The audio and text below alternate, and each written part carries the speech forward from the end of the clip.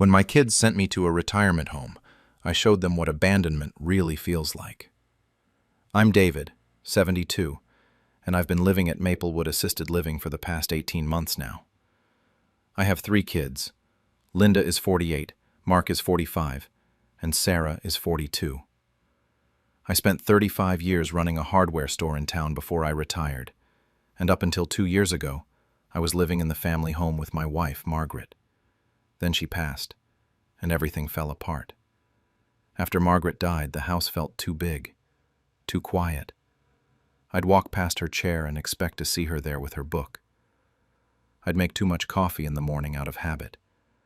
The kids noticed I was struggling. At first, they were around a lot, calling every other day, stopping by on weekends. Linda would bring groceries. Mark would help with yard work. Sarah would just sit and talk with me about Margaret, which, honestly, helped the most. Then they started talking about the house. It was always gentle at first, just suggestions here and there. The stairs were getting harder for me. Wasn't I worried about falling? The yard was so much work.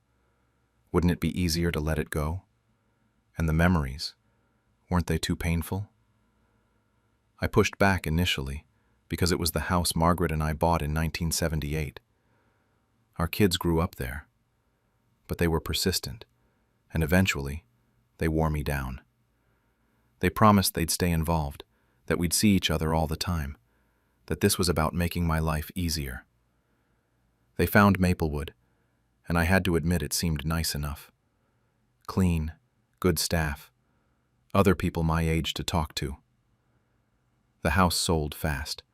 Really good price, too, almost $340,000.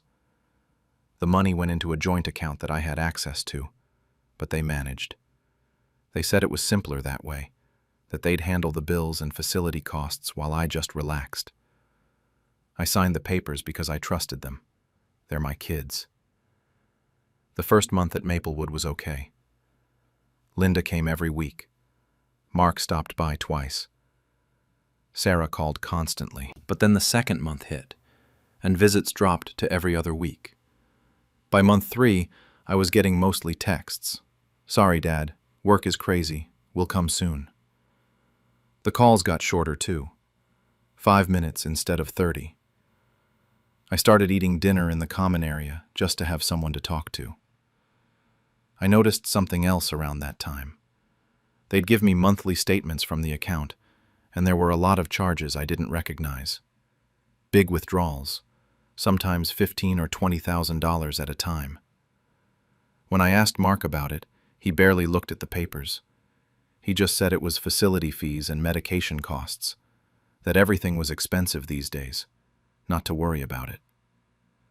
But I'd run a business for decades. I know how to read a balance sheet, and something wasn't adding up. Maplewood cost about $4,500 a month. My medications were maybe $300. Even being generous with other expenses, we shouldn't have been burning through money that fast. I didn't have proof, though, and I didn't want to believe my own kids would steal from me. So I let it go and tried to settle into my new life. Made friends with a few other residents, joined the weekly poker game, tried to convince myself this was fine. 6 months in, everything changed. I was in the common area one afternoon, and another resident's granddaughter was visiting. Nice young woman, maybe mid-20s. She was scrolling on her phone, and I happened to glance over at the screen. I saw Linda's face. It was a Facebook post, and it was public, because the granddaughter wasn't even friends with Linda. It had just been shared by someone she knew. The photo showed this beautiful lakefront property, construction equipment everywhere, the beginnings of what looked like a cabin. A big one. The caption is burned into my brain. Finally building our dream vacation property. Years of planning and saving paying off. Can't wait for family summers here. #blessed. #dream home. #family investment. The comments were from Mark and Sarah. Mark wrote something about calling dibs on 4th of July week. Sarah posted about how the kids would love it. All 3 of them going on about this family investment, this dream property, these plans that apparently everyone knew about except me. Not one mention of Dad. Not one mention of where that money came from. Just this cheerful celebration of their new vacation home built on the sale of mine. I went back to my room and pulled out every statement they'd given me. I spread them across my tiny desk and started adding. Over $200,000 gone in 6 months. I checked the numbers 3 times because I couldn't believe it. The facility costs were real. I could verify those. But the rest? Withdrawals labeled as medical expenses and care costs and facility upgrades that didn't exist. They'd planned this. The concerned visits after Margaret died, the gentle pressure to sell, the promises to stay close, all of it was just a setup to get their hands on the house money. I wasn't their father anymore. I was an asset they'd liquidated. I didn't sleep that night. I just sat in my room, watching the parking lot lights and feeling something shift inside me. I'd spent my whole life taking care of those kids, put them through college, helped with down payments on their first houses, babysat their kids every weekend for years. And the second I needed them, the second I was more burden than benefit, they cashed me out. The next morning, I called Mark, kept my voice calm, casual. I told him I'd seen Linda's post about the cabin and asked if that was funded by the house money. He got defensive immediately, said I was confused, that the cabin was their own investment, that my money was perfectly safe and being used for my care. But I could hear the lie in his voice. I've known that kid for 45 years. I know when he's lying. I pushed a little harder, and he got irritated. Told me I was taken care of, wasn't I? That I should just enjoy my time at Maplewood and let them handle the complicated financial stuff. Then he ended the call, pretty abruptly. I sat in my room for a long time after that. I thought about calling Linda, confronting all 3 of them, maybe even getting a lawyer involved. But I realized something. It wouldn't matter. To them, I was already gone. I was just a monthly expense now, barely worth a phone call. So I decided right then that if they wanted me out of their lives, I'd give them exactly what they wanted. Just not the way they expected. I wasn't going to beg for their attention or argue about the money. I was going to disappear on my own terms. And that's exactly what I started planning. 3 months after I saw that Facebook post, I'd already set my plan in motion. I spent those months being very careful and very quiet about everything. See, I still had my pension coming in every month, about $2,800 that deposited into that joint account. But I also had something the kids didn't know about. An old savings account from before Margaret died, one we'd kept separate for emergencies. There was roughly $45,000 in there that had just been sitting untouched. First thing I did was talk to one of the social workers at Maplewood. Nice woman named Janet, who actually gave a damn about the residents. I told her I had some financial concerns, and she recommended an elder law attorney she'd worked with before. I called him the next day. His name was Richard Chen, and when I showed him all those statements, he knew exactly what he was looking at. Financial exploitation, he called it. Happened more often than people think. Richard helped me set up a new bank account that only I had access to. Then we contacted the pension office and had my monthly deposits redirected there instead of the joint account. It took about 6 weeks to process, but eventually it went through. I also withdrew what was left in the joint account that was actually mine, about $8,000 that I could prove came from my pension deposits. Left just enough to cover 1 more month at Maplewood. The whole time, I kept acting normal. Still playing poker on Thursdays. Still eating meals in the common area.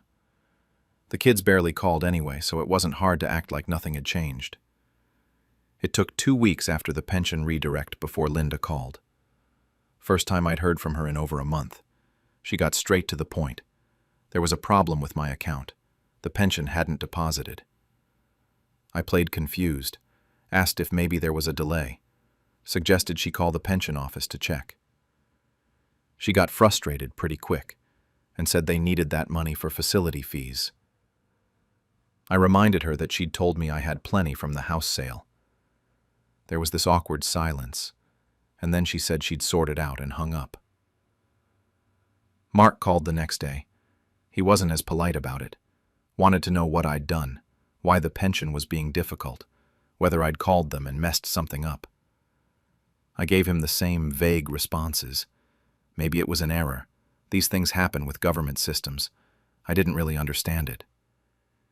He couldn't exactly accuse me of deliberately moving the money, because that would mean admitting I wasn't as confused and helpless as they'd been treating me. After a few minutes of getting nowhere, he gave up. While all this was happening, I'd started looking at apartments. One of the other residents at Maplewood, a woman named Dorothy, told me about how her nephew helped her move out after she realized her son was stealing from her. Got her set up in a small place near her old neighborhood where she was actually happy. That conversation stuck with me. I started searching online for rentals in coastal towns. Margaret and I had always talked about retiring somewhere near the water, back when we thought we'd have those years together. I found this one-bedroom apartment in a beach town about 3 hours away. Rent was $1,200 a month, which I could easily cover with my pension. The town had a senior center, a library, sidewalks everywhere for walking. But the best part was that my old Navy buddy Robert lived there. We'd kept in touch over the years, mostly Christmas cards and occasional phone calls, but he'd been asking me to visit for ages. I called Robert and told him what was happening. He didn't even hesitate. Said I should come down, check out the apartment, stay with him and his wife for a few days to get a feel for the area. So I did. Told the kids I was going on a short trip with some folks from Maplewood. They didn't even ask where. The apartment was perfect. Small, but it had windows facing the water, and it felt like a place I could actually live, not just exist. I signed the lease that week.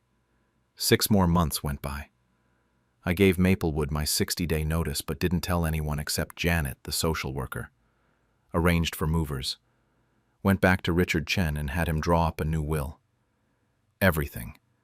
The money the kids hadn't already taken, my pension when I was gone, all of it, would go to establishing a scholarship fund in Margaret's name at the community college. Specifically for first-generation students, kids who were the first in their families to go to college. Margaret had been one of those kids. It felt right. The kids' visits had dropped to almost nothing by then. Maybe once every 2 months, and even then it was just an hour or so. They'd stopped asking about the pension after I'd filed some paperwork through Richard that showed the redirect as an administrative error that was tied up in bureaucracy. I don't think they believed it, but they couldn't prove otherwise. Then, out of nowhere, Linda called. Said all 3 of them needed to visit that weekend, that they had things to discuss. Her voice had this business-like tone I'd never heard before. I knew exactly what this was about. The money was drying up. I was becoming expensive, and they wanted to talk about either moving me somewhere cheaper or about final arrangements. Maybe both. This was 2 weeks before my move-out date. The timing couldn't have been better. They all showed up together on Sunday afternoon.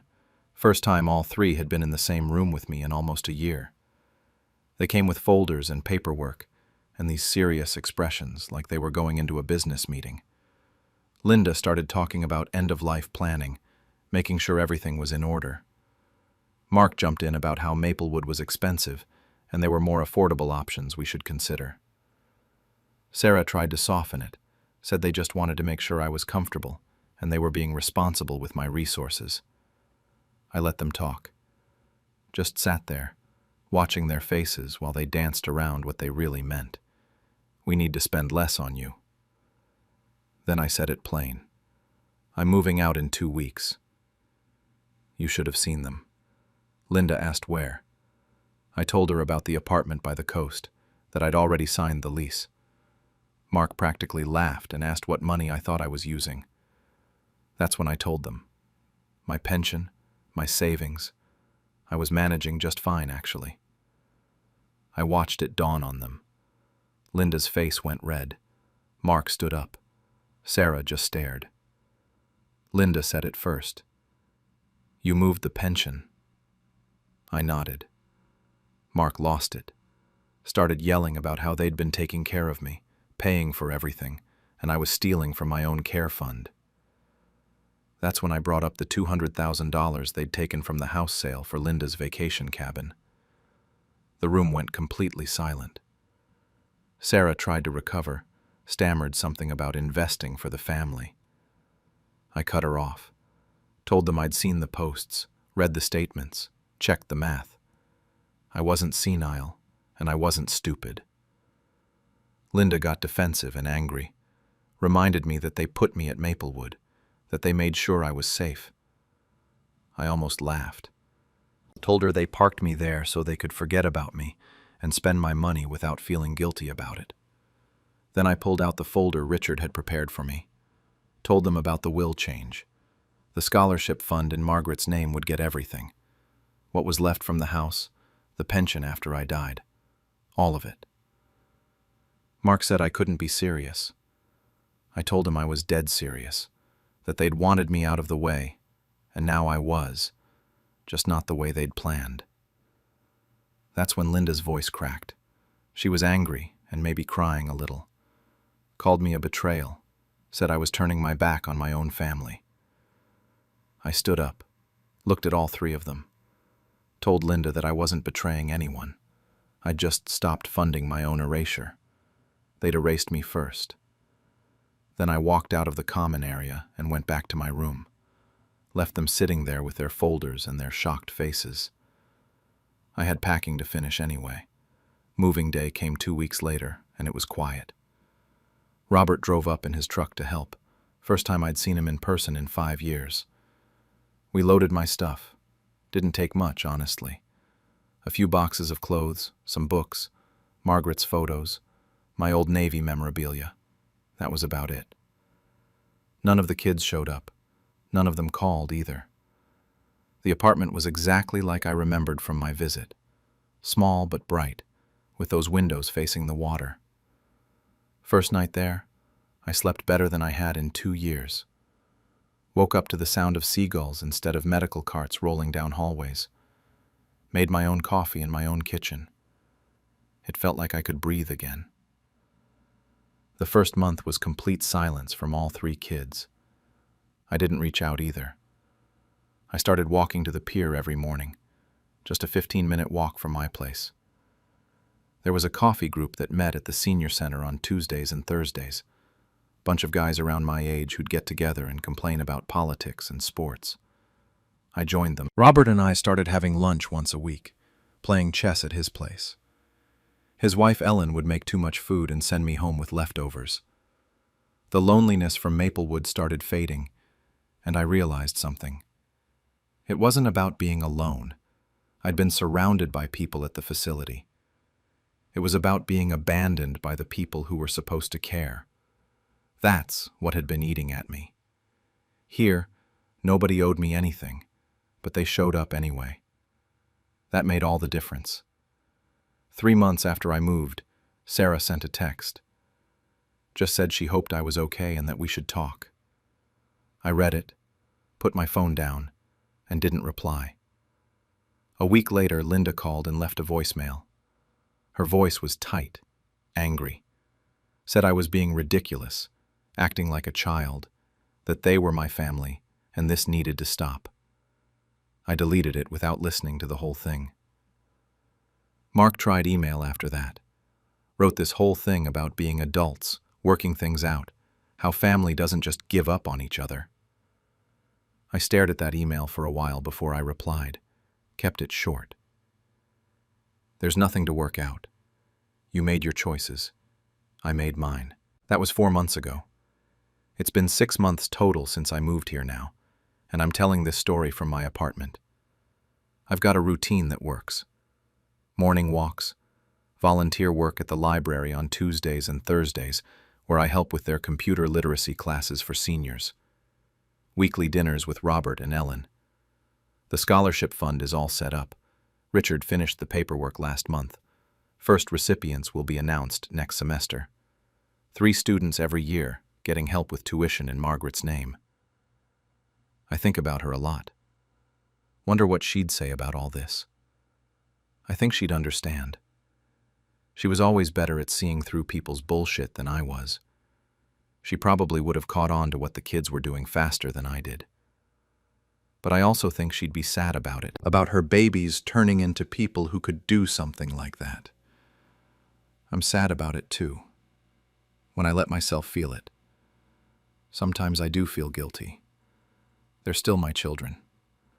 I changed their diapers, taught them to ride bikes, walked Linda down the aisle at her wedding. Those memories don't just disappear because they hurt me later. There are moments, usually late at night, when I wonder if I overreacted. If maybe they were just overwhelmed and bad at communication, rather than actually malicious. If I should have tried harder to talk to them, to fix things. But then I remember sitting in that common area at Maplewood, watching other residents light up when their families visited, while my phone stayed silent for weeks. I remember that Facebook post, the casual way they celebrated spending my life's work, without even mentioning where it came from. I remember Mark's voice when he told me to just enjoy my time and let them handle the complicated stuff, like I was already too far gone to matter. Last week, something happened. I got a letter from Linda. It was in my mailbox when I came back from my walk, her handwriting on the envelope. I recognized it immediately. She used to write me thank you notes when she was younger, back when she still did things like that. I haven't opened it. It's sitting on my kitchen counter right now. Has been for 6 days. Part of me wants to know what it says. Maybe she's apologizing. Maybe she's realized what they did and wants to make amends. Maybe there's a chance that we could have some kind of relationship again, even if it's not what it was before. I'm 73 now. I don't have unlimited time left to hold grudges. But there's another part of me that's scared to open it. Scared it'll just be more of the same. Excuses, justifications, maybe anger that I dared to take control of my own life. Or worse, maybe it's an attempt to manipulate me again. My lawyer Richard called last week and mentioned that Linda had contacted his office, asking questions about whether I was of sound mind when I changed my will. Wanted to know if there was any way to challenge it. That phone call told me a lot. Told me that even now, even after everything, they're still thinking about the money. Still trying to figure out how to get what they think they're owed. So the letter sits there. Some days I walk past it and don't even look at it. Other days I pick it up, hold it, almost tear it open. Haven't managed to actually do it yet. I'm healthier than I've been since Margaret passed. My blood pressure is down. I'm sleeping through the night. I've lost 15 pounds just from walking every day and actually caring about what I eat again. The doctor I see here said whatever I'm doing, I should keep doing it. I told him I was living for myself for the first time in years. He said that was probably it. The scholarship fund is going to help kids who need it. Real kids with real dreams who just need someone to believe in them and give them a chance. Margaret would have loved that. It feels like the best thing I could do with money that was meant to build a life, not a vacation cabin. I'm taking the letter with me on my walk tomorrow morning, going to bring it down to the pier and sit on the bench where I usually have my coffee. I'll decide then whether to open it or throw it into the ocean. Either way, I think I'll be okay with whatever I choose. For the first time in years, my life is actually mine again. Nobody's making decisions for me. Nobody's spending my money while pretending it's for my own good. Nobody's parking me somewhere and forgetting I exist. I get to choose who I spend my time with, where I live, what I do with my days. Maybe that makes me a bad father. Maybe I should try harder to forgive them, to rebuild something. Or maybe they showed me exactly who they are, and I finally believed them. I honestly don't know anymore, but I'm at peace with not knowing. That's enough for now. Funny how greed makes you forget who fed you. I'm 82 now, and I thought the worst thing about getting old would be the loneliness. Turns out, it's realizing the people you loved most were just waiting for you to die. My name doesn't matter much for this story, but what does matter is that I'm a widow and I have one daughter named Liza who's 54. For most of her adult life, we had what I'd call a normal relationship. We weren't best friends or anything like that, but we got along fine. She had her own family, her own life, her own problems. I understood that. When you raise kids, you hope they'll be independent and successful. And Liza was both those things. She had a husband, a decent job, and honestly, I didn't expect her to visit all the time or call every day. That's not realistic. My husband Robert died about 5 years ago. Heart attack, quick and painless, which I guess is the best way to go if you have to go. But it left me alone in the house we'd built together. Small place, nothing fancy, but it was ours. We'd spent 40 years there. Every corner had a memory. After he passed, I figured I'd just live out my remaining years there, quietly. Maybe that sounds depressing, but it didn't feel that way to me. I had my routine, my garden, my shows on TV. I was content. For the first few months after Robert died, Liza checked in here and there. A phone call every couple weeks, maybe a visit once a month. Normal stuff. But then something shifted. She started coming around more often. First it was every other week, then weekly, then sometimes twice a week. She'd show up with groceries, sit with me for coffee, ask how I was managing. At first I thought it was sweet. I figured maybe losing her father made her realize life was short, and she wanted to spend more time with me while she still could. Better late than never, right? She started doing little things to help. She'd go through my mail with me, help me understand which bills needed to be paid when. I'll admit, some of that stuff had gotten confusing. Robert always handled the finances, and after he died, I had to figure it all out on my own. Liza seemed genuinely concerned that I might miss a payment or mess something up. She'd sit at my kitchen table and walk me through everything patiently. She even helped me set up online banking, which I found absolutely baffling. All those passwords and security questions and buttons to click. She made it seem easy. Looking back now, I can see what she was doing. But at the time, I just thought my daughter was finally stepping up. Finally being the caring child I'd always wanted her to be. I felt grateful, honestly. Grateful that I wasn't completely alone. That someone cared enough to make sure I was okay. The visits continued like that for months. She'd bring food, help with technology stuff, talk about how the world was getting too complicated for people my age. She made it sound like she was protecting me from all the scammers and con artists out there. She'd tell me stories about elderly people who got tricked into giving away their money or clicking on the wrong links online. She made me feel vulnerable, like I needed her help to survive in this modern world. Then one afternoon, about 8 months after her visits became regular, she brought up the bank account thing. We were sitting in the kitchen drinking tea, and she got this serious look on her face. She started talking about how worried she was about me living alone. What if I fell and couldn't get up? What if I had a medical emergency and couldn't access my money? What if someone took advantage of me? She said it would give her peace of mind if her name was on my account, just in case something happened. Just for emergencies. Just so she could help me if I needed it. I remember feeling a little uncertain about it, but not enough to say no. She was my only child. my only living family. Robert was gone. My parents were long dead. My sister lived across the country and we barely talked. Liza was it. And the way she explained it made sense. She wasn't asking for my money. She was asking to be able to help me in an emergency. That seemed reasonable. That seemed like what a good daughter would do. So I agreed. We made an appointment at the bank for the following week.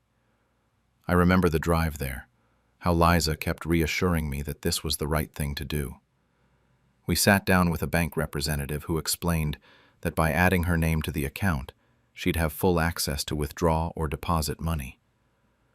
I signed the papers, she signed the papers, and that was that. We had a joint account.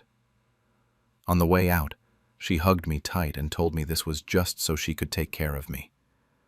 I believed her completely. For the next few months, nothing seemed different. She still visited regularly, still helped with groceries and bills. I'd check my bank account online every week or so, mostly just to make sure my pension had deposited properly. Everything always looked fine. The balance stayed about where I expected it to be. My pension would come in, I'd spend a bit on groceries and utilities, and the rest would sit there. I had about $12,000 saved up. Not a fortune, but enough to feel secure. Enough for emergencies, or if something in the house broke down. Then one Tuesday morning in late October, I went to buy groceries. Same store I'd been going to for 30 years. I filled my cart with the usual stuff, went to the checkout, and handed the cashier my debit card. She swiped it. The machine beeped. She tried again. Another beep. She looked at me apologetically and said the card was declining. I felt my face get hot. There were people in line behind me. The cashier was young, probably in her 20s, and she looked uncomfortable. I told her there must be some mistake, that there was definitely money in that account. She tried one more time. Same result. I apologized, told her I'd come back later, and left my cart right there in the aisle. I'd never been so embarrassed in my life. When I got home, my hands were shaking so badly I could barely dial the bank's customer service number. I had to listen to the automated system, press a bunch of buttons, wait through the menu. Finally, I got to the part where it tells you your account balance. The robot voice said I had $0.17. I thought I'd misheard. I hung up and called again. Went through the whole process again. Same thing. $0.17. My pension had just deposited 5 days earlier. $1,500 like it did every month, plus the $12,000 I already had saved. It should have been over $13,000 in that account. And now there was 17 cents. I tried calling Liza immediately. The phone rang once and then went to some generic message saying the number was no longer in service. I tried again. Same thing. I tried a third time, thinking maybe I'd dialed wrong. No, the number wasn't working. She'd blocked me or changed her number or something. That's when I knew. That's when it all clicked into place. The frequent visits, the concern about technology, the joint account. She'd planned this. My own daughter had robbed me. I didn't sleep at all that night. I just sat at my kitchen table in the dark, staring at nothing. My mind kept going in circles, trying to make sense of it. Maybe there was a mistake. Maybe the bank had an error in their system. Maybe Liza had a good reason and would call me back to explain. But deep down, I knew the truth. She'd stolen from me and then disappeared. My own daughter had robbed an 82-year-old woman and blocked her number like I was some telemarketer she didn't want to deal with. By the time the sun came up Wednesday morning, I'd cycled through every emotion you can imagine. Confusion, denial, shock, sadness. but what settled in my chest by dawn was something cold and clear. Anger. Not the hot, screaming kind. The quiet, focused kind that makes you dangerous. I got dressed, made myself breakfast even though I wasn't hungry, and at 7 o'clock sharp, I drove to the police station. The officer at the front desk was a young guy, maybe 30. I told him my daughter had stolen all my money. He looked at me with this expression I've seen 1,000 times, the one people give old folks when they think we're confused or senile.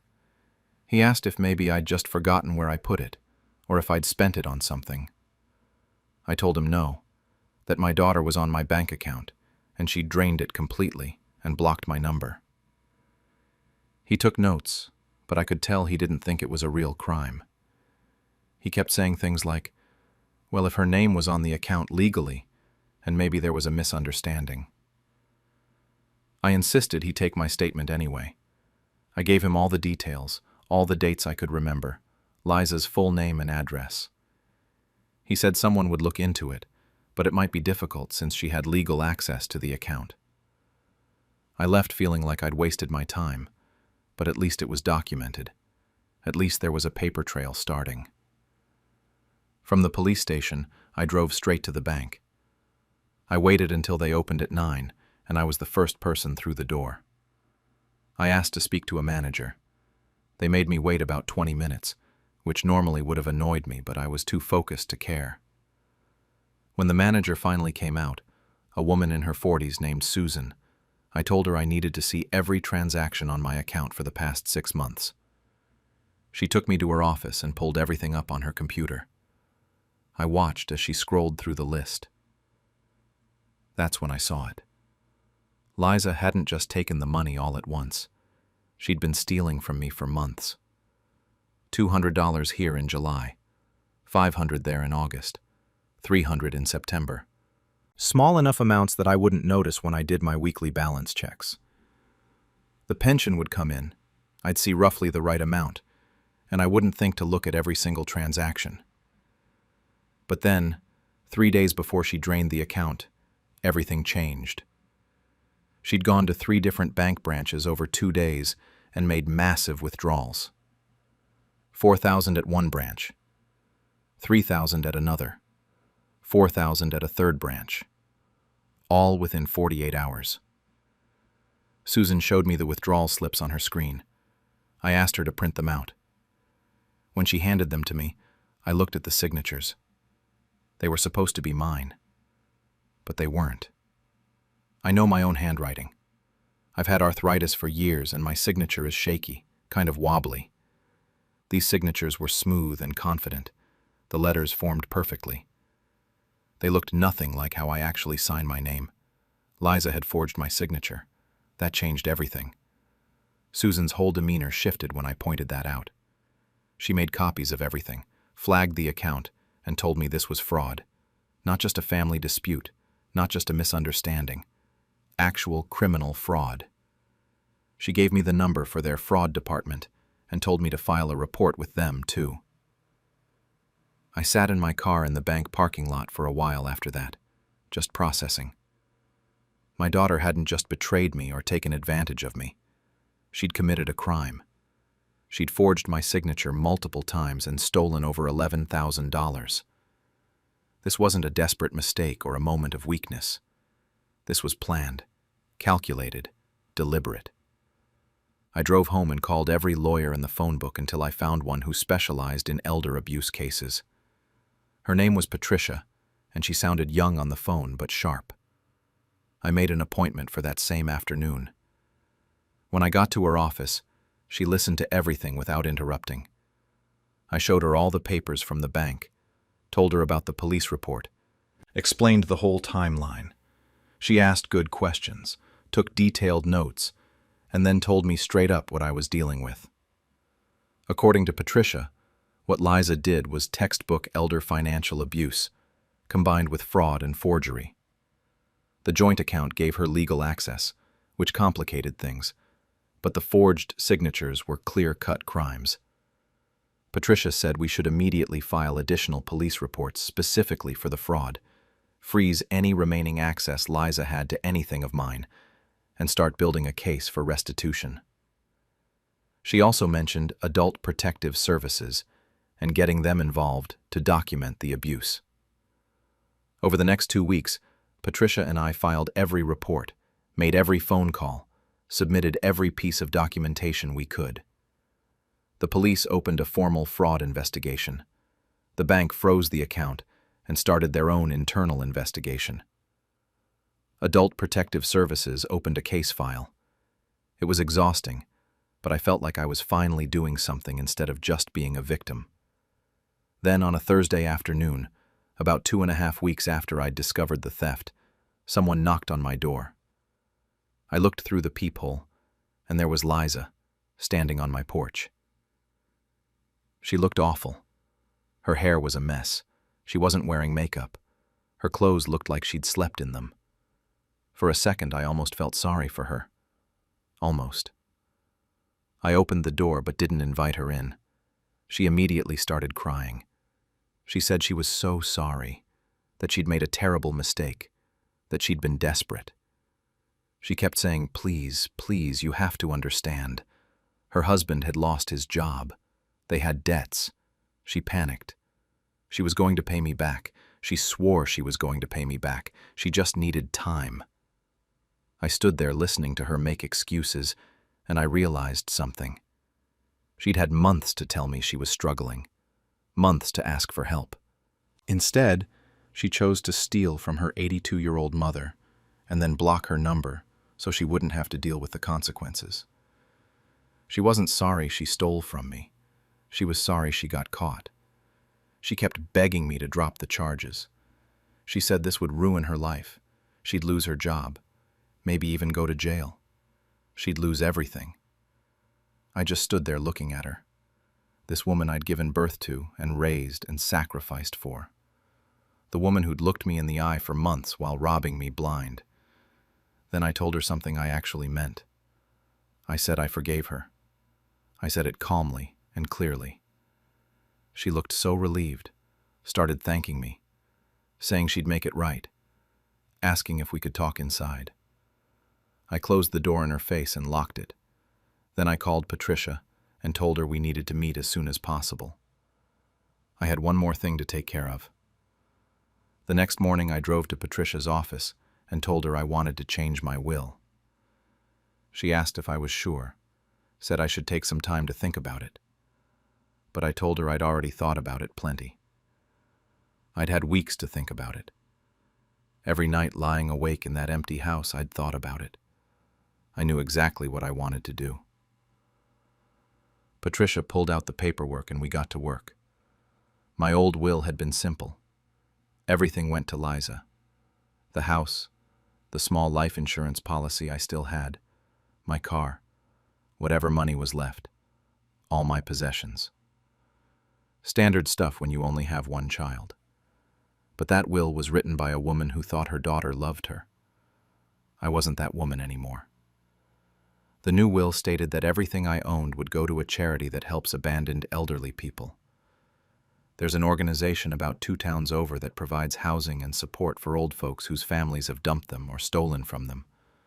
People exactly like me. Every single thing I had would go to them. The house Robert and I built together, the life insurance policy, the car, the furniture, even the jewelry Robert had given me over the years. All of it. Liza's name didn't appear anywhere in the document, except in one line that specifically stated she was being intentionally excluded. Patricia said that was important, that it showed this wasn't an oversight or a mistake. It was a choice. I signed every page, and Patricia had it witnessed and notarized right there in her office. It was done. Patricia told me the fraud investigation was moving forward. The police had enough evidence to potentially charge Liza with forgery and theft. The bank had confirmed that the signatures on the withdrawal slips didn't match my verified signature on file. Even if Liza tried to argue that she had permission to access the account, the forged signatures proved she'd deliberately deceived the bank. Patricia said there would likely be restitution ordered as part of any plea deal or sentence, meaning Liza would be legally required to pay back what she'd stolen. It wouldn't happen overnight, but it would happen. The criminal charges were still pending, though. The prosecutor's office was reviewing everything and deciding whether to move forward. Patricia warned me that these cases sometimes took months or even years to resolve. I told her I had time. At 82, I didn't have much time left, but I had enough for this. I didn't tell Liza about the will. That was the beauty of it. She had no idea. As far as she knew, she'd just have to deal with the fraud charges and maybe pay some fines or do community service or whatever. But eventually I'd die, probably sooner rather than later, and then she'd inherit everything, and it would all be worth it in the end. That's what she was counting on. That's what made her think she could apologize her way out of this. About a month after I changed the will, my phone rang from a number I didn't recognize. I answered it, and it was Liza. She'd gotten a new phone or was calling from someone else's phone. Her voice was different than when she'd shown up crying on my doorstep. More controlled. She asked how I was doing, said she'd been thinking about me, wondered if I'd had time to think things through. She didn't say it directly, but I knew what she meant. She wanted to know if I was still cooperating with the investigation. I told her the investigation was ongoing, and there was nothing I could do about that now. Then I hung up. She hasn't called since. That was 3 months ago. The house is quiet now. I still live here alone, still do my grocery shopping at the same store, still watch my shows on TV. But something's different. I'm not lonely anymore. Lonely is when you want someone there and they're not. What I have now is solitude, and that's a choice. I'm alone because I decided to be alone, rather than let someone who betrayed me stay in my life. Sometimes I think about what the investigator told me. They tracked where some of the money went. Liza paid off credit card debt, made a payment on her car, bought new furniture. Nothing life or death, nothing that justified stealing from her elderly mother. She just wanted things and decided I was an easy target. The investigator said they see it all the time. Adult children who convince themselves they deserve their parents' money now, instead of waiting for the inheritance. They rationalize it by saying the old person doesn't need that much money anyway, or they'll just spend it on the kids eventually. So what's the difference? The difference is trust. The difference is that you don't get to decide when someone else gives you their money. The difference is that theft is theft no matter who does it. Patricia calls me every few weeks with updates. The prosecutor is apparently building a strong case. The bank wants to pursue charges too, because Liza defrauded them as much as she defrauded me. Patricia thinks there's a good chance of a plea deal where Liza admits guilt in exchange for avoiding jail time, but has to pay full restitution plus fines. I told Patricia I don't care if she goes to jail or not. I just want it on record what she did. I want it documented that this happened. I've started volunteering at that charity I'm leaving everything to. Once a week I go there and have lunch with some of the residents. A lot of them have stories similar to mine. Kids who stole from them, relatives who abandoned them, people who were supposed to love them but only loved their money. We don't talk about it much. Mostly we play cards or watch game shows or just sit together. But there's an understanding between us. We all know what it's like to realize the people you trusted most were just waiting for you to die. Robert's been gone 5 years now. Sometimes I wonder what he'd think about all this. He always said Liza was too focused on money, too worried about status and things. I used to defend her, say she was just ambitious. Turns out he was right. He usually was. I sleep fine these days. Better than I did when this all started. Some people might think I'm being too harsh, that she's still my daughter and I should forgive and forget. But I did forgive her. I meant it when I said it. Forgiveness doesn't mean pretending it didn't happen. It doesn't mean letting someone face no consequences. It just means I'm not carrying around anger that'll eat me alive. Liza made her choice when she decided $12,000 was worth more than her relationship with her mother. Now she has to live with that choice. And when I die, whenever that is, she'll open my will and realize that the old woman she thought was too senile and helpless to fight back made sure her name would never be on anything of value again. She wanted everything. She got nothing but a criminal record and the knowledge that she traded her mother for the price of a used car. I hope it was worth it. I really do. Because that's all she's getting from me. I watched them fight over my belongings while I was still alive, so I made sure they'd never get a dime. I'm a 77-year-old grandmother and retired nurse who's been living in the same brick bungalow for over 50 years. My husband passed 10 years ago, and since then my two children, Laura, 52, and Tom, 49, have been treating my home like it's already theirs. Laura's married with 3 kids and works in marketing. Tom's divorced with no kids and has this habit of showing up when he wants money or needs to take something he thinks would be useful to him. The thing is, it didn't start out this bad. It was gradual. Small things here and there that I brushed off because they're my children, and I wanted to believe the best of them. About 2 years ago, Laura asked if she could borrow some of my jewelry for her anniversary dinner. She wanted my mother's pearl necklace specifically. I said yes, because what kind of mother says no to that? She looked beautiful in it, but she never gave it back. I didn't say anything at first because I figured she'd return it when she remembered. 6 months went by, and I finally asked about it. She got defensive immediately and told me I never wear it anyway, and that she's getting more use out of it. Like that justified keeping something that wasn't hers. I didn't push it because I didn't want to cause a fight over jewelry, but it bothered me more than I wanted to admit. Then Tom started coming around more often. He'd show up unannounced and head straight for the attic or the basement, always looking for something. One afternoon I realized my husband's entire record collection was gone. Richard had spent years collecting vintage records from the 60s and 70s. He was so proud of that collection. When I asked Tom about it, he didn't even try to hide what he'd done. He just shrugged and said he'd sold it online for a good price. He handed me $200, like that made it okay. I found out later from a neighbor who saw the listing that he'd sold the whole collection for over $3,000. When I confronted him about the difference, he said I should be grateful he gave me anything at all. I tried to tell myself they were just busy with their own lives, that maybe I was being too sentimental about objects. But deep down I knew it was more than that.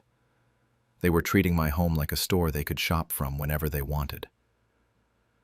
Last Christmas is when I really saw it clearly. We were all gathered in my living room. Laura brought her husband and the kids. Tom came alone like usual.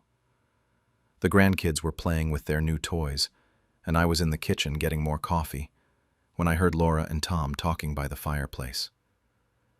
They were laughing about who would get the house once I moved on. Those were the actual words they used. Moved on. Like I was already halfway out the door. Tom said he wanted the master bedroom furniture. Laura said she'd already been planning how she'd redecorate the kitchen. They were dividing up my home while I was standing 15 feet away, very much alive and able to hear every word. I didn't say anything. I just brought out the coffee and pretended I hadn't heard them. But something shifted in me that day. I couldn't unhear it. Then, this past April, I fell in the bathroom and broke my wrist. It wasn't anything too serious, but at my age, recovery takes longer than it used to. Laura insisted I stay with her for a few weeks while I healed. I thought maybe it would be nice to spend more time with the grandkids, so I agreed. 3 days into staying at her house, I woke up around midnight and couldn't fall back asleep. I got up to get some water and walked past the kitchen. Laura and Tom were sitting at her kitchen table talking. They didn't hear me coming down the hallway. Tom was saying something about needing to think practically, that I was getting older and these falls were going to keep happening. Laura agreed with him and said they should talk to me about assisted living. Somewhere nice, she said, but it would free up the house. Tom said they could start clearing things out after I was settled somewhere. He actually said, I don't really use half the stuff in my house anymore anyway. Then Laura laughed and mentioned my china cabinet. Said she'd wanted it since she was a kid. Tom brought up the jewelry I was still hoarding. That's the word he used. Hoarding. Like I was some crazy person holding on to trash instead of a woman who owned her own belongings. They started talking about splitting things fairly, and maybe getting an appraiser in first so there wouldn't be any fighting like last time. I stood there, in that dark hallway, with my broken wrist throbbing, and listened to my children plan my exit from my own life. They were talking about my possessions, like I was already dead. Like I was already gone, and they were just waiting for the paperwork to make it official. I went back to bed without getting the water. I lay there the rest of the night staring at the ceiling. Every time I closed my eyes, I heard their voices discussing my china cabinet and my jewelry and my house, like it was all just stuff waiting to be claimed. The next morning, I told Laura I wanted to go home. She tried to convince me to stay longer, said I needed more time to recover, but I wouldn't budge. I called a cab while she was at work and left before she got back. I couldn't stand being in that house another minute. When I got home, I sat in my living room and really looked at everything around me. Every piece of furniture, every picture on the wall, every dish in the cabinet. Richard and I bought this house in 1973 for $32,000. We painted every room ourselves. We raised Laura and Tom here. I worked as a nurse for 40 years and came home to this house every single night. This was my life. My whole life was in these rooms, and my children saw it as inventory waiting to be divided up. The hurt wasn't just emotional, it was physical. I felt it in my chest, like something heavy sitting on my ribs. I kept replaying that conversation over and over. The casual way they talked about putting me somewhere, the excitement in Laura's voice when she mentioned the china cabinet, the way Tom called my belongings hoarding. I knew I couldn't just yell at them or try to guilt them into caring. I'd already tried that with the pearls and the records, and it hadn't made any difference. They just made me feel like I was being unreasonable or ungrateful. Like I was the problem for wanting to keep my own things. That's when I decided that if they were going to treat me like I was already gone, I needed to act accordingly. Not out of spite, but because I finally understood something important. They weren't going to change unless they felt real consequences. Words weren't going to work. I needed to do something that would make them understand exactly what they'd done. I needed them to feel what I'd been feeling. I spent the next week just sitting in my house thinking about what to do. I'd wake up in the morning and look around at everything Richard and I had built together, and I felt this mix of anger and sadness that I couldn't shake. Every object had a memory attached to it. The china cabinet Laura wanted so badly was a gift from Richard's parents when we got married. The jewelry Tom mentioned was passed down from my mother and grandmother. None of it was just stuff. It was my history. But to Laura and Tom, it was just things they were waiting to inherit. I kept going back to that word, inherit. Like they'd earned it somehow. Like showing up a few times a year and taking whatever they wanted entitled them to everything I'd worked for my entire life. The more I thought about it, the angrier I got. Not a hot anger that burns out quick, but a cold, steady anger that sits in your gut and doesn't go away. I realized I couldn't make them care about me as a person. I'd tried that already. I'd tried being understanding when Laura kept the pearls. I'd tried being reasonable when Tom sold the records. I'd bitten my tongue at Christmas and every other time they'd said something hurtful. And where had it gotten me? Sitting in Laura's hallway at midnight, listening to them plan my life like I had no say in it. That's when I thought about the will. Richard and I had set up simple wills years ago that split everything between Laura and Tom equally. Standard stuff. But those wills were written when my kids were different people.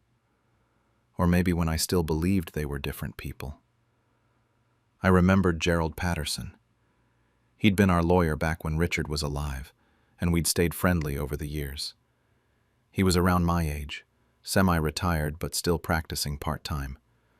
I called him and asked if he could meet with me about updating my will. When I explained the situation to him, he got quiet for a long time. Then he told me I was angry, and that I should take some time before making any major decisions. He said disinheritance was permanent, and that I might regret it later. I told him I'd already taken 2 years to watch my children treat me like I was already dead. I said this wasn't about anger. It was about finally understanding what my life's work was actually worth. He didn't argue after that. We met 3 times over 2 weeks. I was very specific about what I wanted.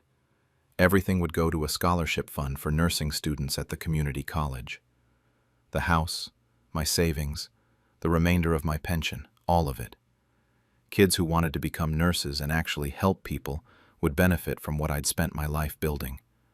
Not my children who couldn't wait for me to die so they could cash in. Laura and Tom would each get $100.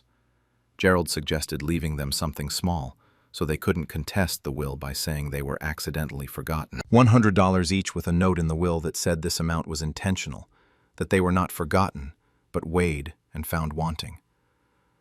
I also wrote them each a letter to be delivered after I died, along with the will. I spent hours on those letters. I wasn't mean in them, but I was honest. I listed every moment that had broken my heart. The pearls Laura never returned. The records Tom sold. The Christmas conversation about dividing up my house. The midnight planning session in Laura's kitchen about putting me in assisted living. I wrote that they'd treated my love like a bank account that would always have more to withdraw. That they'd forgotten I was a person who could feel hurt. Writing those letters was harder than I expected. I had to stop several times because I'd start crying. These were my children. I'd given them everything, and now I was writing letters explaining why they were getting nothing. Gerald asked me something during our last meeting that really stuck with me. He said if I died tomorrow and they got everything, did I think they'd feel grateful or entitled? I didn't even have to think about it. They'd feel entitled. They already felt entitled. That's the whole problem. We finalized everything on May 15th. I signed all the papers in Gerald's office and he filed them properly. It was done. For a few days afterward, I felt almost relieved, like I'd finally done something instead of just sitting there, taking it. But then the reality started settling in. I'd basically declared war on my own children. I'd made a decision that would devastate them even if they deserved it. And I'd done it knowing they might never forgive me. The thought of dying with this rift between us kept me up at night. What if something happened to me and the last conversation we'd had was me leaving Laura's house early without explaining why? What if they found out through the will and spent the rest of their lives hating me? I decided I needed to tell them something. Not everything, but enough. They deserved to know they'd pushed me to a breaking point even if they didn't know exactly what I'd done about it. 2 weeks ago, I invited them both over for dinner. I made pot roast because it's Tom's favorite, and lemon bars for dessert because Laura loves them. They both came, probably thinking it would be another free meal and another chance to mentally catalog what they wanted from my house. We ate dinner and made small talk. Laura told me about her daughter's soccer team. Tom complained about his boss. I sat there listening and nodding and playing the role of mom like I always did. But the whole time my heart was pounding because I knew what I was about to do. During dessert, when they were both relaxed and comfortable, I just said it. I told them I'd finalized my will 2 weeks ago. They both perked up immediately. Laura actually smiled and said it was good to have everything in order. Tom looked relieved. You could see them both mentally calculating what they'd get. I took a sip of my coffee and told them they'd both find their names in the will. Tom grinned. He actually grinned and said something about wanting to make sure my wishes were respected. That's when I added that they'd find their names in it, but not the way they thought. The smiles disappeared. Laura put down her fork and asked what I meant. I looked at both of them. These people I'd carried and birthed and raised and loved unconditionally for over 50 years. I told them it meant I'd finally realized my love was worth more than anything I owned. That respect for the living matters more than greed for the dead. Tom's face went red. He asked what I was talking about. Laura stood up and said I was being ridiculous, that they'd been nothing but concerned about me. So I told them. I said I'd heard them at Christmas talking about dividing up my house, that I'd heard them in Laura's kitchen planning to put me in assisted living so they could clear out my home. I told Laura I'd heard every word. The silence after that was the loudest thing I've ever experienced. Tom tried to backtrack, started saying it wasn't like that they were just talking hypothetically. I cut him off and told him not to insult me by lying now. They both left within 10 minutes. Laura was crying, but they were angry tears. Tom slammed my door on his way out. Neither of them said goodbye. That was 13 days ago, and I haven't heard from either of them since. The silence has been the hardest part. 13 days now, and not a single call or text from either of them. At first I thought maybe they just needed time to cool off, that they'd eventually reach out to talk about what happened, or at least try to defend themselves. But my phone stays quiet. I keep checking it like an idiot. Every time it buzzes, I think maybe it's one of them, but it's always just spam calls, or my neighbor Dorothy asking if I need anything from the store. Part of me wants to call them first, but I know that's exactly what they'd expect. They'd expect me to break first, because I always have before. The vindicated part of me feels good about what I did. I stood up for myself for once. I drew a line and made it clear their behavior had consequences. They spent years treating me like I was already gone, and I finally showed them what that actually looks like. But the mother part of me, the part that can't just switch off after 50+ years, feels this grief that sits heavy in my chest all day long. These are my children. I changed their diapers when they were babies. I stayed up all night when they had fevers. I taught them to tie their shoes and ride bikes. I went to every school play and parent-teacher conference and graduation. I loved them with everything I had. And somewhere along the way, they stopped seeing me as a person and started seeing me as an inheritance. My neighbor Dorothy came by last week with some coffee cake. She's known Laura and Tom since they were little kids. We sat at my kitchen table and I told her everything. The will, the scholarship fund, the dinner, all of it. She didn't interrupt once, just listened and nodded in the right places. When I finished, she was quiet for a minute before she said something I keep thinking about. She said I'd given them a mirror, and most people don't like what they see in those. Maybe that's exactly it. Maybe they're not calling because calling would mean having to look at what they've become. It's easier to be angry at me and tell themselves I'm being unreasonable than to admit they spent 2 years treating me like a storage unit with a pulse. Gerald called yesterday to check on me. He asked if I wanted to reconsider anything and said it wasn't too late to make changes to the will. I thought about it for a long time. I really did. Because sitting alone in this house every evening makes you second-guess everything. But I told him no. I said if they come back, really come back, and not just to secure their inheritance, then maybe we could talk. But I'm not rewarding years of disrespect just because I'm lonely now. The house feels so much emptier than it did before. I never realized how much of my daily routine involved expecting their calls or visits. Even when those visits were just them stopping by to take something or ask for money, It was still contact. It was still something that made me feel like I had children who thought about me. Now I have nothing but quiet. I started volunteering at the community college a few weeks ago. I go twice a week and talk to the nursing students about what the profession used to be like, what it means to actually care for people instead of just going through the motions. These kids are so eager and hopeful. They ask a million questions and take notes on everything I say. They remind me why I became a nurse in the first place, back when I actually believed helping people mattered more than money. There's this one girl, maybe 19 years old, who told me last week that she's working 2 jobs to pay for her tuition because her family can't help her. She said it's worth it, though, because she just wants to make a difference.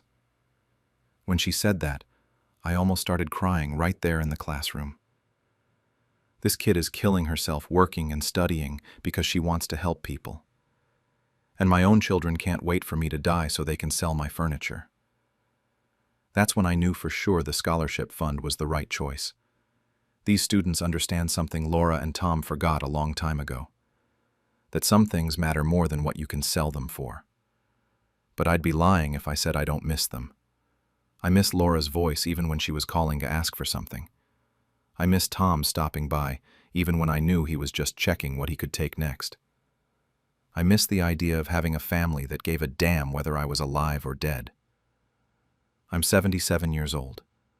I'm healthier than a lot of people my age, but I'm not stupid. I probably have another 10 years if I'm lucky. Maybe 15 if I'm really lucky. And I might spend all of those years estranged from my children because I refused to let them treat me like a corpse while I was still breathing. Some mornings I wake up and think, maybe I should have just kept my mouth shut. Let them have their plans and their schemes and their kitchen table conversations about my future. At least then I wouldn't be eating dinner alone every single night. At least then my phone would ring sometimes. But then I remember standing in Laura's hallway at midnight, listening to them divide up my life like I wasn't even there anymore. And I know I made the right choice. Or at least the only choice I could live with. The question that keeps me up at night isn't whether I was right. It's whether being right was worth it. Whether proving a point was worth losing whatever relationship I had left with my children, even if that relationship was built on them waiting for me to die. Gerald told me something else during that last phone call. He said a lot of families implode over inheritance, and that mine was imploding early. He said at least this way I'd know the truth about them while I was still alive, instead of having them pretend to love me until the end, and then fighting over my corpse. I guess that's supposed to be comforting, but it's not. It just makes me sad. I've been thinking about writing them letters. Not the ones that will come with the will, but letters now, while I'm still here. Asking them to come talk to me. Telling them I miss them, even though I'm angry. But every time I sit down to write, I remember Tom's face when he handed me $200 for $3,000 worth of records. I remember Laura wearing my mother's pearls to her own anniversary dinner and never giving them back. I remember them laughing about my master bedroom furniture at Christmas. And I can't do it. I can't be the one to reach out first, because that would just prove to them that I'll always cave, that they can do whatever they want, and I'll eventually forgive them, because I'm their mother, and that's what mothers do. So I sit here in this house that's been my home for 50 years, and I wait. I don't know what I'm waiting for exactly. Maybe an apology. Maybe just acknowledgement that they hurt me. Maybe nothing at all. The scholarship fund will help kids who actually want to help people. My house will do some good in the world instead of just being divided up and sold off by 2 people who stopped seeing me as their mother years ago. That has to count for something. That has to mean I didn't waste my whole life loving people who only loved what I could give them. At least that's what I tell myself on the hard days. And lately, every day has been a hard day. It started with a birthday card and ended with my entire family exposed. I'm 80 years old, and I've always believed birthdays were sacred. My son Mark is 52, and his wife Carol is 48. They've been married for 20 years, and for about 15 of those years, I've watched Carol slowly change my son into someone I barely recognize. My late husband, Tom, died 6 years ago. He was an accountant for 40 years, and he taught me everything about managing money, protecting assets, and reading people's intentions. He used to say Carol had calculator eyes, always adding up what she could get from every situation. I didn't want to believe him at first. She was my daughter-in-law, the mother of my grandchildren.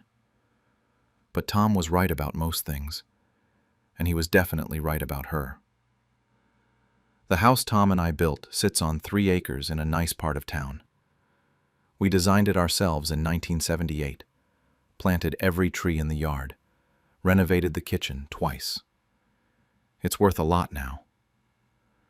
The neighborhood got popular about 10 years ago, and property values went through the roof. Carol knows exactly what it's worth. She's mentioned it enough times, always casual, always like she's just making conversation. But I know better. For the past 8 months, she's been dropping hints. She'd say things like how I was getting older, and wouldn't it be easier to have help managing things? Or how she and Mark were thinking they could take over the property taxes for me, just to lighten my load. It was always framed as concern, always with that sympathetic tone and that fake smile she does where her eyes don't match her mouth. Mark used to shut her down. He'd tell her to leave me alone, that I was perfectly capable of handling my own affairs. I raised him to respect his elders, and for most of his life he did. But lately he just nods along when she talks. He doesn't defend me anymore. She got to him somehow. I watched it happen over the course of maybe 2 years. The phone calls got shorter. The visits became less frequent, and when they did come over, Carol did most of the talking while Mark sat there scrolling through his phone like a teenager. 3 months before my birthday, they came over for Sunday dinner.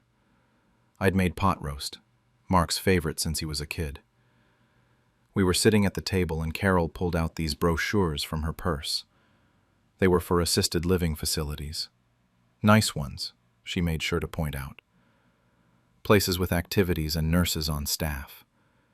She spread them out on my dining room table like she was showing me vacation packages. She said they were just options, that she wanted me to have information in case I ever needed it. I told her I wasn't going anywhere. This was my home. I built it with Tom and I was staying in it until they carried me out. Mark squeezed my hand and said, of course I wasn't going anywhere, that they just wanted me to be safe. But he wouldn't look at me when he said it. His eyes were on his plate. That was when I knew something was coming. I just didn't know what. The hints got more aggressive after that. Carol started talking about how big the house was for just one person, how much work it must be to maintain, how worried she was about me falling or having an emergency with no one around. Mark echoed everything she said. It was like watching someone who'd been reprogrammed. Then came my 80th birthday last month. I woke up that morning expecting the usual routine. Mark always came by on my birthday with flowers. Sometimes he'd take me to lunch at this little Italian place I like. Carol would come too and usually complain about something on the menu, but that was normal. I was used to it. I got dressed, did my hair, even put on the nice earrings Tom gave me for our 50th anniversary. I sat by the window waiting.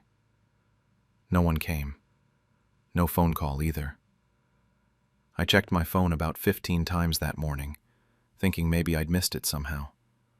Nothing. Not even a text message. I sat there like an idiot, watching the driveway, thinking maybe they were running late. Maybe they were planning a surprise. Around 2 in the afternoon, the mailman came. I went out to get the mail, and there was one envelope. White. Plain, with my address written in Carol's handwriting. I recognized it immediately. She has this specific way of writing, very neat and precise. I thought maybe they'd sent a card after all, that maybe they were just busy and couldn't make it in person. I took it inside and opened it at my kitchen table. It wasn't a card. It was a property transfer agreement. 3 pages of legal documents, professionally printed, with sections highlighted in yellow where I was supposed to sign. There was a sticky note attached to the first page in Carol's handwriting. It said this would make everything so much easier, and that they loved me. That was it. No birthday wishes, no explanation, just instructions to sign over my house. I sat there staring at those papers for a long time. I don't know how long exactly. Long enough that the tea I'd made myself went cold. They wanted me to transfer the deed to them, just like that. On my 80th birthday, they sent me paperwork instead of a card and expected me to hand over the house Tom and I spent our entire lives building. I didn't cry. I wanted to, but I didn't. Instead, I felt this cold, clear anger settle over me, the kind that makes your hands stop shaking and your thoughts go sharp. Tom used to get like that when someone tried to cheat him on a deal. He'd go quiet and focused, and then he'd outmaneuver them so smoothly they wouldn't even realize what happened until it was over. I thought about calling Mark right then and there. I thought about screaming at him, asking him how he could do this to his own mother. But I didn't. Because I knew Carol would just make excuses. She'd say I was overreacting or misunderstanding. She'd twist it around somehow and make me look like the unreasonable one. So instead, I got up and found my lawyer's business card in Tom's old desk.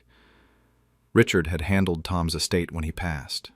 He was good, thorough, and he didn't take any nonsense from anyone. I called him and left a message asking for an appointment as soon as possible. Then I made myself a small birthday cake from a box mix, poured a cup of tea, and sat at my kitchen table making plans. Tom had taught me every trick in the book when it came to protecting assets. He'd made sure I knew how to make certain things invisible if I needed to, how to structure ownership in ways that most people wouldn't think to look for. He did it because he worried about me being taken advantage of after he was gone. I never thought the person I'd need to protect myself from would be my own son. But here we were. Richard called me back the next morning. I was in his office by 9 a.m. I brought the documents Carol and Mark had sent me, and I watched his face as he read through them. He didn't say anything at first, just kept reading and occasionally shaking his head. When he finally looked up at me, he asked if they'd really sent this to me on my birthday.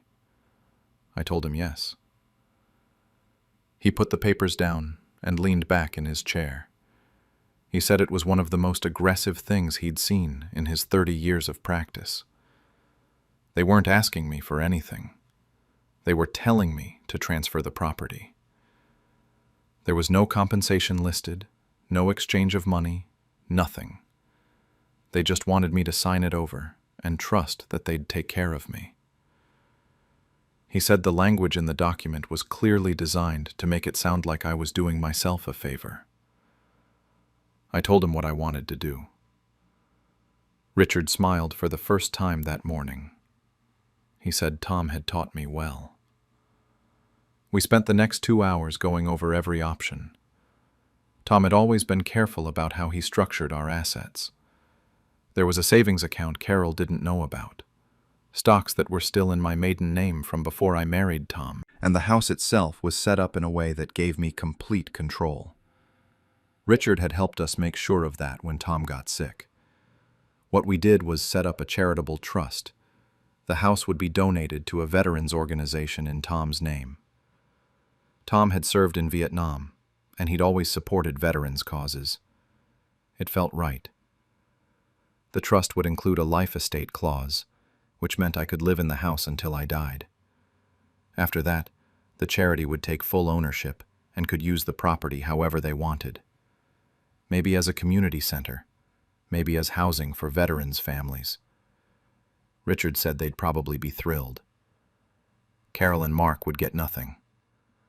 I also had Richard update my will while we were at it.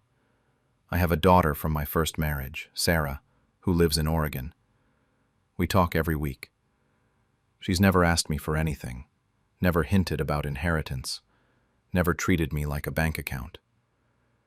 She'd get a few family heirlooms, things that belonged to my mother. Everything else would either go to charity or be divided among Tom's nephews.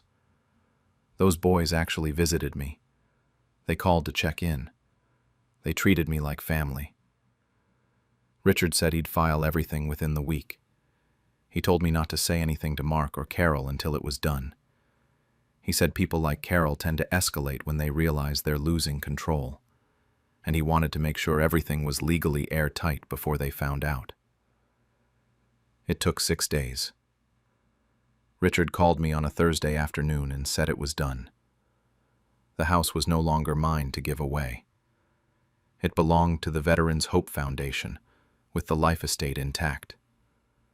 I thanked him and hung up. Then I waited. 2 weeks after my birthday, Mark finally called. He didn't apologize for missing it. He didn't acknowledge that they'd sent me legal documents instead of a card. He just asked if they could come by on Saturday. His voice was cheerful, like nothing had happened, like everything was normal. I said sure. They showed up at noon. Carol was wearing new jewelry, a necklace I hadn't seen before. Probably expensive. Mark had this forced smile on his face that didn't reach his eyes. They came in and sat down in my living room like they owned the place, like it was already theirs in their minds. Carol didn't even wait 5 minutes. She asked if I'd had a chance to look over the paperwork they sent. She said it so casually, like she was asking if I'd watched a TV show she recommended. I got up and walked to my desk. I'd prepared a folder with copies of everything Richard had filed.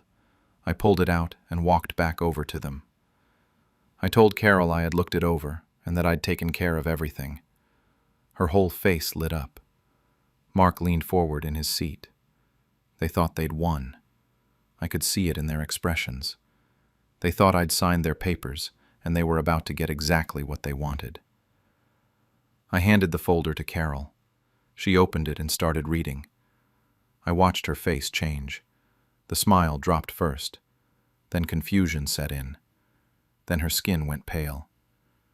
She read the first page, flipped to the second, then looked up at me like I'd just told her someone died. She asked what it was. I explained that it was the deed transfer. The house now belonged to the Veterans Hope Foundation. I could live here until I passed away, but after that, it was theirs to do with as they pleased. Mark grabbed the folder out of her hands. He started reading it himself, his eyes moving faster and faster across the page. Then he looked at me and asked what I'd done. Not calmly. He was angry. I told him I'd made sure the house went to people who actually deserved it. Carol stood up so fast she knocked her chair over. She didn't even pick it up. She just stood there staring at me and said I couldn't do this, that the house was Mark's inheritance, that I had no right to give it away. I stayed calm. I told her it was my house, not Mark's, and now it was going to help people who'd served this country, like Tom did. Like my husband, their grandfather, who built this place with his own 2 hands. Mark started yelling then, actually raising his voice at me, his own mother. He called me selfish. He said I was stealing from him. He kept saying I'd promised him the house, which was a complete lie. I'd never promised him anything. Carol was crying by this point, but they were fake tears. I've seen her do this before when she wants sympathy.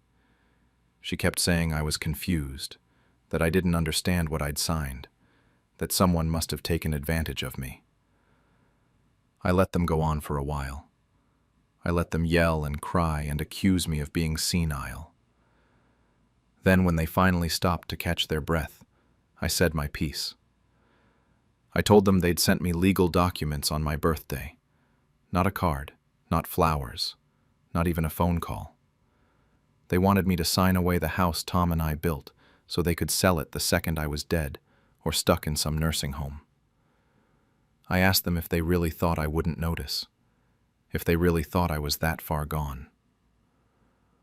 Mark opened his mouth like he was going to say something, but nothing came out. Carol tried one more time. She said they were just trying to help me, that they were thinking of my future. I told them to get out. Mark said my name, like he was going to argue. I said it again. Get out of my house. They left. Carol slammed the door so hard that the picture of Tom and me on our wedding day fell off the wall. The frame cracked. I picked it up after they were gone and just held it for a while. Tom would have been proud of me. I know he would have. That was 5 weeks ago now. They haven't called since then. No texts either. Nothing. It's like I stopped existing the moment they realized they weren't getting what they wanted. Part of me thought maybe Mark would come around eventually, that he'd apologize, or at least try to explain himself. But no. Radio silence. I heard from my daughter Sarah in Oregon about 2 weeks after they left. Mark had called her, asking if I'd lost my mind. He told her I'd given away his inheritance to some charity and that I clearly wasn't thinking straight. He wanted her to talk sense into me, to convince me to undo what I'd done. Sarah told him to leave me alone. She said if he was so concerned about me, maybe he should have sent me a birthday card instead of legal papers. He hung up on her. She called me right after to make sure I was okay. I told her everything. She said she was proud of me, and that Dad would be too. That made me feel better than anything else had in weeks. The charity sent me a letter about 3 weeks ago. It was handwritten, not printed, which I appreciated. They thanked me for the donation and explained what they plan to do with the property after I'm gone. They want to use it as a transition home for veterans dealing with PTSD, a place where they can stay for a few months while they get back on their feet, get connected with resources, learn to readjust to civilian life. They said the size of the house and the land would be perfect for it. They even invited me to their annual gala next month. I'm thinking about going. My days haven't changed much. I still get up early and have my coffee on the back porch. I still tend to my garden, though it's getting harder to kneel down like I used to. I read a lot. I bake when I feel like it. My neighbor, Mrs. Chen, comes over for tea twice a week, and we talk about everything and nothing. Tom's nephew, Danny, calls me every Sunday to check in. He always asks if I need anything, if the house is holding up okay, how I'm feeling. He's a good man. His kids call me Grandma, even though I'm technically their great aunt. That's more family than Mark's been to me lately. I'm not lonely. People think old people who live alone must be lonely, but I'm not. I have my routines. I have people who actually care about me. I have peace and quiet, and a house that's fully mine until the day I die. Sometimes I think about Mark when he was little. He was such a sweet kid. He used to pick dandelions from the yard and bring them to me like they were roses. He'd present them so seriously, like he'd brought me something precious. When Tom died, Mark cried through the entire funeral. He held my hand and kept asking if I was going to be okay. I remember thinking how lucky I was to have a son who cared that much. I don't know where that person went. Maybe he's still in there somewhere under all of Carol's influence. Or maybe he's just gone. People change. Sometimes they change into people you don't recognize anymore. People you don't particularly like. That's a hard thing to accept about your own child, but it's true. Carol won, in a way. She has Mark completely. He's hers now. He chose her over me, and that's something I have to live with. But she didn't get what she really wanted. She didn't get my house. She didn't get to cash in on 47 years of my marriage and hard work, and that's going to eat at her for the rest of her life. Last week I got a voicemail from Mark. I didn't answer when he called because I was outside watering the garden and my phone was inside. By the time I saw it, he'd already left a message. I listened to it once. He didn't apologize.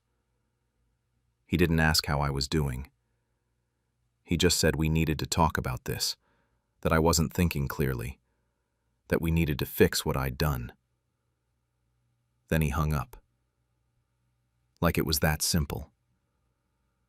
Like I'd just made some mistake that could be corrected if we all sat down and discussed it reasonably. I deleted the message. I keep the birthday card they sent me in the top drawer of Tom's old desk. I don't know why exactly. Maybe to remind myself that I made the right choice. Maybe so I don't forget what they're really like, in case I ever start to feel guilty or second-guess myself. Sometimes I take it out and look at it, at the sticky note with Carol's handwriting, telling me this would make everything easier. At the highlighted signature lines. At the complete absence of anything resembling love or care or basic human decency. The people who love you don't send you legal documents on your birthday. They don't treat you like an obstacle standing between them and money. They don't disappear when they realize you're not going to give them what they want. I'm 80 years old. I've lived through a lot. I've buried a husband I loved more than anything. I've raised children and worked hard and built a life I'm proud of. And I finally learned that sometimes the hardest thing you can do is admit that the people you raised, the people you loved and sacrificed for, don't have your best interests at heart. Tom used to say that you can't control how other people act, only how you respond. He was right about that too. I couldn't control Carol's greed or Mark's weakness, but I could control what happened to the house we built. I could make sure it went somewhere meaningful instead of just lining their pockets. The garden is doing well this year. The tomatoes are coming in heavy, and I've been making sauce to freeze. The roses Tom planted for our 30th anniversary are blooming like crazy. I sit out there most evenings with a cup of tea and just enjoy the quiet. No one asking me for anything. No one making me feel like a burden. Just me and the house and the life I built. I don't regret what I did, not for a second. Maybe that makes me a bad mother. Maybe I should have just given them what they wanted to keep the peace. But I'm tired of keeping peace with people who see me as a means to an end. I'm tired of being treated like I'm already dead. So no, I don't regret it. I'm finally at peace, and that's worth more than any relationship built on obligation and greed. It took them stealing my funeral plans to finally show me who they really were. I'm a 75-year-old widower and retired teacher, living in the same suburban house I shared with my wife for 40 years. I have 3 children, 2 sons, Daniel, 48, and Marcus, 45, and a daughter, Melissa, 42. They all live within 20 minutes of me, which you'd think would mean I see them often. But the truth is, they only really stop by when they need something. Daniel needs to borrow my truck for a dump run. Marcus needs help with his taxes. Melissa needs me to watch her kids for a few hours because her sitter canceled. I never complained about it. I was just grateful for the company, however brief it was. My wife passed away 3 years ago, and since then, things changed. The visits became more transactional. Less, "Hey Dad, just wanted to see how you're doing," and more, "Hey Dad, can I grab the lawnmower real quick?" I started feeling like I was becoming a burden rather than a father. They'd make comments sometimes, little things that stung more than they probably meant them to. Daniel once told me I was slowing down after I took a bit longer raking leaves. Marcus suggested I shouldn't drive at night anymore after I mentioned going to the grocery store at 7 p.m. I brushed it off as concern. They were worried about their old man, right? That's what I told myself anyway. A few months ago, I decided to get my affairs in order. Specifically, I wanted to plan my own funeral arrangements. Nothing fancy, just something simple and prepaid, so my kids wouldn't have to deal with it when the time came. I'd heard too many stories about families scrambling to cover funeral costs, and fighting over what the deceased would have wanted. I didn't want that for them. So I started looking into it, got some quotes, picked out a basic package at a local funeral home. It felt responsible, not morbid. I mentioned it to Melissa one afternoon when she stopped by to drop off her son for a few hours. We were sitting at my kitchen table having coffee, and I brought it up casually. She seemed surprised at first, then got this concerned look on her face. She told me I didn't need to worry about things like that yet, that I had plenty of time. But I insisted it was something I wanted to take care of now, while I could still make my own decisions. That's when she offered to help with the paperwork. She said these funeral companies could be tricky, and that she didn't want me getting confused or taken advantage of. It seemed sweet at the time, thoughtful even. So I handed over some of the documents I'd collected and thanked her for caring. 1 week later, I was checking my credit card statement online like I do every few days, and I noticed some charges I didn't recognize. A furniture purchase for $1,200, electronics for $800, a boutique clothing store for $350. I stared at the screen, trying to remember if I'd bought anything and forgotten about it, but nothing made sense.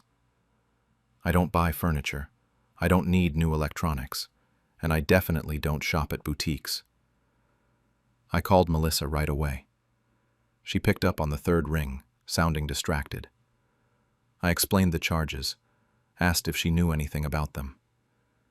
She barely paused before brushing it off. She told me it was probably just a bank error, that these things happen all the time with credit card fraud. She said she'd look into it for me, not to worry. Something about her tone felt off, but I wanted to believe her. She was my daughter. Why wouldn't I believe her? A couple days later, Daniel stopped by to borrow my truck for the weekend. I mentioned the credit card situation to him while he was grabbing the keys. He gave me this look, kind of pitying, and asked if I was sure I hadn't bought something and just forgotten about it. I told him no, I definitely didn't buy any of those things. He patted my shoulder and said I'd been a little forgetful lately, that it happens at my age. It felt dismissive, but I let it go. Then Marcus came by maybe 3 days after that, also needing the truck since Daniel still had it. I brought up the charges again, thinking maybe he'd take it more seriously. Instead, he immediately jumped to Melissa's defense. He said she was just trying to help, and that I was probably getting confused. Then he suggested that maybe it was time to let Melissa handle my finances, just to make things easier on everyone. The way he said it made my stomach turn. Make things easier on who, exactly? I didn't argue with them. I just nodded and changed the subject. But something felt wrong, the way they all closed ranks around Melissa so quickly, the way they treated my concerns like I was some senile old man imagining things. 2 weeks went by. The charges stayed on my statement.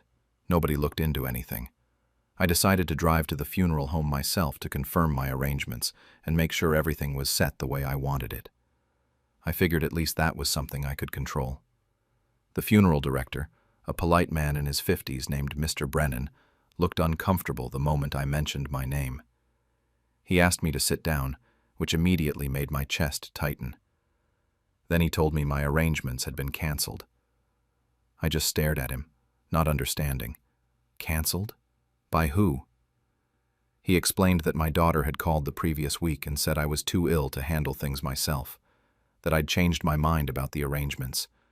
She'd requested the refund be sent to her address for safekeeping until I was feeling better. The room felt like it was tilting. I sat there in that chair trying to process what he'd just said. My own daughter had called and canceled my funeral arrangements, had the money sent to her house, told them I was too sick to manage my own affairs. I thanked Mr. Brennan for his time and somehow made it back to my car before my hands started shaking. I drove home on autopilot, sat in my driveway for 10 minutes before I could bring myself to go inside. When I finally walked through the door, I went straight to the kitchen and just stood there. This was the same kitchen where my wife used to make Sunday dinners for the whole family, where we'd all gather around the table and talk and laugh, where my kids grew up. Now it felt hollow. It wasn't about the money. It really wasn't. It was about the realization settling over me like cold water. My children didn't see me as their father anymore. They saw me as a problem to manage, a signature to forge, an account to drain. I was disappearing right in front of them, and they were helping it happen. I remembered something my wife used to say, usually when one of the kids had done something that required real consequences. She'd put her hand on my arm when I was ready to let something slide and say, "Never start a fight unless you plan to finish it." I sat at that kitchen table for hours that night, and I made a decision. I wasn't going to confront them. Not yet. Not until I had proof of everything they'd done. If they thought I was just a confused old man, then I'd let them keep thinking that while I figured out exactly how deep this went. For the next 3 weeks, I played the confused old man they thought I was. When Daniel stopped by to return my truck, I smiled and asked him how his week was going. When Melissa called to check in, which she suddenly started doing more often, I kept my tone light and friendly. When Marcus texted asking if I needed anything from the store, I thanked him and said I was fine. The whole time I was documenting everything. I started taking screenshots of every unfamiliar charge on my credit card. I saved all the text messages and emails from my kids. I wrote down dates and times of conversations, what was said, how they reacted when I brought up my concerns. I even went back to the funeral home and asked Mr. Brennan if he could provide me with written confirmation that Melissa had called to cancel my arrangements and requested the refund. He printed it out for me right there, and I could see in his face that he knew something was very wrong. The hardest part was pretending everything was normal when I felt like my chest was caving in. I kept thinking, maybe I was overreacting. Maybe there was some explanation I wasn't seeing. Maybe I should just sit them down and ask them directly what was going on. But then I'd check my credit card statement again and see new charges. More unauthorized purchases. By the end of those 3 weeks, the total was close to $5,000. One charge in particular made me see red. A vacation rental in Florida for a full week, charged 2 months ago. I remembered that week clearly because Melissa had called me crying about how she couldn't afford to help pay for her son's school trip. I'd felt so guilty that I'd sent her $300 to cover it. Now I was looking at a $1,200 beach house rental from that exact same time period. That's when I knew I wasn't overreacting. That's when I stopped second-guessing myself. I called Tom, my lawyer and an old friend from my teaching days. We'd worked together at the same high school for nearly 20 years before he went to law school. I trusted him completely. When I explained everything over the phone, he went quiet for a long moment. Then he told me to come to his office as soon as possible, and that I shouldn't tell anyone I was doing it. Tom's face when I showed him all the documentation was something I won't forget. He's usually pretty calm and measured, but he looked genuinely angry. He told me this was textbook financial elder abuse, and that we needed to protect me immediately. I'd never thought of it in those terms before. Elder abuse. It sounded so serious, so criminal. But he was right. That's exactly what it was. We spent 2 hours in his office going over everything. Tom helped me freeze all the accounts my kids had any access to. We transferred my savings and my pension into a trust that only Tom could control. We set up a new checking account that nobody knew about except the 2 of us. He also suggested I prepay for my funeral arrangements again, but this time under my late wife's maiden name, so nobody could track it down or interfere. Only Tom would have that information. I left his office feeling scared and relieved at the same time. The reaction from my kids was immediate. Daniel called 2 days later, and I could hear the anger in his voice, even though he was trying to sound concerned. He wanted to know what was going on with my accounts, because he'd tried to use the credit card I'd given him for emergencies and it was declined. I used his own words against him. I told him that was strange, that maybe the bank made an error. He didn't like that answer. He kept pushing, asking if I'd changed something, if I'd talked to anyone about my finances. I played dumb and told him I'd look into it. Melissa showed up at my house unannounced the next day. She didn't even pretend to be visiting for a social call. She walked in and immediately started talking about my finances, about how I was making things difficult, about how she was just trying to help me. I watched her face as she talked and tried to find my daughter in there somewhere. The little girl who used to bring me dandelions from the yard, the teenager who'd cried on my shoulder when her first boyfriend broke her heart. I couldn't find her. This was someone else entirely. Marcus didn't even bother calling. He just sent an email. It was short and cold and basically said I was making things difficult for everyone and that they were just trying to help. No questions about whether I was okay. No concern for why I might have frozen the accounts. Just annoyance that I'd made their lives harder. Then I saw the group text. Marcus had accidentally included me in it. Probably didn't realize he'd added me to the thread. I sat on my couch, reading their messages about me, like I was a problem to be solved. Melissa said they needed to sit me down and get control of the situation before I did something stupid with my money. Daniel agreed and said they should do it soon. Marcus suggested Sunday dinner at my place. Melissa said she'd handle it and that she'd bring the power of attorney papers just in case. I took screenshots of everything. Then I just stared at my phone for a while, trying to process what I was reading. They were planning to take legal control of my finances. They were going to sit me down in my own home and pressure me into signing over power of attorney. And they thought I had no idea it was coming. Sunday morning, I woke up early, made coffee, sat at my kitchen table with 3 envelopes I'd prepared the night before. Inside each one was a single note I'd written in my own handwriting. It said, "I may be old, but I'm not blind." I also included printouts of all the unauthorized charges, the statement from the funeral home about Melissa canceling my arrangements, and screenshots of their group texts planning this intervention. They all arrived together around 2 in the afternoon. First time in months they'd all been at my house at the same time. They weren't warm when they walked in. No hugs, no "how are you doing, Dad?" They were businesslike. Melissa had a leather folder tucked under her arm. Marcus barely looked at me. Daniel asked if we could sit at the dining room table. I made coffee even though my hands were shaking. Not from fear, from controlled anger. From 3 weeks of playing dumb while I watched my own children plot against me. I brought the mugs to the table and sat down across from them. Daniel started talking first.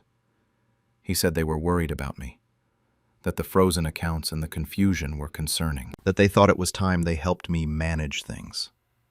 Melissa slid the folder across the table toward me, and I could see the papers inside.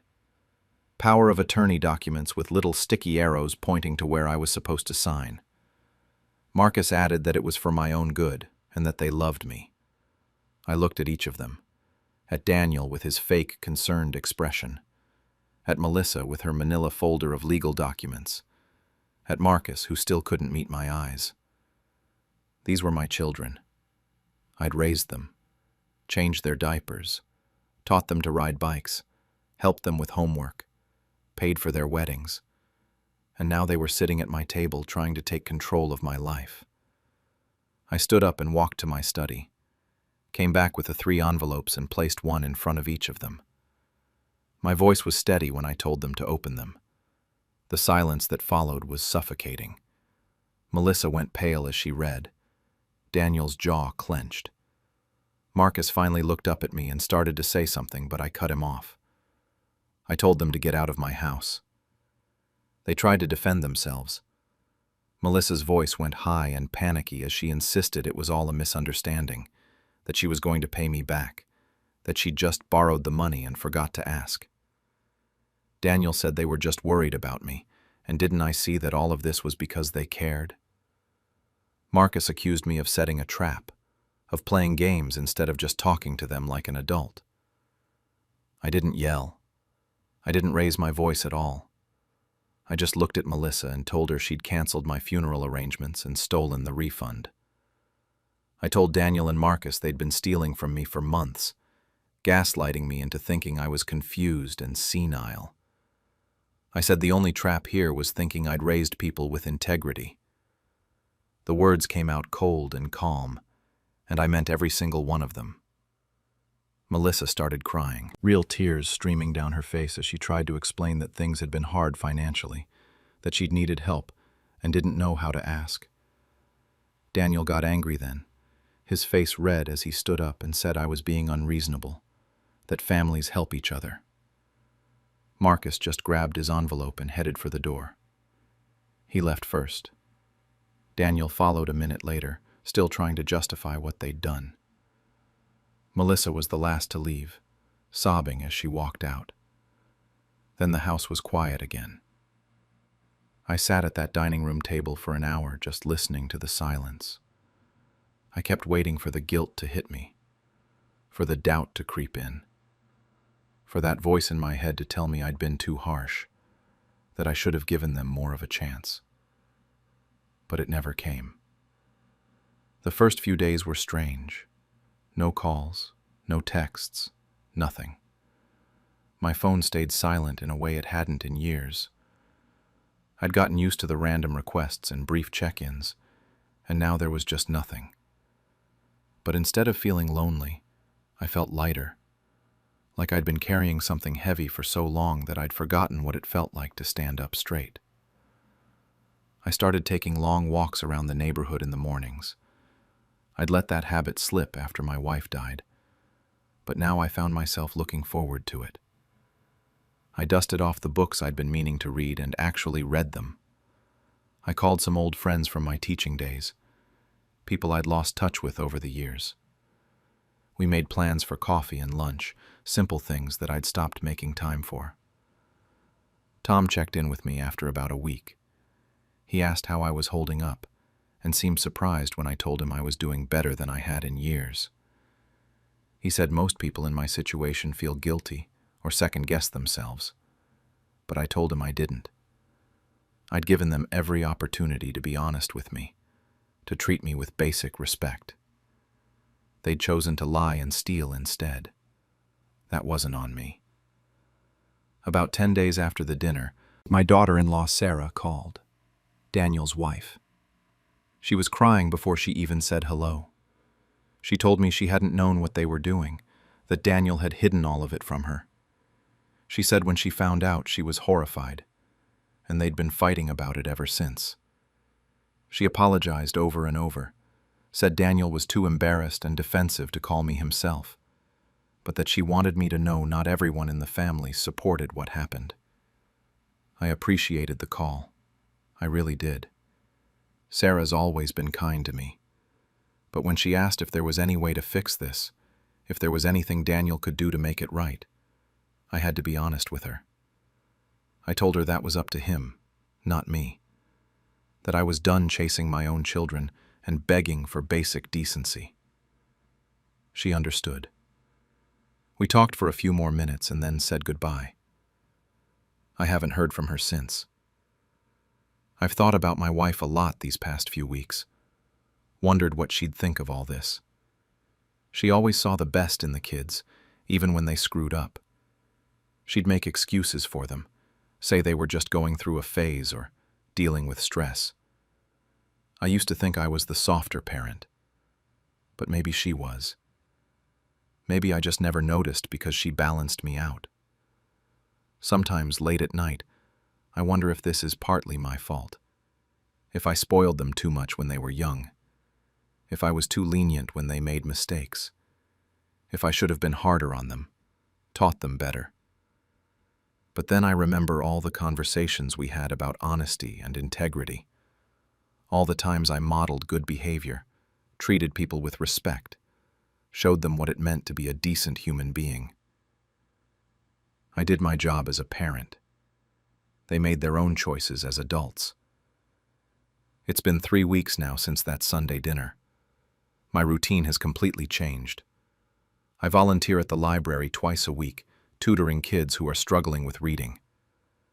I joined a book club that meets every Thursday evening. I reconnected with my old college roommate who lives 2 states over, and we've been talking on the phone every few days. My house feels different now. It feels like mine again. Not just a place where people stop by when they need something. The funeral arrangements are all set, tucked away safely under my wife's maiden name. My will has been updated too. Tom helped me with that. Most of my estate is going to educational charities and literacy programs. I set up college funds for my grandchildren that their parents can't touch. The money goes directly to tuition and books, nothing else. I wanted to make sure the kids have opportunities, even if their parents squandered theirs. I spend my mornings on the porch now when the weather's nice. Coffee and a book, watching the neighborhood wake up. It's peaceful. This past week I've noticed Melissa's car driving by slowly. She's done it 3 times that I've seen, maybe more when I wasn't looking. She slows down in front of my house, like she's thinking about stopping, but then she keeps going.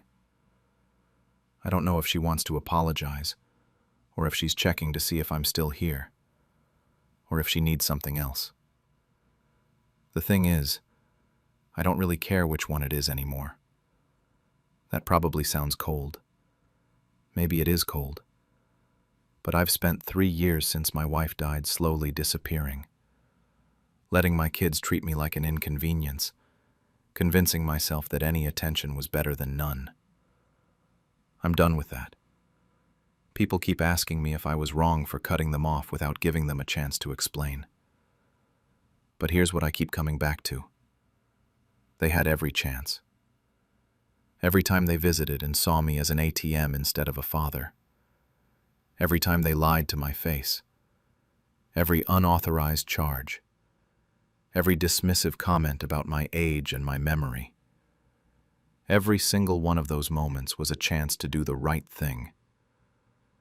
Maybe I should have confronted them sooner. Maybe I should have sat them down before it got this far and given them the opportunity to come clean. But would it have mattered? Would they have told the truth? Or would they have just gotten better at hiding it? I think I know the answer to that. I don't know if I did the right thing. All I know is that for the first time since my wife died, I don't feel like I'm disappearing. I feel solid again, present, real. I matter to the people I spend time with now, not because of what I can give them, but because of who I am. Was it revenge to cut them off the way I did? Was it self-preservation? I guess it depends on how you look at it. All I know is I'm not apologizing for protecting myself from my own children. I shouldn't have to. And somehow, I'm okay with that. It was supposed to be a surprise party, until I realized the only surprise was that I wasn't invited. I'm 61, and I have 3 kids. Sarah is 35, Michael is 32, and Emma is 28. For the last 40 years, my entire world has revolved around keeping this family together. When my husband died 3 years ago from a sudden heart attack, I made it my mission to make sure we didn't fall apart. Every holiday, every birthday, every random Sunday, I hosted dinners at my house. I cooked all their favorite meals, kept their childhood rooms exactly the way they left them, and made sure there was always a place for them to come home to. But around a year ago, things started to shift. Sarah stopped confirming for Sunday dinners. Michael would text me last minute saying something came up. Emma started posting photos on Facebook of family gatherings at restaurants I'd never even heard of. When I'd ask her why nobody told me about these dinners, she'd brush it off with excuses like it was just a last-minute thing, or they didn't want to bother me. I kept telling myself they were just busy. They had their own lives now, their own families to worry about. Sarah has 2 daughters. My granddaughters Lily, who just turned 7, and Maya, who's 4. Michael got engaged last year. Emma just got a big promotion at work. Of course they had a lot going on. I convinced myself that's all it was. Then about 3 months ago, I saw the photos that made everything click into place. Sarah had hosted a full Thanksgiving dinner at her house. The table was set for 12 people. I recognized everyone in those photos.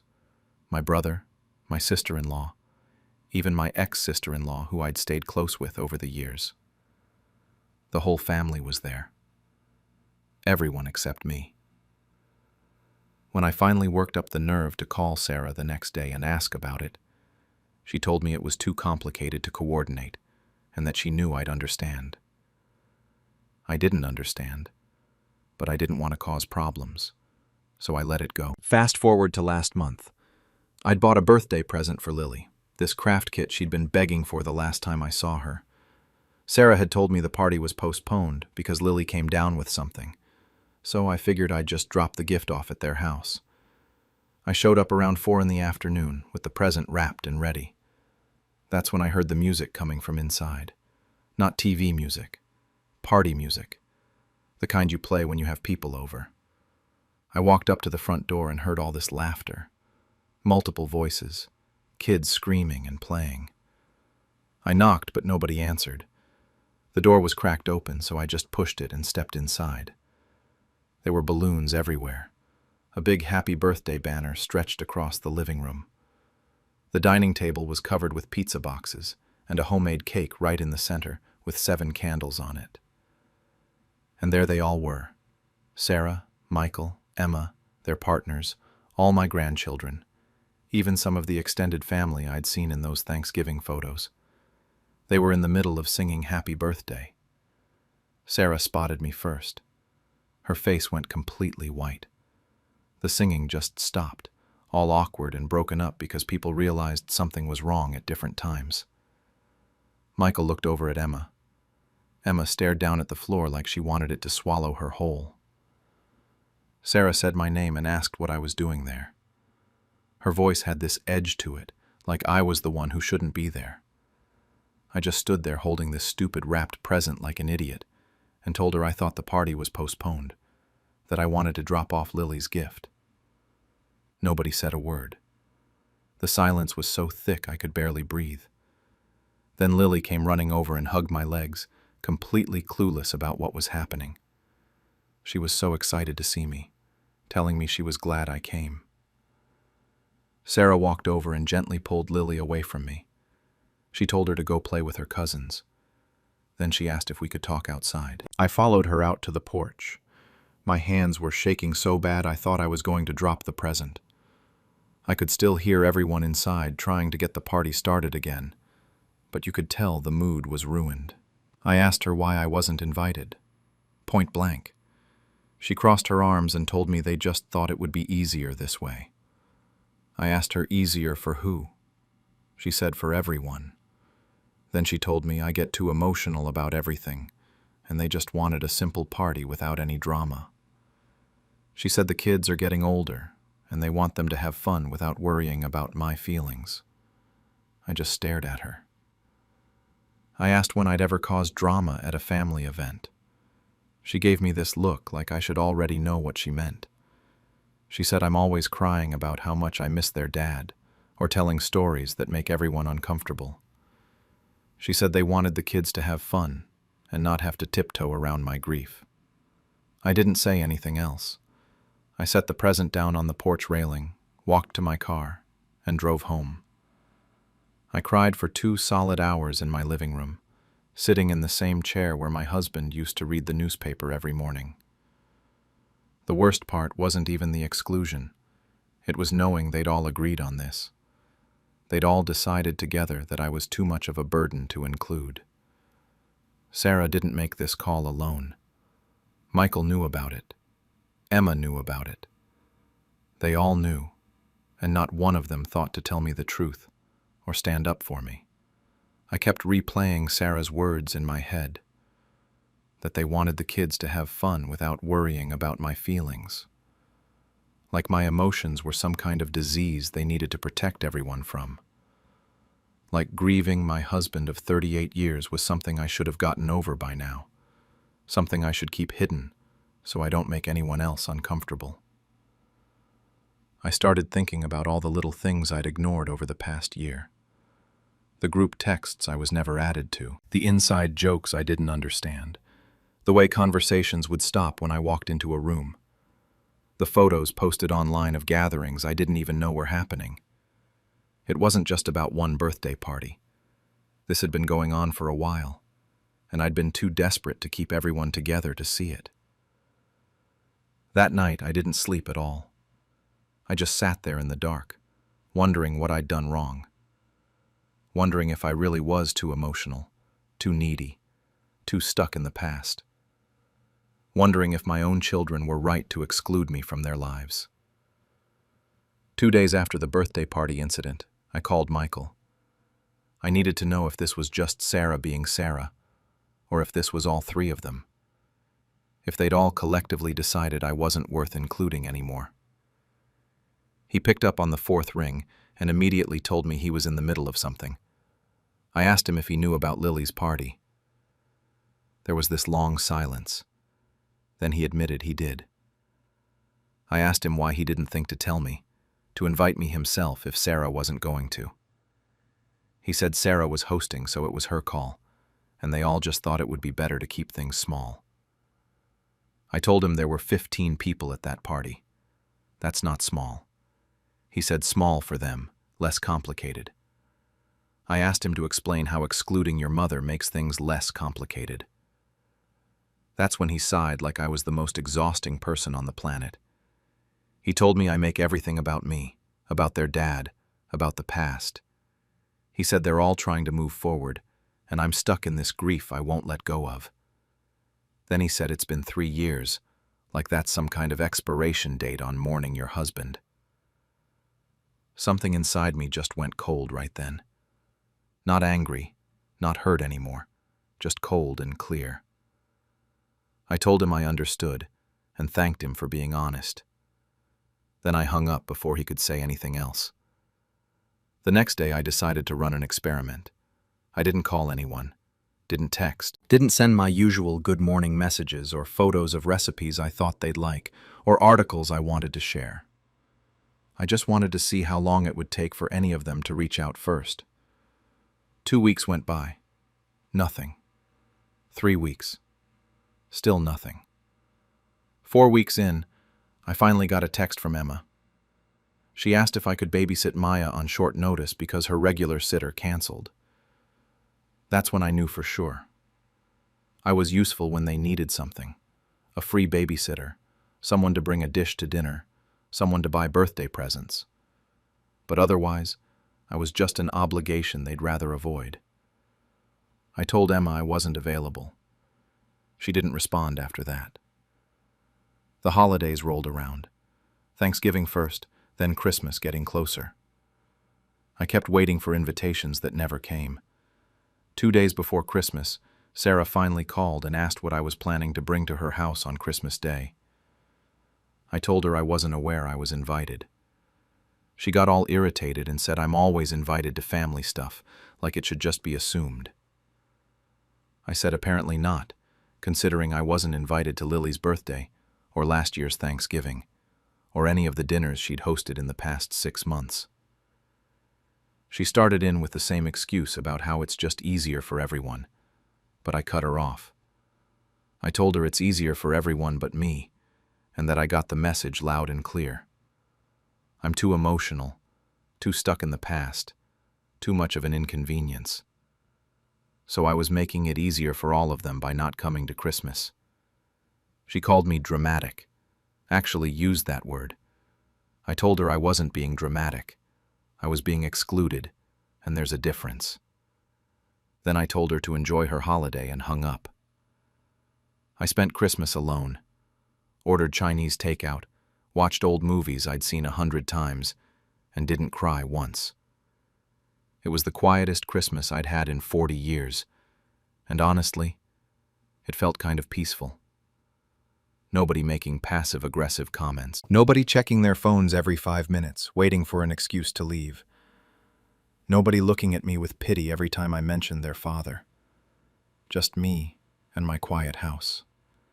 After New Year's, I started thinking seriously about my future. I looked around my house, this big 4-bedroom place where I'd raised my kids, where my husband and I had built our entire life together. Every room had memories attached to it. Sarah's height marks on the kitchen doorframe, the dent in the hallway wall from when Michael tried to ride his bike inside, the back porch where Emma had her first kiss with her high school boyfriend. But it wasn't home anymore. It was a museum, a collection of memories from a family that didn't really exist the way I thought it did.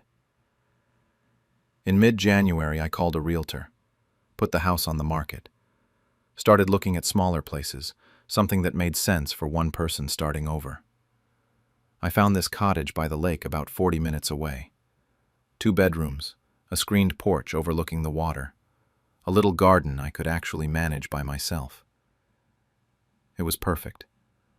I didn't tell my kids I was moving until after I'd already accepted an offer on the house. I sent a group text with just the facts. Sold the house, moving next month, new address to follow. My phone absolutely exploded.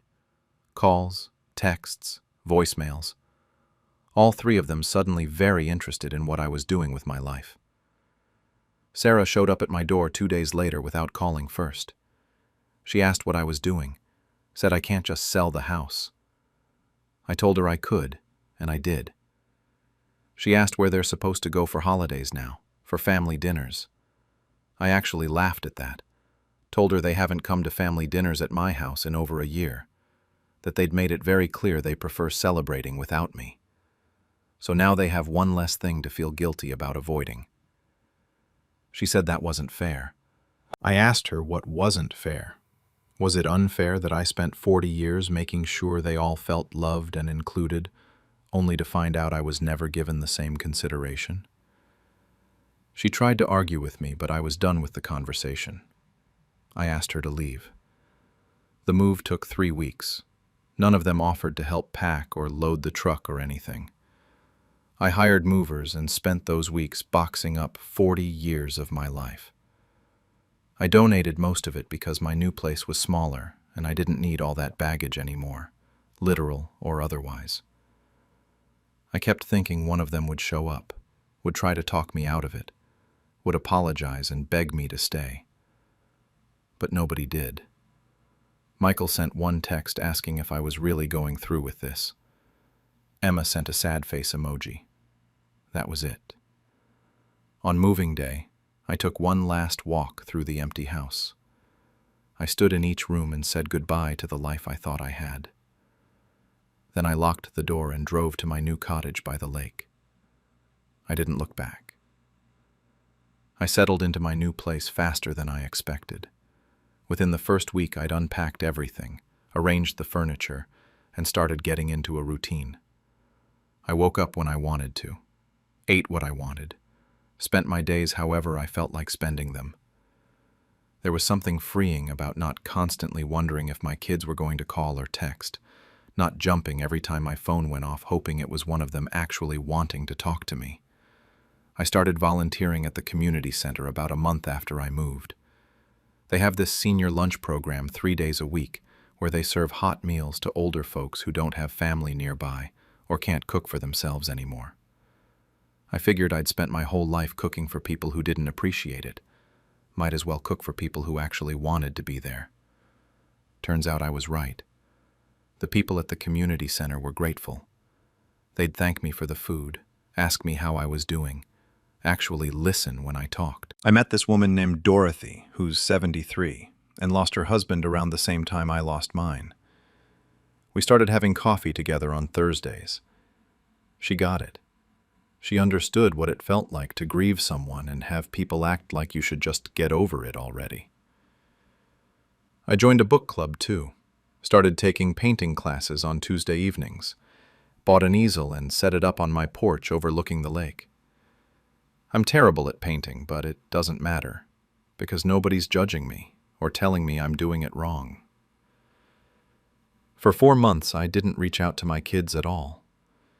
They'd send the occasional text asking how I was, these one-line messages that felt like they were checking a box on a to-do list. I'd respond with one-liners back. I'm fine. House is nice. Hope you're well. that kind of thing. Then Thanksgiving rolled around again. A week before, Michael called me and asked what I was bringing to Thanksgiving this year. Like it was just assumed I'd be there. I told him I wasn't coming to Thanksgiving. He asked why not, sounding genuinely confused. I said I was volunteering at the community center, that we were serving dinner to people who don't have family to spend it with. Told him it seemed appropriate given my situation. He said I do have family, and that I was being ridiculous. I told him I had family once. Now I have people who only remember I exist when they need something, or when guilt gets the better of them. I said I was choosing to spend my time with people who actually wanted me around. He called me insane, said I was abandoning my family. That made me laugh, actually laugh out loud. I told him you can't abandon people who already let you go, that they'd all made it very clear over the past year that I was an inconvenience, so I was just doing what they wanted, making it easier for everyone. He tried to keep arguing, but I hung up on him. 2 days ago, Sarah sent me this long text message. She said I was being selfish, that I was punishing them for one mistake.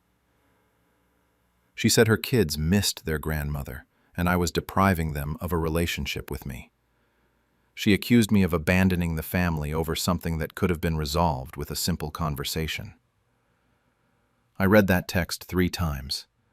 Each time I got angrier. One mistake. Like that birthday party was the only thing that happened. Like there wasn't a whole year of being excluded and pushed aside and made to feel like my presence was something they had to tolerate. I wrote back and told her she didn't make one mistake.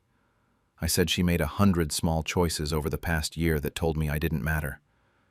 She chose not to invite me. She chose not to include me. She chose to build a family dynamic that excluded me unless I was useful for something. I told her I wasn't punishing anyone. I was finally choosing myself for once. She hasn't responded to that. It's been 2 days now and nothing.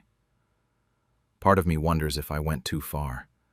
If I should have just sucked it up and kept trying to be part of their lives, even if they didn't really want me there. My whole life has been about putting them first, making sure they were happy and taken care of. Walking away goes against everything I thought I was supposed to be as a mother. But then I think about how I feel now compared to how I felt a year ago. Back then I was constantly anxious, constantly wondering what I'd done wrong, constantly trying to figure out how to fix whatever was broken between us. I was crying myself to sleep most nights. I felt worthless. Now I wake up and have coffee on my porch. I paint terrible landscapes. I laugh with Dorothy about our awful online dating experiences from the 70s. I help serve lunch to people who tell me I'm kind and generous. I go to bed tired but content. My therapist says what I'm doing is setting healthy boundaries. She says I'm not obligated to maintain relationships with people who make me feel bad about myself, even if those people are my children. She says choosing my own peace and happiness isn't selfish, it's necessary. My new friends at the community center agree. When I told them the whole story, they were furious on my behalf. Dorothy said her daughter did something similar to her years ago, and she wishes she'd had the courage to walk away like I did. She stayed and tried to make it work and just ended up more hurt. But late at night when I can't sleep, I still wonder. I wonder if I'm the problem, like they said. If I really was too emotional, too needy, too stuck in my grief over their father. I wonder if normal mothers would have just accepted being excluded and kept their mouths shut. I wonder if I'll regret this in 5 years, or 10 years when maybe it's too late to fix. Last week was Lily's 8th birthday. I didn't send a present, didn't call, didn't acknowledge it at all. It killed me a little bit, but I did it anyway. Because sending that present would have been me reaching out again, me making the effort again. Me showing them that they can treat me however they want and I'll still come crawling back. I'm not doing that anymore. So now I'm just living my life here by the lake. I've got my routines, my volunteer work, my little group of friends who actually want to spend time with me. I've got my peace and quiet. I've got mornings where I don't wake up with that sick feeling in my stomach, wondering if today's the day one of my kids will finally reach out and mean it. Maybe I'm wrong for walking away completely. Maybe I'm being too harsh. Maybe I should have tried harder to talk to them, to fix whatever broke between us. Or maybe walking away was the only way to protect what's left of my self-worth. Maybe choosing myself for once in my life doesn't make me a bad mother.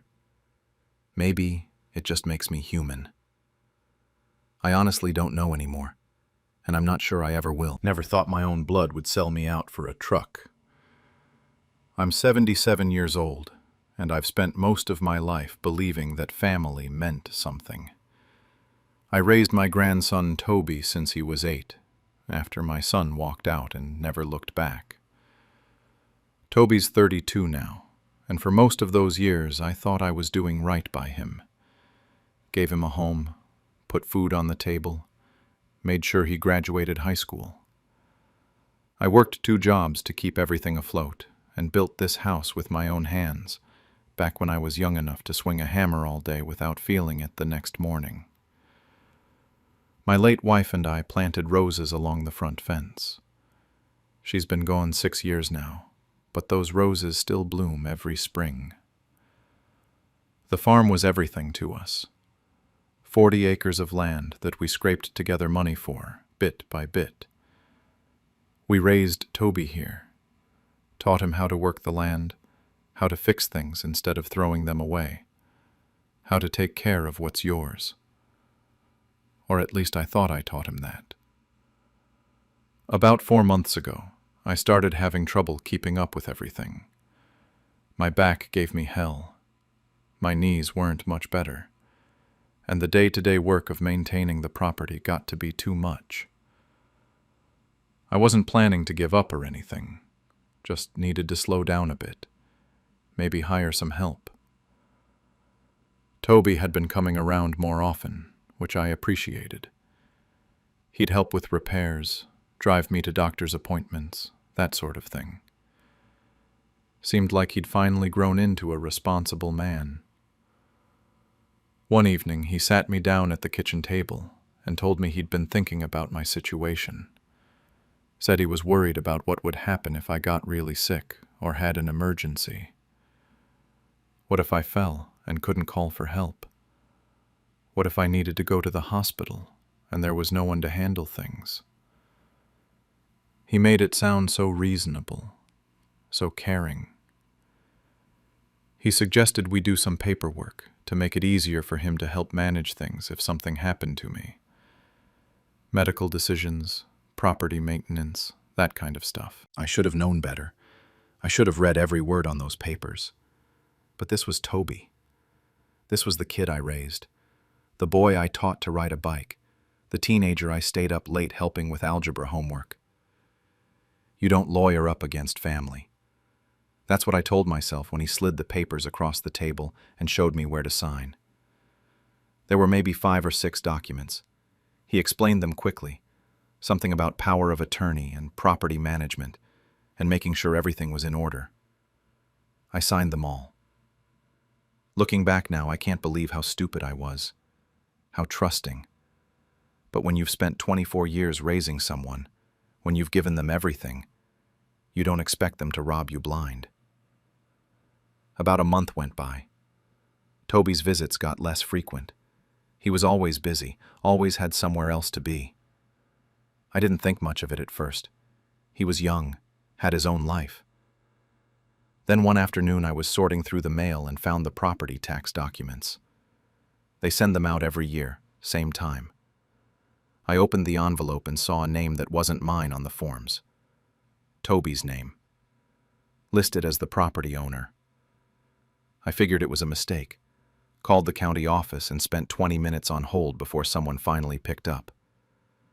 The woman on the other end checked the records and confirmed that the property had been transferred to Toby 3 weeks earlier. Legal transfer of deed. All official. I sat in my truck in the driveway for probably an hour after that call, just staring at the house. The house I built. Every board, every nail, every window. I'd done the plumbing myself, learned how from library books because we couldn't afford a plumber back then. The kitchen cabinets were made from wood I'd salvaged and refinished. This wasn't just property to me. This was every drop of sweat, every sacrifice, every choice I'd made to give my family something solid. I called Toby that evening. He answered on the fourth ring, sounded distracted. I asked him about the property transfer. There was this long pause. Then he said we could talk about it later. He was in the middle of something. I told him we'd talk about it now. He got defensive, said he'd done it to protect the property, to make sure everything was taken care of. I asked him what that meant exactly. He said he had to go, and hung up. 2 days later, I drove out to check on the east field. I liked to drive the property line once a week, just to see how everything looked. That's when I saw the sign. Big red and white "Sold" sign stuck in the ground right next to the old fence post. I pulled over and got out, stood there looking at it like it might disappear if I stared long enough. I called Toby again. This time he answered right away, like he'd been expecting it. I asked him about the sign. He actually sighed, like I was being unreasonable. Then he told me he'd sold half the property. Just like that. Said he needed the money and I wasn't using that land anyway. Told me he'd bought a truck and moved to the city with his girlfriend Amanda. Said it like he was sharing good news, like I should be happy for him. I don't remember what I said to him. I think I just hung up. The anger didn't come right away. First there was just this numbness, this feeling like I was watching everything happen to someone else. I walked through the house that night, touching the walls, running my hand along the banister I'd sanded and stained myself. Sat on the porch where I used to read to Toby when he was little, before bed. He'd curl up next to me with whatever book he'd picked out from the library, and we'd read until his eyes got heavy. I kept thinking about all those years, all those times I chose to work overtime instead of rest, all the things my wife and I went without so we could build something that would last. And Toby had just signed it away for a truck. For a shiny new truck and a girlfriend in the city. The realization that I was essentially a tenant in my own home hit me around 3 a.m. I couldn't sleep. Just kept thinking about how everything I'd built, everything I'd worked for, was now in the name of someone who'd sold half of it without a second thought. 3 weeks later, the eviction notice arrived. Toby wanted me out so he could sell the rest of the property. There was even a note included, handwritten, saying he'd help me find a nice senior living facility, like he was doing me a favor. That's when the anger finally came. I held that eviction notice in my hands for a long time. My hands were shaking. Not from being old or weak, but from pure rage. My own grandson was kicking me out of the house I built so he could sell it and pocket the money. The note about helping me find a senior living facility was still paper-clipped to the notice. Like that made it okay. Like he was being thoughtful. I tried calling him that day. It went straight to voicemail. I left a message asking him to call me back. Nothing. Sent a few texts over the next couple days. All ignored. On the 4th day I called again, and his girlfriend Amanda picked up. She told me to stop harassing them. Said Toby was just doing what was financially smart, and I should be grateful he was even offering to help me relocate. I hung up on her before I said something I'd regret. That night I couldn't sleep again. I sat on the porch with my dog Rex, who's almost as old as dirt himself, and tried to figure out what to do. I could fight the eviction, but that takes money and time, and at my age you don't have unlimited amounts of either. I could beg Toby to change his mind, but the thought of begging made me sick. Then I remembered something my wife had told me years ago. When she was dying, when we both knew she didn't have much time left, she made me promise to protect what we'd built. She never trusted our son, Toby's father. Always said there was a weakness in him, something selfish and small. She worried that same weakness might show up in Toby someday. I didn't want to believe her back then. Toby was just a kid, sweet and eager to please. But she'd insisted. She told me to make sure there was a just in case things went wrong. So about a month before she passed, I went to see my lawyer, Harold. He's retired now, but back then he was still practicing, and we'd been friends since high school. I told him what my wife wanted, and he suggested something called a life estate with conditional transfer. Basically, it meant that any transfer of the property would only become permanent after my death. Until then, it was provisional, pending final estate settlement. The land could be put in someone else's name on paper, but they wouldn't actually own it until I was gone.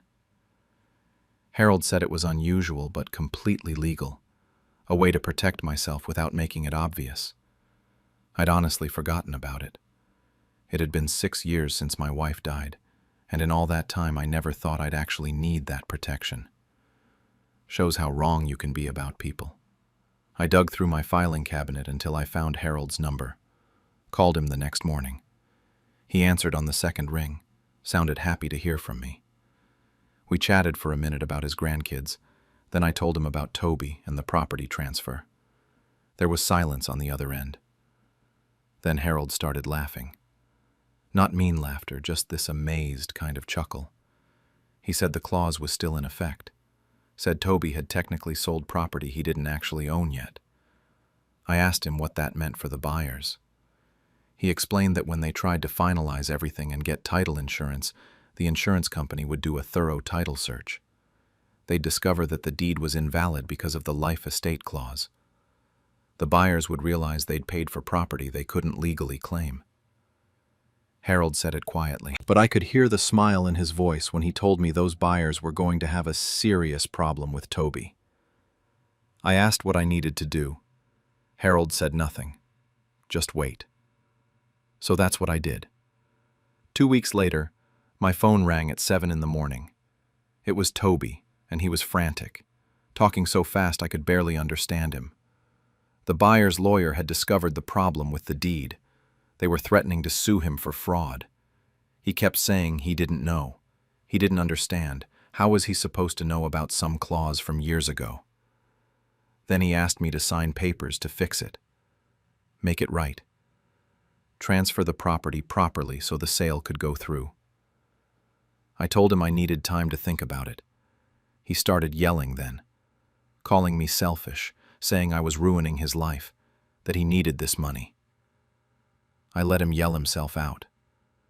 When he finally stopped to catch his breath, I hung up. The next few weeks were something else. The buyers filed a lawsuit against Toby for fraudulent sale. Their lawyer was apparently very aggressive about it. Toby tried to get his own lawyer, but couldn't afford a good one. The truck he'd bought, that shiny new pickup he'd traded my land for, got repossessed. Turns out he'd financed it with the money from the sale, money he never actually had legal right to. The bank didn't care about his excuses. Amanda left him around the same time. I heard about it through a cousin who'd stayed in touch with Toby's friends. Apparently she dumped him the day the truck got repossessed. Told him she didn't sign up to date a broke guy with legal problems. Can't say I felt bad about that. I watched it all happen from my porch. Every morning I'd make my coffee, sit in my chair with Rex at my feet, and just exist in the space I'd built. The roses my wife planted were blooming. I'd been taking care of them, trimming them back, making sure they got enough water. They looked beautiful that year. Best they'd looked in a while. Sometimes Toby's friends would drive by slowly, probably trying to see if I was still there. The eviction had been thrown out once the property issue came to light. I wasn't going anywhere. A few times I saw cars pull up to the end of the driveway like they wanted to come talk to me, but then they'd just drive away. 3 months after everything started falling apart for Toby, he showed up at my door. It was early evening, just before sunset. He looked terrible. Lost probably 20 pounds. Had dark circles under his eyes like he hadn't slept in weeks. He stood there on the porch I'd built, and asked if we could talk. I let him in. Even after everything, some part of me still remembered the 8-year-old kid who'd cried himself to sleep for months after his father left. He sat at the kitchen table and told me everything. How he was living in a studio apartment now, working at some warehouse loading trucks. How the lawyers were taking every extra penny he made. How he'd lost Amanda, lost the truck, lost everything. Then, he begged me to fix it. Sign whatever papers needed signing. Make the lawsuits go away. Let him start over. I looked at him sitting there.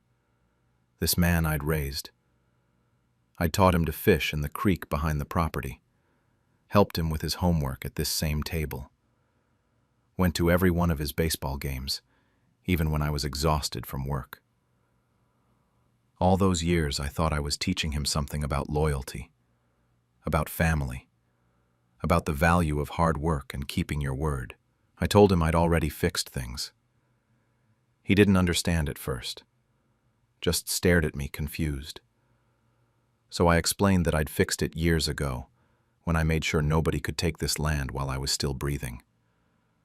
That my wife had been right to worry, right to make me protect what we built. The look on his face when he realized I'd known all along. That I'd let him walk right into this trap. That's something I'll remember for the rest of my life. Toby sat there at the kitchen table for a long time after I told him, just staring at his hands. I think he was trying to process that I'd known what would happen, that I'd essentially let him destroy himself. He asked me why I didn't warn him. I told him the truth. I said I didn't know he'd actually go through with it, that some part of me hoped he'd back out, realize what he was doing, choose to be better. But he didn't. He left without saying much else, just got up, mumbled something I couldn't hear, and walked out. I watched him drive away in some beat-up sedan that barely looked like it would make it to the end of the driveway. That was 4 months ago now. The lawsuits took a while to settle. Toby had to return what was left of the money from the sale, which wasn't much after he'd bought the truck and spent a bunch on his apartment and going out with Amanda. He's paying off the rest in installments. The buyers were pissed, but their lawyer managed to work something out. I heard Toby's credit is completely destroyed. He can't get approved for anything, not even a basic credit card. About 6 weeks after that conversation at my kitchen table, Toby called me. Asked if he could move back onto the property. Said he couldn't afford his apartment anymore and thought maybe he could stay in the old barn I'd converted into a studio years ago. The place wasn't fancy, but it had heat and running water. He said he'd help around the property, do repairs, whatever I needed, make things right. I told him no. I think he expected that, but he still sounded shocked when I said it. He tried to argue, said he was family, said he had nowhere else to go. I reminded him that being family didn't stop him from trying to throw me out of my own house. He got quiet after that, hung up a minute later. 2 weeks after that call, he asked me a different question. Sent it in a text message like he couldn't bring himself to say it out loud. He wanted to know if I was still planning to leave him the property when I died, if he'd still inherit everything eventually. I read that text probably 10 times. Sat on the porch with my coffee and just looked at it on my phone screen. Part of me wanted to text back immediately and tell him he'd get nothing, that he'd burned that bridge the moment he forged my signature, or tricked me, or whatever the hell he did to get those papers signed. But another part of me, the part that still remembers teaching him to tie his shoes and reading him bedtime stories, that part couldn't quite let go. I texted back that I was still deciding, which is true. I've got a will drawn up, but I keep changing it. Some days I think I'll leave everything to charity, let some organization that actually helps people benefit from all those years of work. Other days I think about leaving it to my cousin's kids, good people who've never asked me for anything. And some days, not many but some, I think about leaving it to Toby anyway, letting him have one more chance to prove he learned something. I'm 77 years old now. Probably don't have many years left if I'm being realistic. My back's getting worse. My doctor keeps talking about tests and specialists, and most mornings it takes me a while just to get out of bed. But I'm spending whatever time I have left on my own land, in the house I built with my own hands. That's worth something. The roses are blooming again. They bloom every spring like clockwork, and every spring I take care of them the way my wife showed me. Trim them back, make sure they get enough water, pull the weeds that try to grow up around them. It's peaceful work, the kind of work that lets you think. Toby calls once a month now, usually on a Sunday afternoon. We have these awkward conversations where neither of us really says what we're thinking. He tells me about his job at the warehouse, about the apartment he found that's cheaper than the last one, about how he's trying to save money and get back on his feet. I tell him about the property, about which fence needs fixing or how the garden's doing. We talk for maybe 10 minutes and then run out of things to say. He hasn't apologized. Not really. He said he was sorry that one time at the kitchen table, but it felt hollow. Like he was sorry he got caught, sorry things didn't work out the way he planned. Not sorry for what he actually did. And maybe that's the thing that bothers me most. If he'd owned up to it, if he'd looked me in the eye and admitted he'd been selfish and greedy and wrong, maybe things would be different. Sometimes late at night when I can't sleep, I wonder if I was too hard on him, if letting him lose everything was the right choice, or if I'm just a bitter old man getting revenge. My wife would probably tell me I did the right thing. She always was tougher than me about these things, more willing to let people face the consequences of their actions. But she's not here to ask, and I'm left trying to figure it out on my own. Other times, I think I wasn't hard enough, that I should have pressed charges for fraud or forgery or whatever legal term applies to what he did, that I should have made sure he learned the lesson properly instead of just letting life teach him the hard way. But I didn't. And now we're in this weird limbo where he's my grandson and also someone who tried to steal my life's work. The thing that keeps me up at night isn't really about whether I was right or wrong. It's this other question that I can't shake. If I died tomorrow and left him everything in my will, if I gave him one more chance and handed over the property free and clear, would he actually learn anything from all this? Would he keep it, take care of it, understand what it represents? Or would he just sell it all over again, turn 40 acres of memories and hard work into cash for whatever shiny thing catches his eye next? I honestly don't know, and I think that's the part that hurts most. After raising him for 24 years, after everything I tried to teach him, I still don't know if he learned a damn thing. I look at those roses my wife planted, the ones I tend every morning, and I wonder what she'd tell me to do. Sometimes I think I can almost hear her voice telling me the answer. But then Rex shifts at my feet, or the wind picks up, and whatever wisdom I thought I heard is gone. Never thought I'd outsmart my own blood, but they pushed me too far. I'm an 82-year-old widow, and I've spent my entire life taking care of everyone else. My 3 children, Susan, 55, Mark, 52, and Jenny, 49, were raised mostly by me alone after their father died when they were still young. I'm talking about working 2 jobs some years, skipping meals so they could have seconds, wearing the same coat for a decade so they could have new school clothes. I helped each one of them buy their first home with money I'd scraped together penny by penny.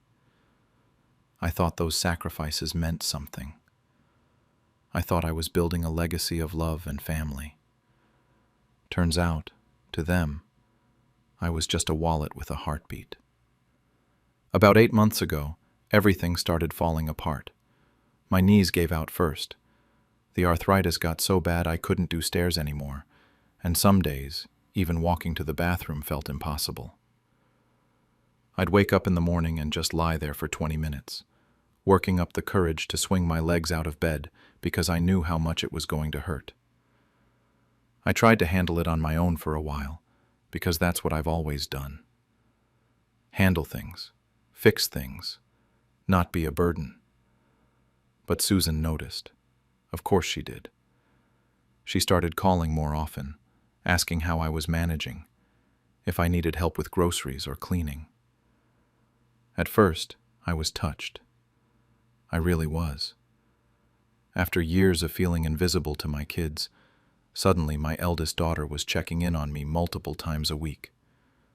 She'd come over and make a big show of looking around my house, pointing out how the stairs were dangerous, how the bathroom wasn't accessible, how I really shouldn't be living alone at my age. Then came the big pitch. Susan sat me down in my own living room, held my hands, and told me she'd been thinking about my situation. She said I couldn't keep living alone, that something terrible could happen, that she'd never forgive herself if I fell and couldn't get help. And then she said the words I'd been wanting to hear for so long, that she wanted to take care of me, that I should move in with her so she could help me the way I'd always helped her. I actually cried. I'm not ashamed to admit it. After feeling like my kids had moved on with their lives and forgotten about me, suddenly one of them wanted me close, wanted to care for me. It felt like everything I'd sacrificed had finally come full circle. The move happened fast. Too fast, I realize now, but at the time I thought Susan was just being efficient. Within 2 weeks I was living in her guest room, and all my belongings were either at her house or in storage. Susan handled everything. She packed up my house, arranged the movers, set up my new room. She kept saying I shouldn't worry about a thing, that she had it all under control. I was so grateful I didn't question any of it. About a month after I moved in, I started wondering about my house. What were we going to do with it? Should we sell it? Keep it in the family? I asked Susan one evening after dinner, and she got this weird look on her face, kind of tight around the eyes. She told me she'd rented it out, and that the money would go toward my care expenses. She said it so casually, like it was obvious, like we'd discussed it before. But we hadn't. I would have remembered that conversation. Something felt off about the whole thing, but I didn't push it. I was tired all the time back then, adjusting to a new place, dealing with the pain in my joints. And honestly, I didn't want to seem ungrateful. Susan was letting me live in her home. Who was I to question how she was handling my property? As for Mark and Jenny, they basically disappeared. Mark sent me a text on my birthday. Not a call, not a visit, a text. It said, "Happy birthday, Mom," with a cake emoji. That was it. Jenny showed up on Christmas Eve, stayed for exactly 45 minutes, then said she had to get to her in-laws and rushed out the door. When I was hospitalized with pneumonia in February, barely able to breathe, both of them sent flower arrangements. Beautiful flowers, expensive looking, but no visits, no phone calls. Just flowers and cards that said generic things like "thinking of you" and "get well soon."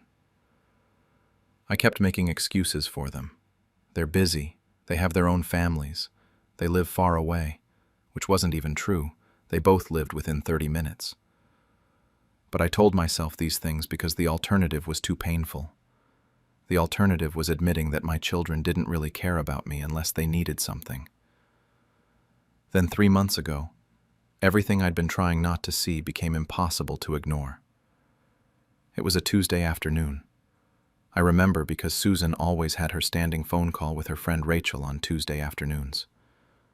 I was in the living room chair, and Susan thought I was napping. I'd been resting my eyes, but I wasn't fully asleep. Just that in-between state where you can still hear everything around you. Susan was in the kitchen, and I heard her laughing. She said Rachel's name, and then she started talking about me. about my house, about my money. I remember her exact words because they burned themselves into my brain. She said the rental income from my house was going straight into her account. She said I didn't even check my bank statements anymore. Then she said something about being the executor, about getting the house and the savings when I was gone. She laughed and told Rachel that Mark and Jenny could fight over whatever was left, but she was getting the lion's share for actually dealing with me. Dealing with me. Like I was some chore she was stuck with. Like taking care of your mother was this huge inconvenience she deserved to be paid for. But the worst part, the part that really killed me, was when she said I didn't have a clue. That I was too frail to figure any of this out. She actually laughed when she said it. My own daughter, laughing about how stupid and helpless she thought I was. I sat in that chair for over an hour after she finished her phone call. I didn't move. I barely breathed. I just stared at the wall and felt something inside me break. Not my spirit, though. It was the illusion I'd been clinging to, the illusion that my children loved me, that my sacrifices had mattered, that family meant something to them beyond dollar signs and inheritance. Susan walked past me at some point and asked if I was okay. I told her I was fine, just tired. She patted my shoulder and went back to whatever she was doing.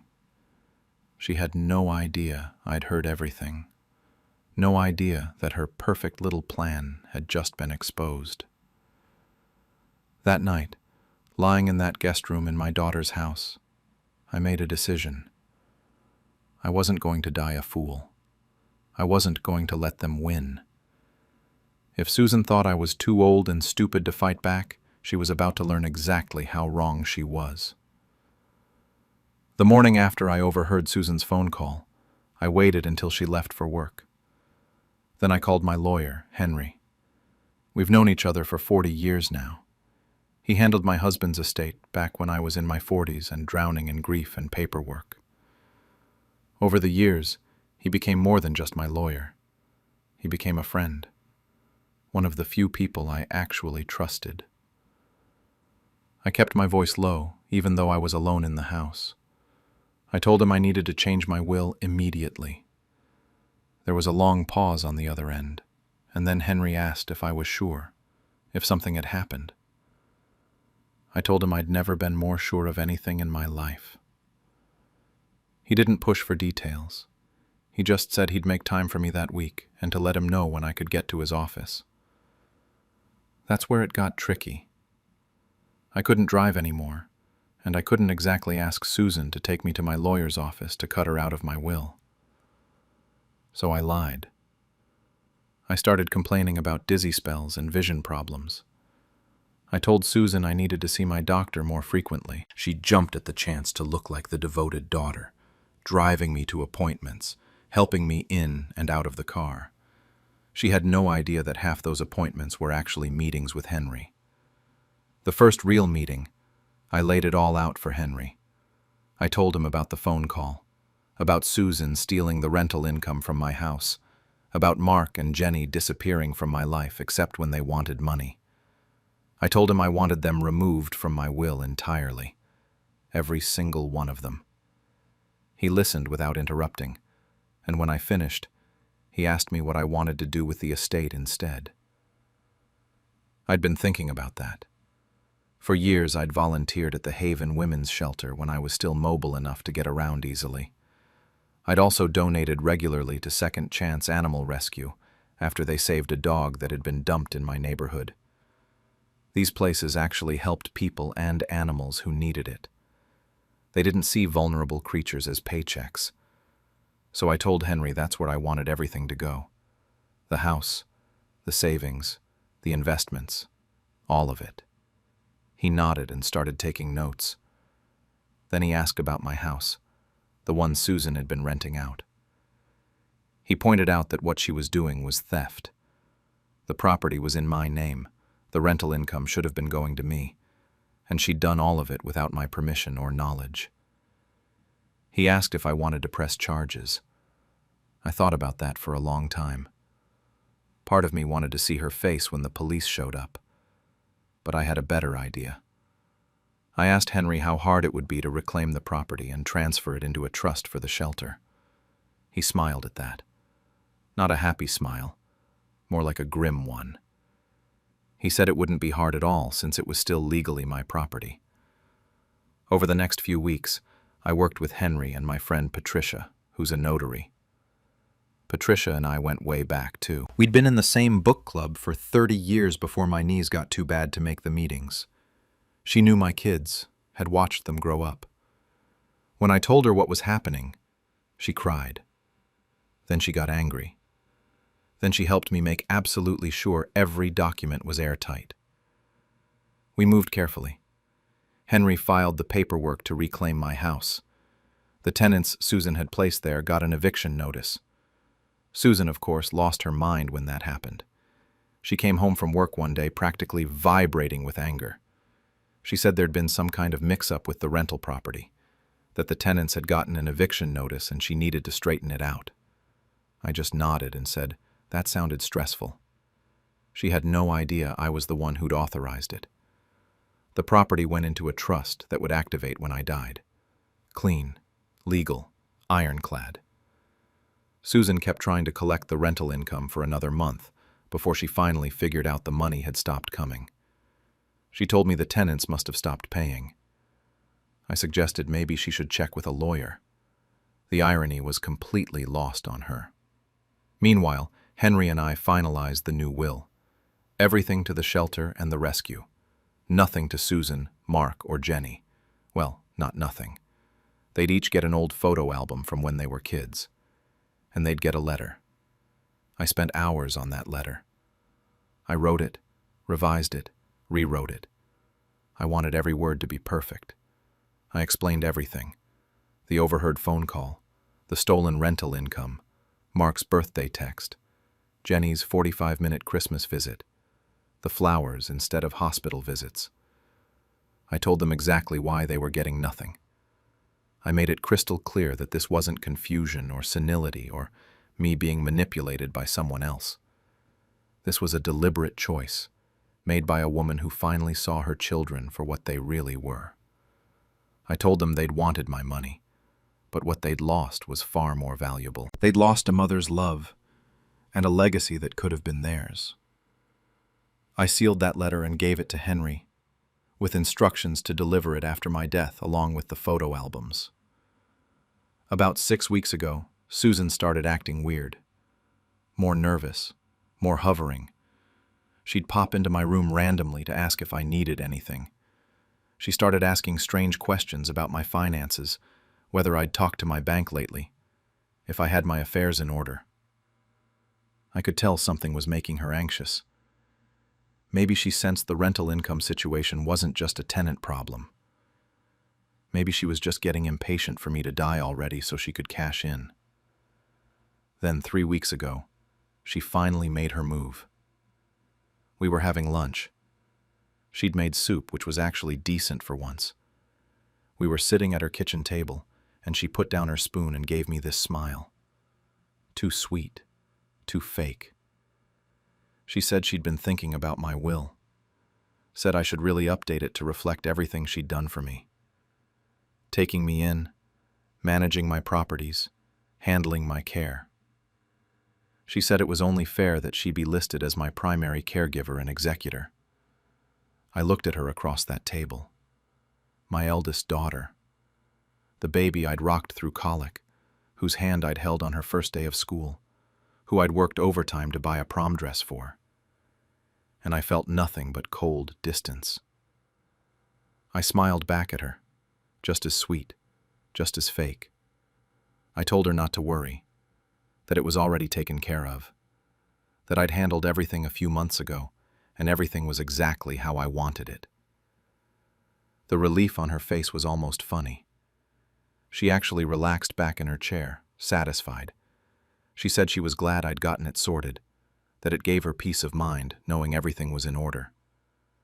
I kept smiling and finished my soup. She had absolutely no idea what those words actually meant. No idea that she'd already lost everything she thought she was going to get. No idea that her greed had cost her more than money. And I wasn't going to tell her. This was my secret, my power, my one last act of control. She'd find out eventually, when I was already gone and couldn't hear her excuses or her rage. Until then, I was going to sit here, in her guest room, and watch her play the devoted daughter, while knowing exactly what she really was. That conversation at lunch was 3 weeks ago. Since then, life has continued in this bizarre limbo where Susan thinks she's won, and I know the truth she'll eventually discover. It's strange, living with this secret. Sometimes I feel powerful, like I finally took control of my own life after decades of letting other people use me. Other times I just feel sad and tired.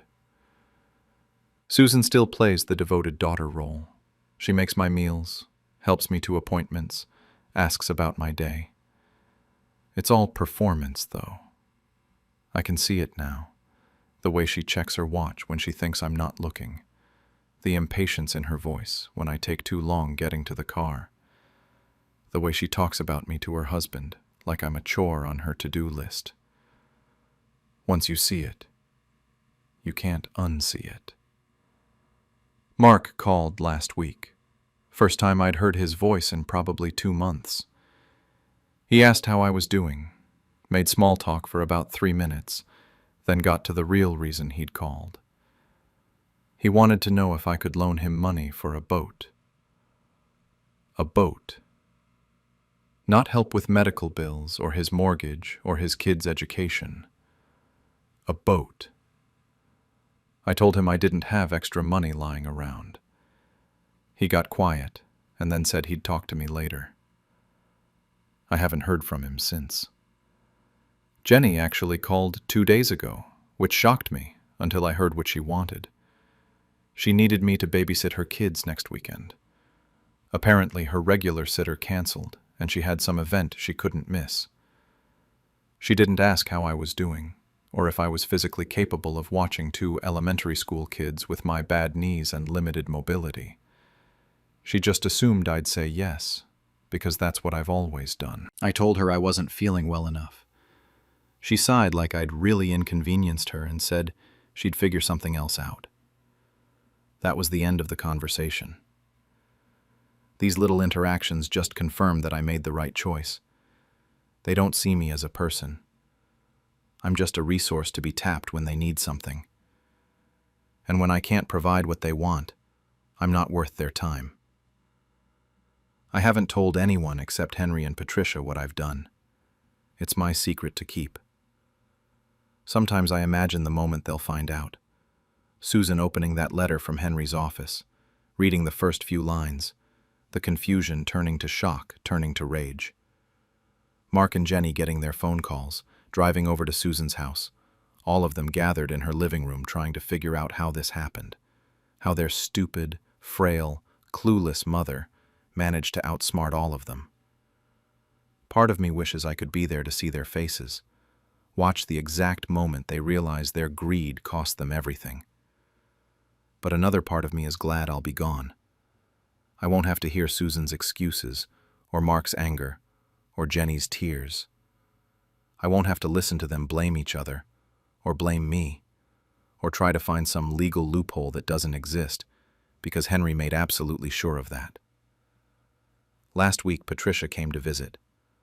A real visit this time, not a notary appointment disguised as a doctor's trip. Susan actually seemed pleased that I had a friend stopping by. Probably made her look good, like she was encouraging my social life. Patricia brought tea and we sat in the living room while Susan was at work. Patricia held my hand and asked if I was at peace with what I'd done.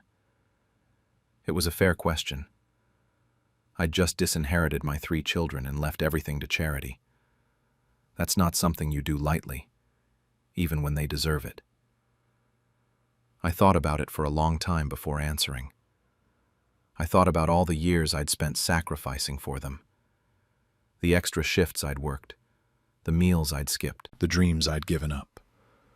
I thought about how I'd helped each of them buy their first home, while I lived in a house with a leaking roof because I couldn't afford to fix it.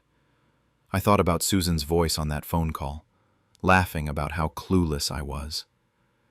The birthday texts and hospital flowers and 45-minute holiday visits. And then I thought about the Haven Women's Shelter, and all the women I'd met there over the years. Women escaping abuse, starting over with nothing, trying to build new lives for themselves and their kids. I thought about the dogs and cats at Second Chance Animal Rescue, the ones that had been abandoned or abused, getting a second shot at life. I told Patricia I was at peace. More than that, I told her I was satisfied. My children wanted my money. What they were losing was far more valuable than any inheritance. They were losing a mother's love and a legacy that could have meant something, and they'd never even know what they'd lost until it was too late to fix it.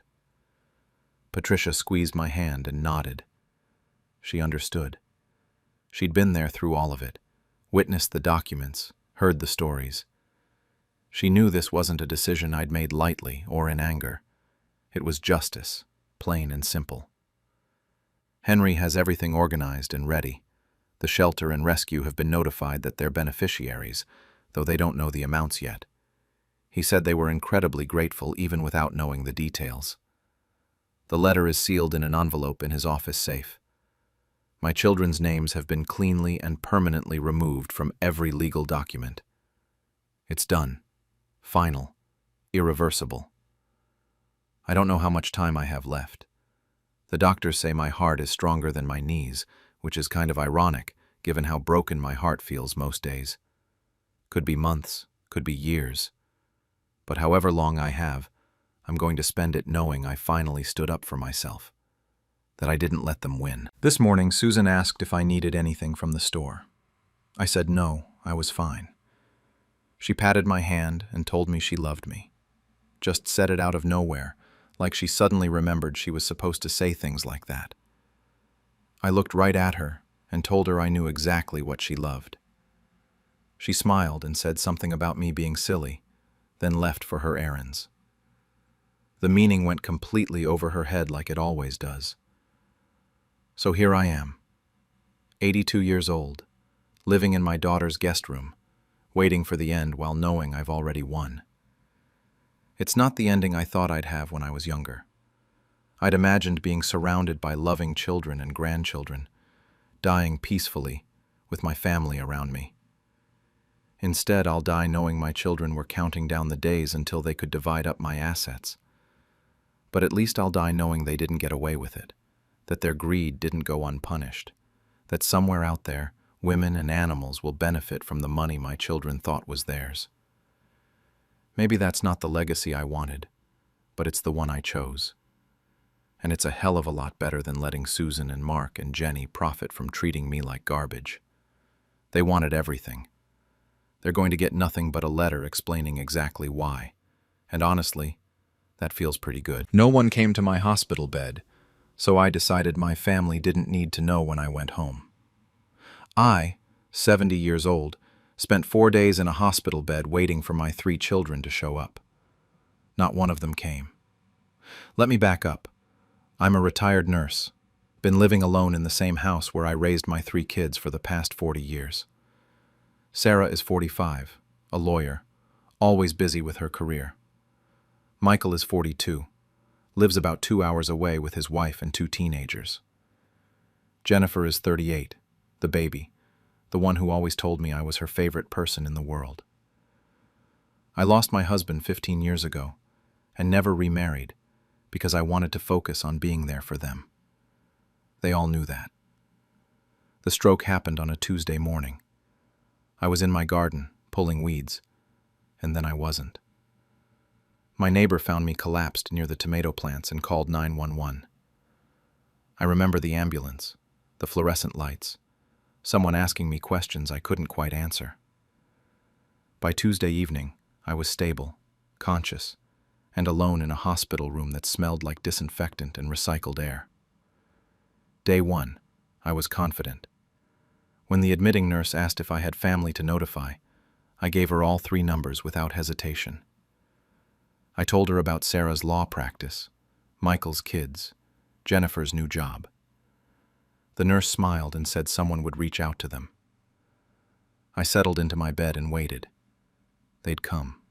Of course they'd come. Day 2. The nurses started asking again. Had anyone called back? Was someone coming to visit? I made excuses. Sarah was probably in court. Michael had that big project at work he'd mentioned last time we talked, whenever that was. Jennifer was always forgetting to charge her phone. The nurse nodded, but I could see something in her eyes that made me uncomfortable. I told her to try again. She said she would. I watched other patients in nearby rooms. They had visitors, flowers on their tables, get-well balloons tied to chairs. One woman across the hall had so many people crammed into her room that they spilled into the hallway, laughing and talking. I pretended to be asleep when the nurse checked on me that afternoon. Day 3 hit different. The silence was getting heavier. I started questioning things in my head, but then I'd push it away and defend them. They were busy adults with their own lives. I couldn't expect them to drop everything. But then I'd see another patient's daughter feeding her mother soup, and something in my chest would tighten. I need to explain something about what I did for them, because it matters for what comes next. When Sarah wanted to go to law school, I sold every piece of jewelry I owned, including my engagement ring and the pearls my mother left me. She needed tuition money and I had assets. Simple as that. I worked double shifts at the hospital for 2 years to help Michael when he went through his bankruptcy in his 30s. I even bought him his first reliable car when he was starting out because he couldn't get a loan. When Jennifer had her kids and decided she needed to find herself, I raised those babies for 2 years while she traveled and figured out her life. After my husband died, I had a few opportunities to date, maybe even remarry, but I turned them down. I told myself my children still needed me, that I wanted to be available for them. So yeah, I thought I'd earned the right to expect them when I needed help. Day 4 changed everything. It was around 3 in the afternoon. A younger nurse came in with my phone, said one of my children had called the hospital back. Finally, I thought. She was fidgeting with the phone, trying to pull up the voicemail system to play me the message. Then she accidentally hit speakerphone. Sarah's voice filled the room, clear as day. Hi, yes, this is Sarah Chen returning your call about my mother. Look, we'll visit when she's better. Honestly, we don't want to deal with hospital smells and all that depressing stuff. It's just too much right now. Just let us know when she's home and settled, and we'll figure something out. The nurse's face went completely white. She fumbled with the phone, turned it off, started apologizing. I just stared at the ceiling. I didn't cry. I didn't say anything. She kept saying she was so sorry, that she didn't mean for me to hear that, and then she practically ran out of the room. I lay there for hours, just staring, thinking about every single thing I'd done for them.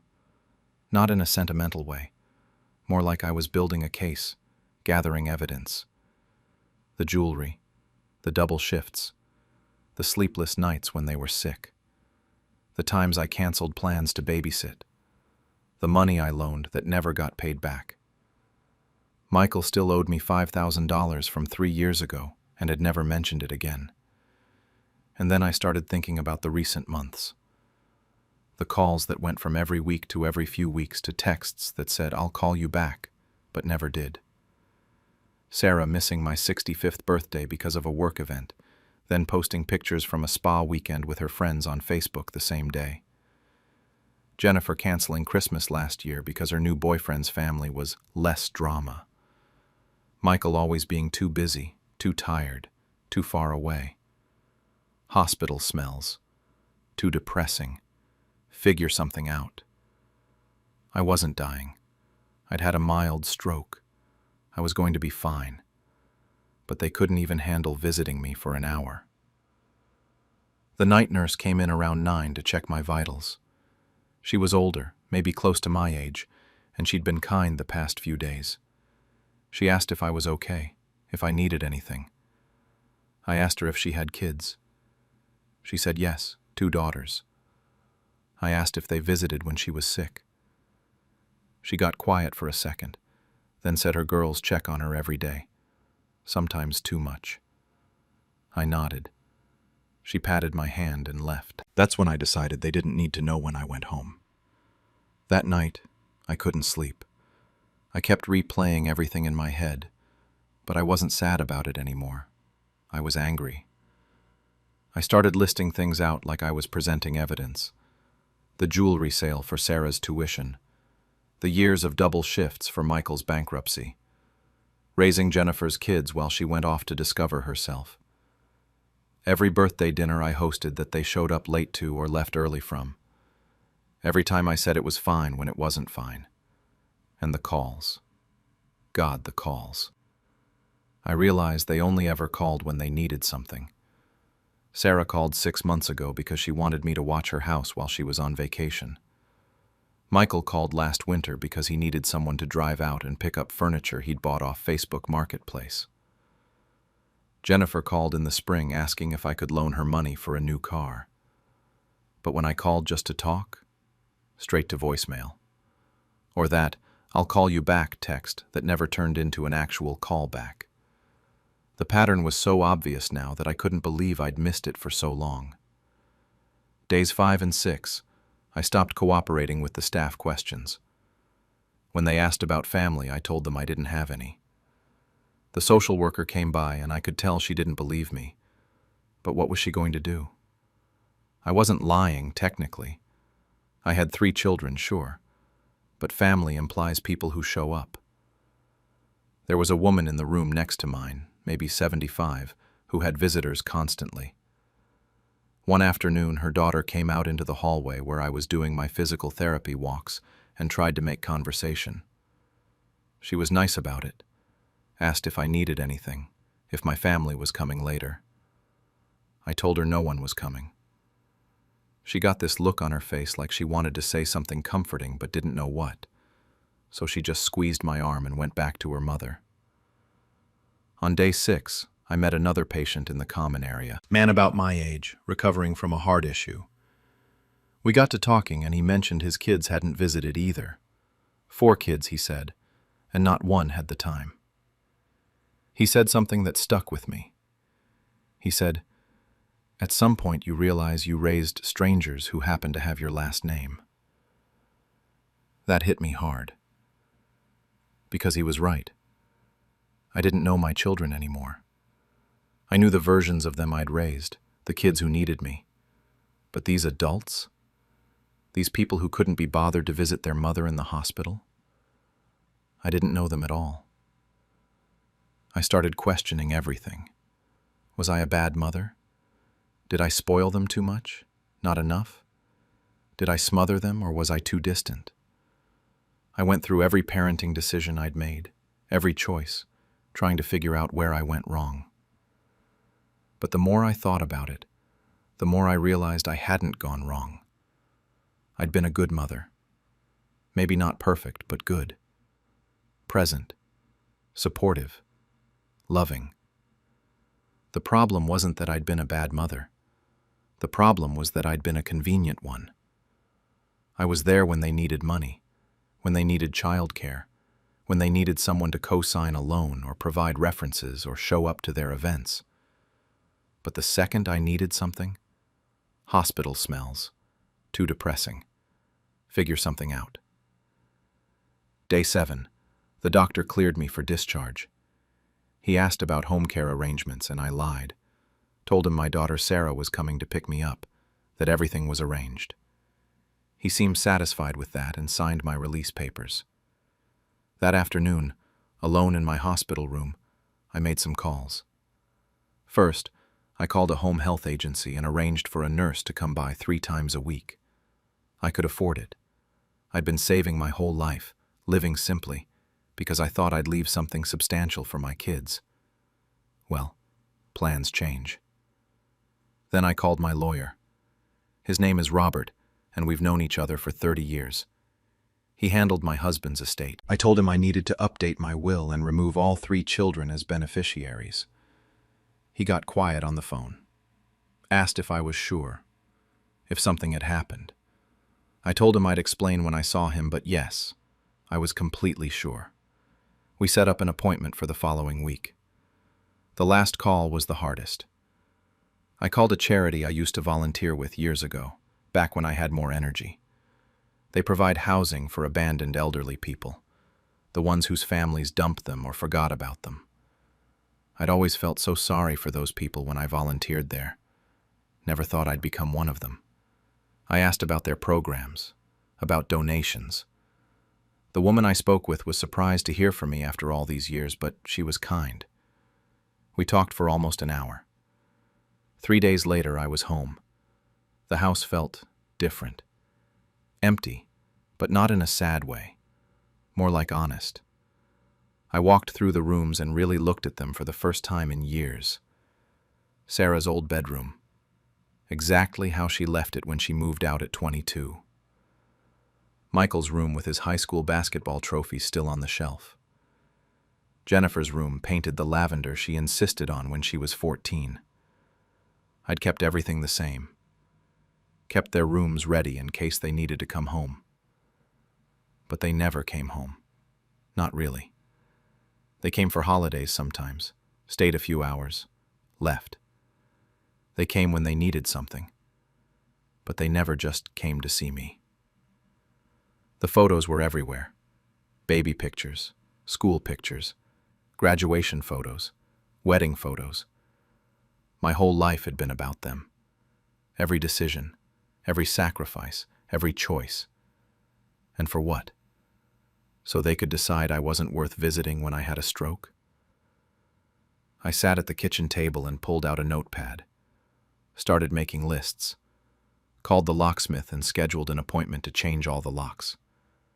Called Robert back and told him I wanted to donate the house to the charity, with arrangements that I could live here until I either passed or decided to move into their assisted living facility. He said he'd draw up the papers. Then I updated my will. Everything would go to charities. The house, my savings, my life insurance. Nothing to my children except a letter explaining why. I didn't tell anyone what I was doing. Not the home nurse who started coming that week. Not Robert, beyond what he needed to know legally. Not my neighbor who brought me groceries. No one. I figured if they didn't care enough to visit me in the hospital, they didn't deserve a warning about what came next. 3 months later, I was doing okay. Better than okay, actually. The home nurse, Patricia, came by 3 times a week and we'd become friendly. My recovery was going well. I'd started attending a support group at the charity, meeting other people whose families had basically written them off. Turns out there are a lot of us. We weren't sad about it anymore, just realistic. My children called twice in those 3 months. I let both calls go to voicemail. Sarah's message was about some family friend's funeral, asking if I wanted to go with her. Michael's was asking if I still had his old baseball card collection in the attic. I never called either of them back, deleted the messages, and went about my day. Then one afternoon in early fall, someone started pounding on my front door. Aggressive pounding, the kind that makes your heart jump. I looked through the peephole and saw all 3 of them standing on my porch. Sarah, Michael, and Jennifer. All together, which was unusual. They never coordinated like that unless something was up. Sarah pounded again and yelled through the door that she knew I was home because my car was in the driveway. I took a breath and spoke through the door. Didn't open it. Asked what they wanted. Sarah's voice got all concerned and dramatic. "Mom, why haven't you been answering our calls? We've been worried sick." Open the door. Worried sick. That was rich. I asked her where that worry was 4 months ago when I was lying in a hospital bed. The porch went silent for a few seconds. Then Michael said something about not knowing it was serious. that I should have told them it was an emergency. Jennifer started crying, saying they thought I was fine, that the hospital would have called if it was really bad. I opened the door then, stood in the doorway, didn't invite them in. Michael was the first to notice something was off. He looked past me into the house, then at the door, then asked why the locks looked different, asked if I'd changed them. I told them yes, I'd changed the locks. Then I told them the rest. The house was being donated to a charity that helps abandoned elderly people. They were all removed from my will. I had a lawyer handling my estate and my medical decisions, someone who would actually show up if I needed them. Everything was already signed and filed. You should have seen their faces. Sarah went from fake concern to anger in about 2 seconds, started saying I couldn't do that, asking if I was senile, threatening to have me evaluated for competency. Michael just stood there with his mouth open. Jennifer cried harder and said, "How could you do this to your own children?" That question. That specific question. I looked right at Jennifer and said, "How could you leave your own mother alone in a hospital bed for 4 days?" She started making excuses. They didn't know. They thought I'd call if I needed them. They were busy. Sarah jumped in saying I was being manipulative, that I was punishing them for having their own lives. She brought up the voicemail, claimed she didn't mean it the way it sounded, that I was taking it out of context. I asked her what context made "we don't want to deal with hospital smells" sound better. She didn't have an answer for that. Michael tried a different approach, got all quiet and said he was sorry, that they should have come. But this was extreme. Said I was throwing away my whole family over one mistake. I reminded him it wasn't one mistake. It was years of me being useful only when they needed something.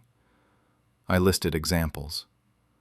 The jewelry for Sarah's tuition, the money for his bankruptcy, the 2 years raising Jennifer's kids. Then I asked him, when was the last time any of them had called just to talk to me, not to ask for something? None of them could answer. Sarah switched back to threats, said she'd get a lawyer, contest the will, prove I wasn't in my right mind. I told her to go ahead. Told her I had a lawyer who specialized in elder care, that I was fully competent, and that I had documentation of their abandonment. The hospital records showing no visitors. The voicemail that was saved in the system. Good luck explaining to a judge why they couldn't visit their mother after a stroke. That shut her up fast. Jennifer tried one more time, grabbed my hand and said we could fix this, that family was supposed to forgive each other, that she loved me. I pulled my hand back and told her love isn't just a word you say. It's showing up. It's calling. It's caring when it's inconvenient. Michael asked what I expected them to do now. I said nothing. I expected nothing from them anymore, and that was actually freeing. Told them they should go. Sarah said I'd regret this, that I'd die alone and miserable. I told her I'd rather die alone than die waiting for children who were never going to show up. They left. Michael was the last one to walk away, and he turned back once, like he wanted to say something else. But he didn't. Just shook his head and followed his sisters to their cars. I closed the door, locked it with my new locks, and sat down on the couch. I thought I'd feel worse, but I actually felt lighter, like I'd been carrying something heavy for years and finally put it down. That was 2 weeks ago. They've tried since then. Phone calls that I don't answer. Emails that I delete. Jennifer sent a handwritten letter that I threw away without reading. Sarah showed up once more, but I didn't answer the door. Eventually they'll stop. I'm moving into the charity's assisted living community next month. It's a nice place, full of people who understand what it's like to be forgotten by the people you raised. The house will officially transfer to the charity after I move out. They'll use it to house 3 or 4 seniors who have nowhere else to go. At least it'll be useful to someone. I think about whether I made the right choice sometimes. Late at night mostly, when the house is quiet. I still love them, which is the stupid part. You don't stop loving your children just because they disappoint you. But love shouldn't mean letting people treat you like you're disposable. Some people have told me I'm being too harsh, that family is family no matter what.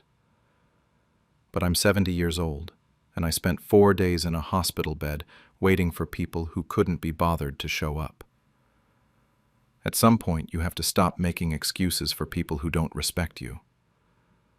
I don't know if I'm being vindictive, or if I'm finally putting myself first. Maybe it's both. What I do know is that I'm not waiting by the phone anymore. I'm not keeping their rooms ready for visits that never happen. I'm not leaving my life's savings to people who proved I only mattered when I was useful to them. The house is quiet now, but it's an honest quiet. And honestly, that's better than filling it with people who were never really there anyway. Only after my funeral did my family learn what I'd really left behind for them. I'm writing this from beyond the grave, so to speak. I, Margaret, 69, spent my final months watching my 2 children, David, 45, and Susan, 42, turn into people I barely recognized.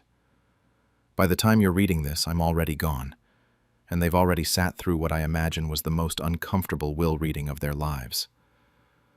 I wish I could have seen their faces when the lawyer handed them those sealed envelopes instead of property deeds and bank statements. David showed up in a suit that day. Susan wore black pearls. My black pearls, actually. The ones she borrowed for a charity gala and never returned. They arrived separately, didn't sit next to each other, and both had this look on their faces like they were trying to appear sad, but couldn't quite hide the anticipation. My lawyer told me later that Susan kept checking her watch. The whole thing lasted maybe 20 minutes.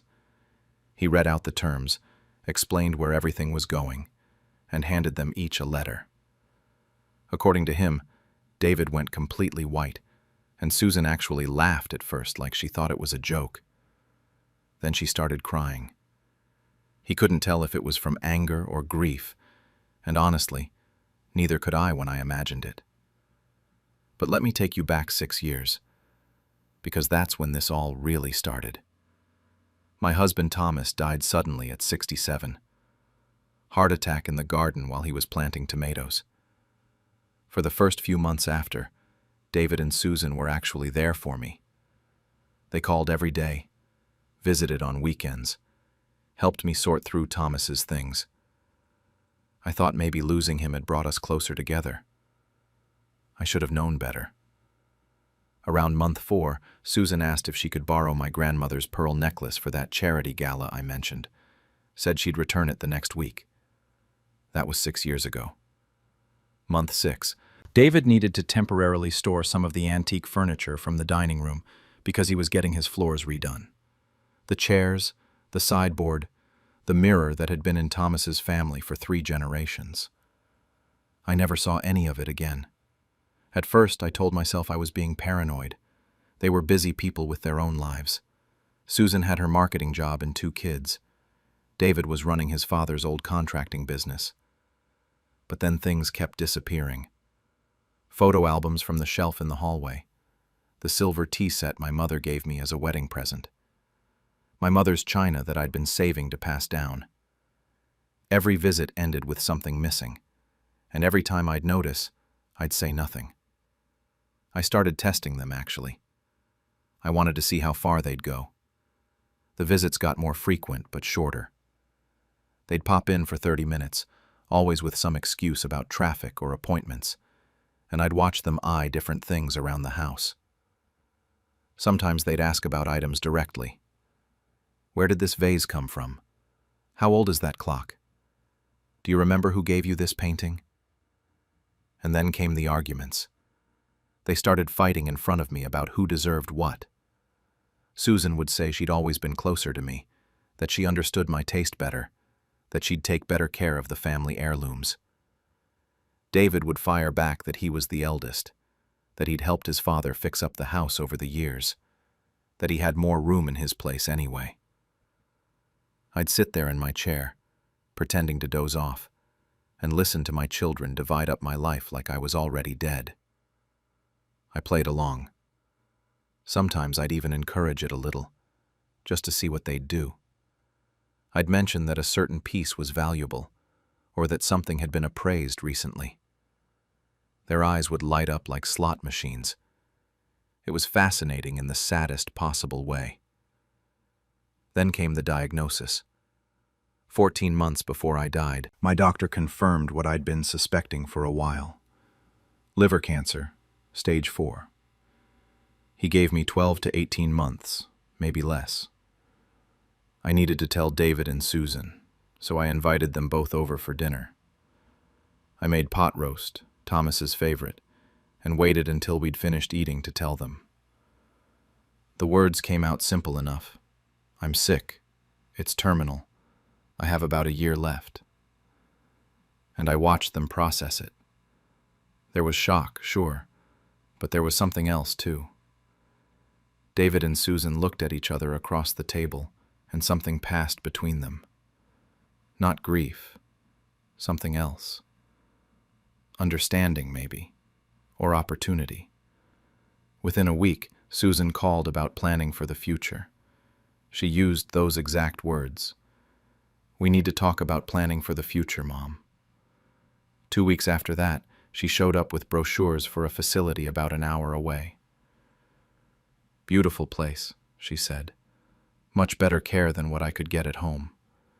They had nurses around the clock, activities, everything I'd need. She made it sound like a vacation resort. Then she handed me the paperwork. Said it was just the intake forms for the facility, standard stuff. Nothing urgent, but good to have ready just in case. I almost signed it. I had my reading glasses on, pen in hand, and then I actually read the header at the bottom of the page. Power of attorney. Full financial control, effective immediately. My vision went a little blurry, or at least, I told Susan it did. Said I needed to review everything with my friend Patricia from book club, the one who used to be a paralegal. I'd look it over and get back to her. Susan's face did something interesting. For just a second, I saw irritation flash across it, real and raw. Then she smoothed it out and said, of course, take your time, there's no rush. But I could tell she was frustrated. That night, I sat alone in the house Thomas and I had bought 42 years ago. I looked around at all the empty spaces where things used to be. The wall where the mirror had hung, the shelf without the photo albums, the china cabinet with gaps between the remaining plates. I thought about David and Susan fighting over a painting while I was still breathing. I thought about that power of attorney form and what would have happened if I'd signed it. I would have been moved out within a month, probably. The house would have been sold before I was even cold. That's when I knew. They weren't coming back for me. They were circling for the carcass. And if they wanted my things so badly, I was going to make damn sure they got exactly what they deserved. I called my actual lawyer the next morning, not the family attorney who'd handled Thomas's will, but someone new. Someone David and Susan had never met. I told him I needed to make some changes, and that I needed to do it carefully, with all the documentation to prove I was of sound mind. We met 4 times over the next month. I had cognitive tests done, got letters from my doctor, built an ironclad case. I spent the next 13 months preparing the only inheritance that mattered. Over the following year, I met with my lawyer 6 more times. We researched charities together, looking for something that would mean something. I didn't want my estate going to some generic cause that would spend half of it on administrative costs. I wanted it to hurt in the right way, if that makes sense. I wanted David and Susan to understand exactly what they'd become. That's when I found Silver Haven. It's a facility for elderly people whose families abandoned them. Not people who never had families, but people whose children just stopped coming around. People who got placed in nursing homes and forgotten about. The woman who runs it, Helen, sent me information packets, and I read every single story. There was an 81-year-old man whose son moved him into a facility and never visited once in 3 years. A grandmother whose daughter promised to come for Christmas and never showed up. 5 years of promised Christmases never happened. I saw myself in every single story. That's what I was heading for, I realized. Another year or two, and I would have been one of them, sitting in some room waiting for children who were too busy cataloging my furniture to actually visit. So I decided. Everything would go to Silver Haven. The house, the savings, whatever was left. All of it. The memorial bench was my lawyer's idea, actually.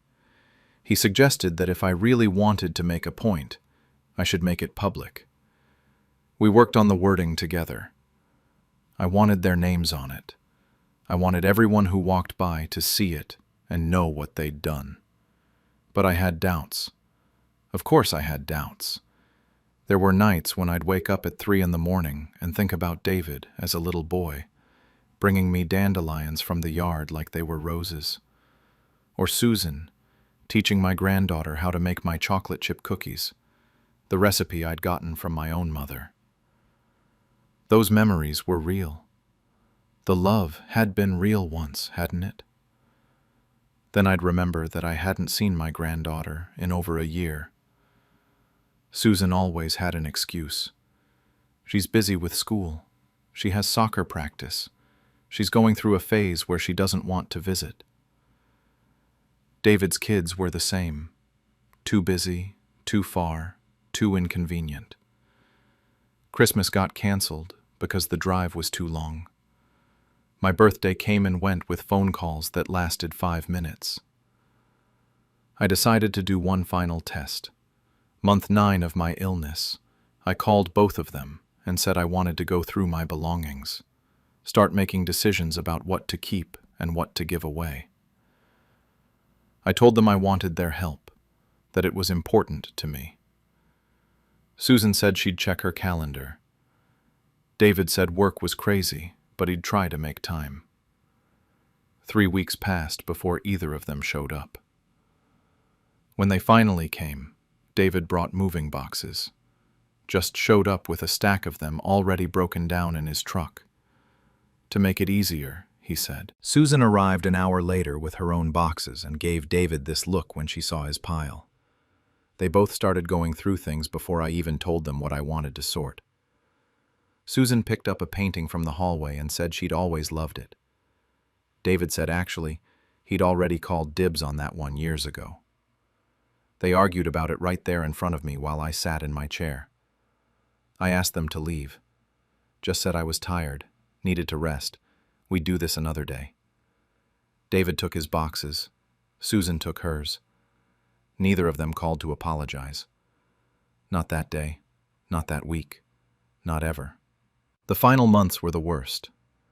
I had hospice coming by 3 times a week, and my nurse Amy was more attentive than my own children. She'd sit with me, talk to me about her own kids, ask about my life. She never looked at her watch. She never eyed my belongings.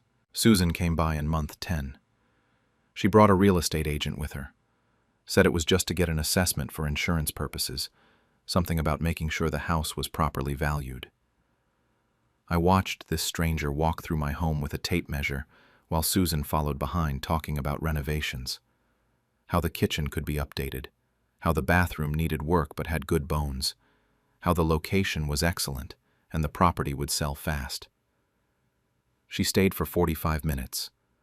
I offered tea and she said she couldn't stay, had another appointment. I asked about my granddaughter and she said, "Oh, she's so busy with school, you know how it is." I said I didn't know, actually, because I hadn't seen her. Susan just smiled and said, "We'll plan something soon." David's last visit was even worse. He brought his wife, and I watched her take photos of the furniture on her phone. Not even subtle about it, just walking around snapping pictures while David asked me about important documents. Where did I keep the deed to the house? Did I have a safe deposit box? What about insurance policies? I got emotional, and he told me he was just trying to help me be prepared. His wife opened drawers in my bedroom while I sat right there, just went through them like she owned the place. They left with a box of old papers, said they'd organize them for me. Later, I realized they'd taken my wedding album, not to preserve it or protect it. I think they just wanted to see if there were any photos they could use for my funeral. The hospice nurse was there more than they were in those final weeks. Amy, the mailman, Helen from Silverhaven, who I'd started talking to on the phone. She'd call to update me on the facility, tell me how the donation would be used, and we'd end up talking for an hour. She visited me twice. My own children came once more each after that furniture incident. Susan's visit lasted 27 minutes. I timed it. David's was 32. Neither of them asked how I was feeling. Susan wanted to know about my funeral arrangements. David wanted to confirm that I had everything in order. In order for them, he meant. I wrote the letters in my last 2 weeks. My hands were shaky by then, and it took me 3 tries to get Susan's right. I wanted them to understand what they'd done, but I also wanted them to know I'd seen it all. Every missing item, every shortened visit, every time they chose my things over me. I listed it all out. Dates, times, what they took, what they promised and never delivered. Both letters ended the same way. You taught me that love can be replaced by greed, so I replaced your inheritance with a reminder. Then I told them about the bench, about Silverhaven, about the engraving. I told them I hoped they'd visit it more than they'd visited me. My last night alive, I sat in my chair in the living room. Amy had already said goodbye, told me she'd been honored to know me. The house was quiet. I thought about Thomas, about the life we'd built here, about how it would soon shelter people who actually needed it. My last clear thought before everything started fading was that I hoped David and Susan would read every single word I'd written. And that brings us back to the lawyer's office, to those 2 envelopes, to the moment my children realized what I'd really left behind for them. The lawyer read the will out loud while David and Susan sat there with their envelopes still sealed. Everything to Silverhaven. The house, the savings account, the remaining furniture, every last penny. My lawyer said Susan made this sound, almost like a gasp, and David's jaw actually dropped.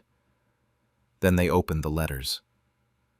I wasn't there to see it, obviously, but my lawyer told me what he could, and Helen from Silverhaven filled in the rest later.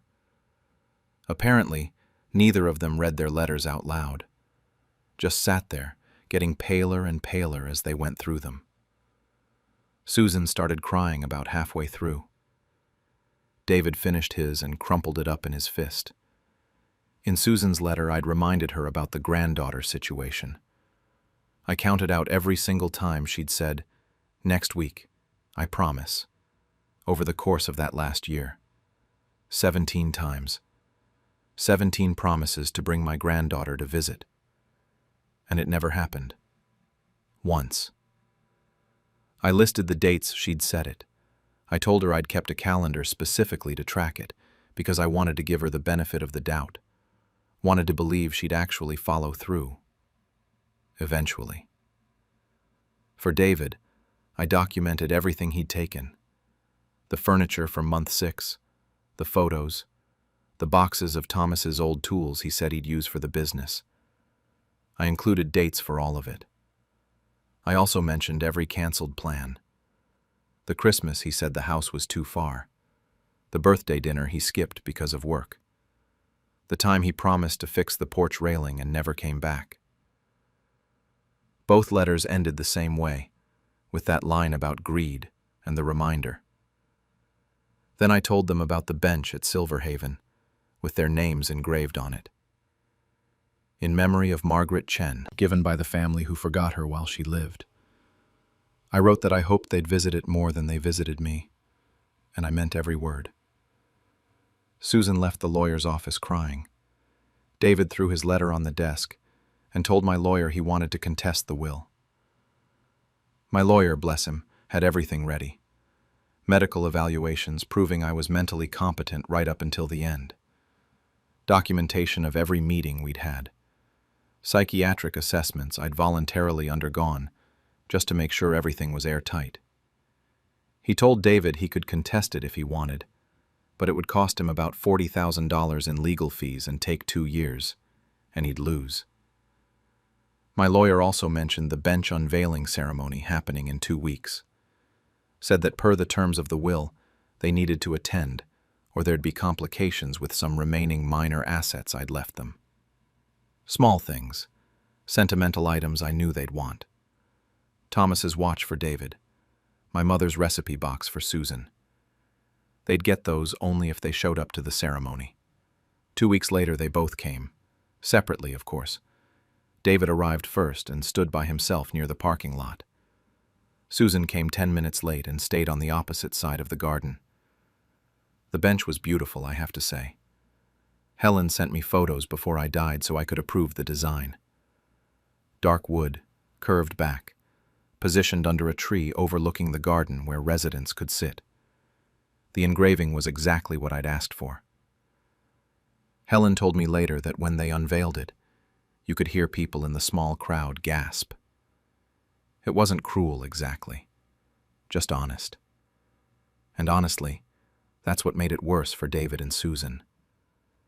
Helen gave a speech about my donation. She talked about how the endowment would help 47 current residents and fund a program to reach out to isolated elderly people in the community. She explained that my house was being converted into additional housing for seniors who had nowhere else to go. She called me generous. She called me compassionate. She said I understood what it meant to be forgotten because I'd experienced it myself.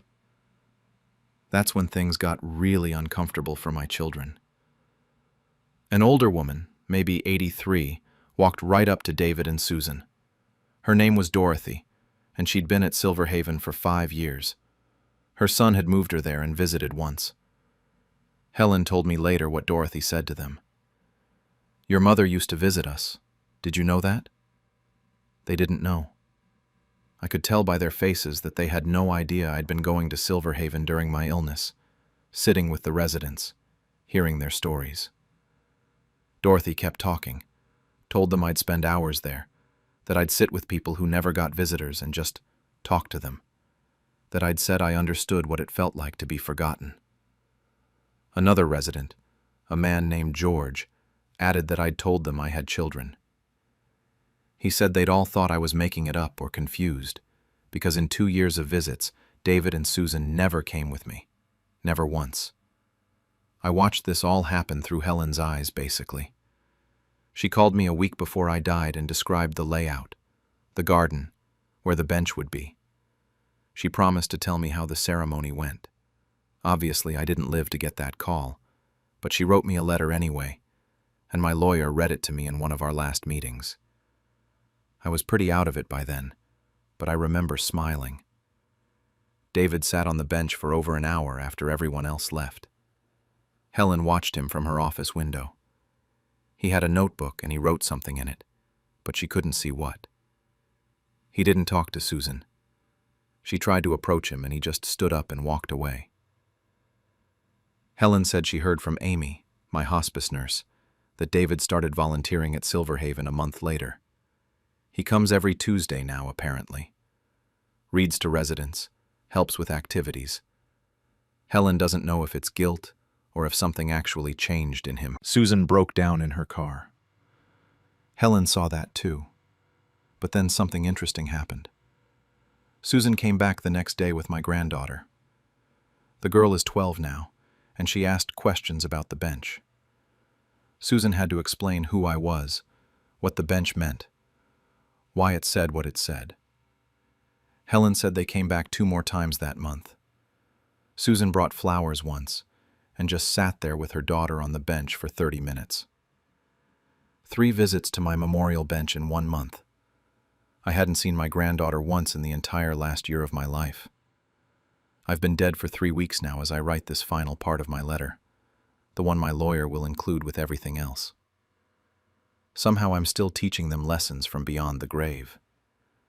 The house I lived in for 42 years is going to shelter people whose families abandoned them. Maybe that's poetic justice. Maybe it's just incredibly sad. Probably it's both.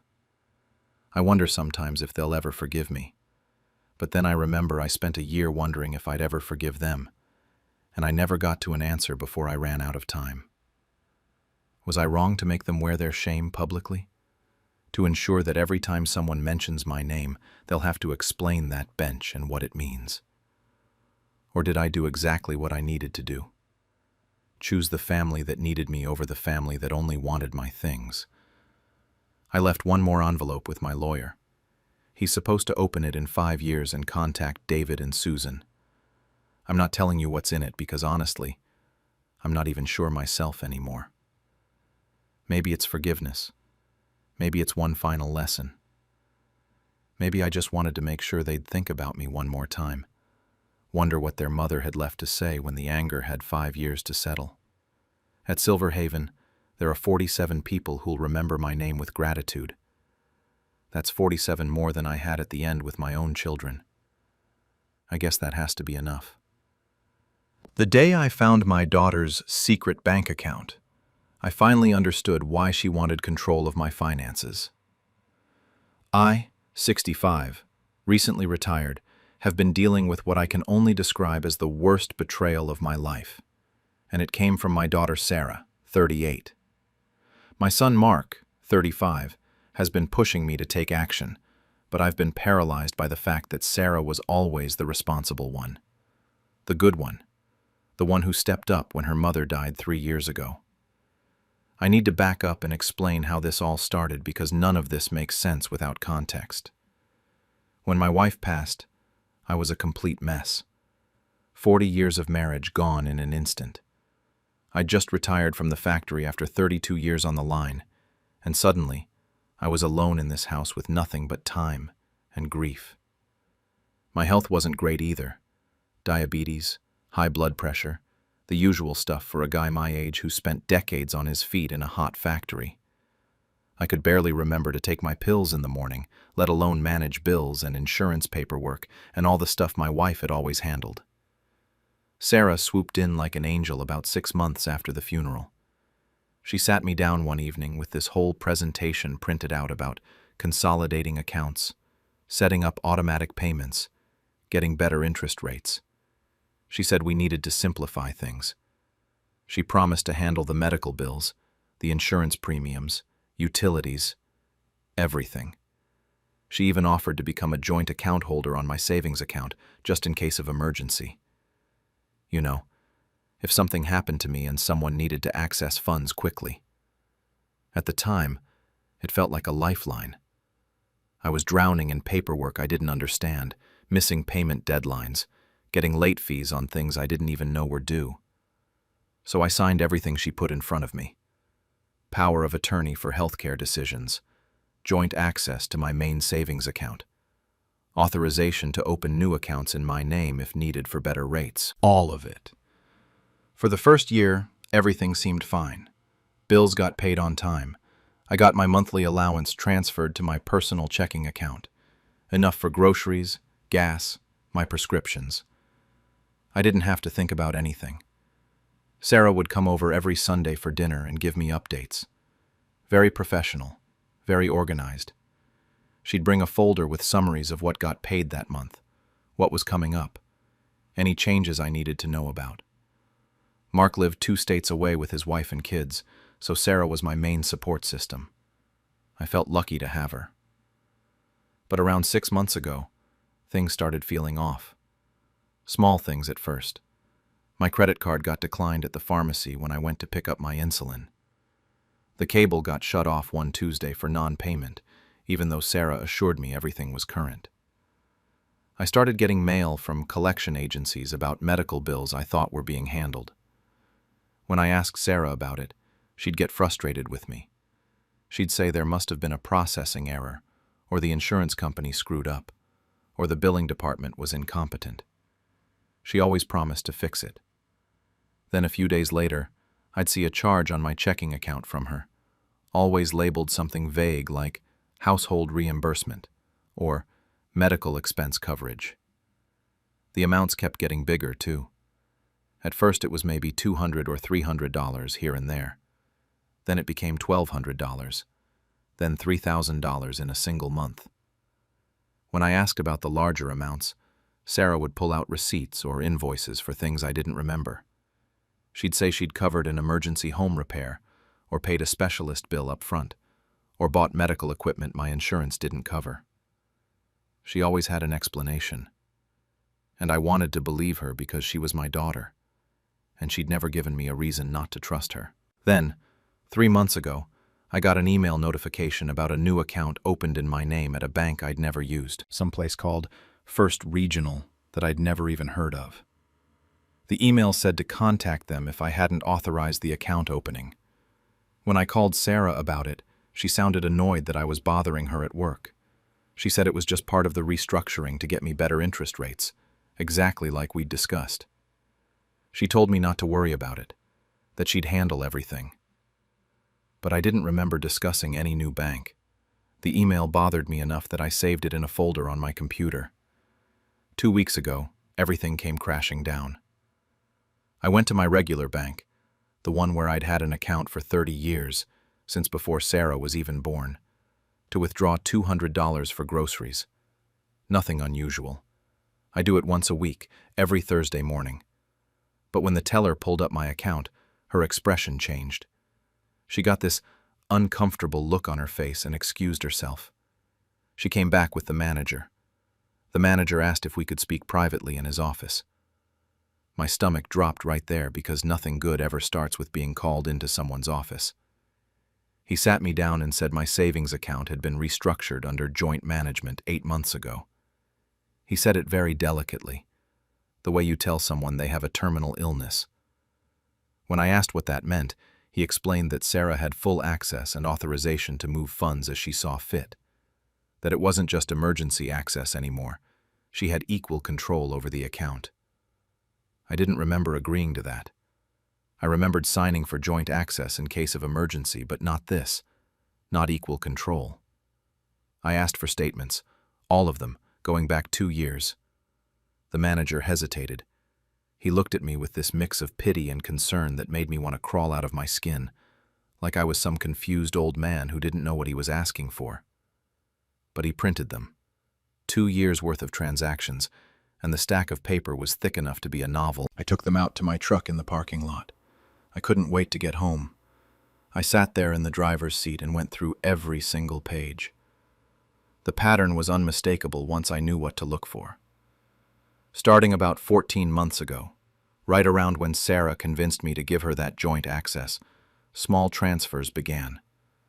$300 to an account I didn't recognize, then $500, then $800. By 6 months in, she was moving $2,000 to $4,000 every single month. The account number was listed on every transfer, but no name attached. My hands were shaking so badly I could barely hold the pages. I called the bank back from my truck. I gave them the account number and asked whose it was. There was a long pause on the other end. Then the manager said he couldn't give me specific information about another customer's account, but he could tell me that the account shared a primary holder name with my joint account manager. I didn't need him to say it. I already knew. Sarah. It was Sarah's personal account. I sat there in the parking lot and did the math on the back of one of the statements. Over 14 months, she'd moved nearly $67,000 out of my retirement savings. Money my wife and I had scraped together over decades of factory work and careful saving. Money I needed for medical care, for living expenses, for however many years I had left. I couldn't breathe. The parking lot started spinning. I just sat there staring at those numbers until my hands finally stopped shaking enough that I trusted myself to drive home. I don't even remember the drive. 1 minute I was in the bank parking lot. The next I was sitting at my kitchen table with the statements spread out in front of me, trying to understand how my daughter could do this to me. I sat at that kitchen table for hours just staring at the statements. I kept thinking there had to be some explanation I was missing. Maybe she really had been covering expenses and this was legitimate reimbursement. Maybe I'd agreed to something and forgotten about it. Maybe my memory was worse than I thought. But the numbers didn't lie. $67,000 doesn't just disappear for legitimate reasons. That's when Mark called, just his regular Thursday check-in to see how I was doing. I must have sounded off because he kept pressing, asking if something was wrong. I tried to brush it off at first, but he wouldn't let it go. Finally, I just told him. I read him the numbers right off the statements. The line went completely silent for a solid 10 seconds. Then he said it. He said this was elder financial abuse, that it was a crime. Hearing that word, crime, made it real in a way the numbers hadn't. My daughter wasn't just helping herself to some money. She was a criminal. She'd committed a crime against me. Mark wanted to call the police right that second. He was furious. He started yelling about how he'd always known Sarah was manipulative, how she'd pulled stuff like this before on a smaller scale with family members, how I'd always made excuses for her because she was my little girl. I told him to calm down. I needed time to think. I needed to process what this meant. But Mark wouldn't let it go. He said he was taking time off work and driving up. I told him not to, that I could handle it, but he didn't listen. 3 days later, he showed up at my door with his laptop and a file folder and this determined look on his face. We spent an entire day going through every statement together. Mark made a spreadsheet. He highlighted every transfer, cross-referenced it with my actual bills and medical expenses, made notes on everything. He found even more problems I'd missed. Duplicate charges for medical expenses that never corresponded to actual doctor visits. Home repair reimbursements for repairs that never happened. I would have noticed if someone fixed my roof or replaced my water heater. Insurance payments that were triple what my actual premiums cost. The real total came to just over $73,000. Mark wanted us to confront her together. He had this whole plan about how we'd sit her down and present the evidence and force her to confess. But I refused. I told him I needed to handle this my way. Honestly, I was terrified of what I might say to her if we were in the same room. Part of me wanted to scream at her. Part of me wanted to understand why. Part of me wanted to pretend I'd never found those statements and just go back to Sunday dinners and blissful ignorance. Mark finally convinced me to at least talk to a lawyer before doing anything. He found one through a friend of a friend, an estate attorney who specialized in elder abuse cases. We met with her 4 days after I'd gone to the bank. The lawyer was straightforward in a way I appreciated. No sugarcoating. She said I had clear grounds for criminal charges and civil recovery. She said cases like mine were more common than people realized. Adult children exploiting aging parents' trust, especially after a spouse dies and the surviving parent is vulnerable. She said the legal term was financial exploitation of a vulnerable adult. I hated that phrase. Vulnerable adult. That's what I'd become without even realizing it. But then the lawyer asked me something that made me really think. She asked if I'd noticed any other signs of manipulation or control beyond the money. I said no at first, but then I started remembering things I'd brushed off at the time. How Sarah had actively discouraged me from learning how to use online banking. She'd said it was too complicated for someone my age, that I'd probably get scammed or mess something up. How she'd insisted I shouldn't burden Mark with financial stuff because he had his own family to worry about and lived so far away. How she'd gradually taken over every single aspect of my finances until I was basically getting an allowance from my own retirement money. How she'd react with either anger or tears anytime I questioned a charge or asked to see detailed statements, making me feel guilty for not trusting her. The lawyer just nodded, like she'd heard it all 1,000 times before. She laid out my options. Criminal charges, which could result in prosecution and possibly jail time. Civil lawsuit to recover the money. Or simply revoking her access and trying to negotiate a repayment privately. She recommended starting with securing my assets and cutting off her access before pursuing anything else. Freeze the accounts, revoke her authority, protect what was left. I left that office feeling physically sick. I barely made it to my truck before I had to sit down. That night I didn't sleep at all. I kept thinking about Sarah as a little girl. How she'd climb into my lap during thunderstorms, and I'd tell her stories until she fell asleep. How proud I was at her college graduation. How she held my hand at her mother's funeral and promised me I wouldn't have to go through this alone. How could that same person look me in the eye every Sunday while stealing my future? The next morning I went back to the bank first thing. I revoked Sarah's joint access to every single account. I had them freeze the accounts she'd opened in my name without my knowledge. I changed all my passwords and PINs to things she'd never guess. I opened a completely new checking account at a different bank and had my pension and Social Security direct deposited there instead. The bank manager asked if I wanted to file a fraud report with them.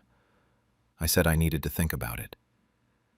He gave me the paperwork to take home. I spent the next 3 days meeting with a financial advisor Mark had found. We went through everything, what was left of my savings, my monthly expenses, my medical costs going forward. The advisor helped me set up a proper budget and put safeguards in place so this could never happen again. Things like alerts for any transaction over a certain amount. Limited withdrawal capabilities. A separate account just for bills that only had enough in it to cover monthly expenses. Then I went back to the lawyer and rewrote my will. The old will split everything 50-50 between Sarah and Mark. The new one cut Sarah out completely. Everything went to Mark, with a portion set aside for a scholarship fund in my wife's name. The lawyer asked if I was sure. I said I'd never been more sure of anything. Exactly 1 week after I'd revoked her access to my accounts, Sarah called. She wasn't calling to check on me or see how I was doing. She was calling because a transfer hadn't gone through. She didn't even pretend it was about anything else. She said there was a problem with the accounts and asked if I'd changed something at the bank. My heart was pounding so hard I thought I might have a heart attack right there, but I kept my voice steady. I told her yes, I had changed something. There was dead silence on the other end of the line. Then she asked why I would do that without telling her. Her voice had this edge to it, like I was a child who'd misbehaved. I told her I didn't need to tell her anything about my accounts because they were my accounts, not hers. Her tone shifted immediately. She said we'd talked about this, that she was managing things to protect me. She asked if Mark had put me up to this because he didn't understand my finances like she did. She was trying to make me doubt myself again. So I just said it. I told her I'd seen the statements. I'd seen everything. The silence that followed was even longer this time. Then she started making excuses. She said I was confused, that those were legitimate expenses, that she'd been using her own money to cover my bills and was just reimbursing herself. She said she had records, she could prove everything. I just had to trust her. But I was done trusting her. I told her I had trusted her completely, and that's exactly why she'd been able to do this. Then I said the only thing I'd prepared myself to say. I told her she'd taught me to be careful with my money, and I was starting by being careful with who I trust. Then I hung up on my daughter for the first time in my entire life. She called back 17 times that day. I watched my phone light up over and over with her name on the screen. I didn't answer a single call. That evening, she showed up at my house, banging on the door and demanding we talk. Mark was staying with me by then, and he's the one who answered. I heard them screaming at each other on the front porch. Mark calling her a thief and a manipulator. Sarah calling him a snake who'd turned me against her. They brought up stuff from childhood I thought had been buried decades ago. Old resentments and petty fights from when they were kids. I didn't go to the door. I just sat in my kitchen listening to my children destroy what was left of our family. Eventually Sarah left, tires squealing as she peeled out of my driveway. Mark came back inside looking shaken. He said Sarah was going to make this ugly. He was right. Over the next 2 weeks, Sarah launched a full campaign against me. She called my siblings, my old co-workers from the factory, people from church, anyone who'd listen to her. Her version of events was that I was experiencing cognitive decline and didn't understand what was happening. She said Mark had manipulated me against her because he'd always been jealous of our relationship. She claimed she'd been protecting me from financial mistakes, and now I was confused and paranoid and turning on the one person who actually cared about me. She painted herself as the devoted daughter being persecuted by a mentally declining father and a vindictive brother who wanted her inheritance. Some people believed her. That was the worst part.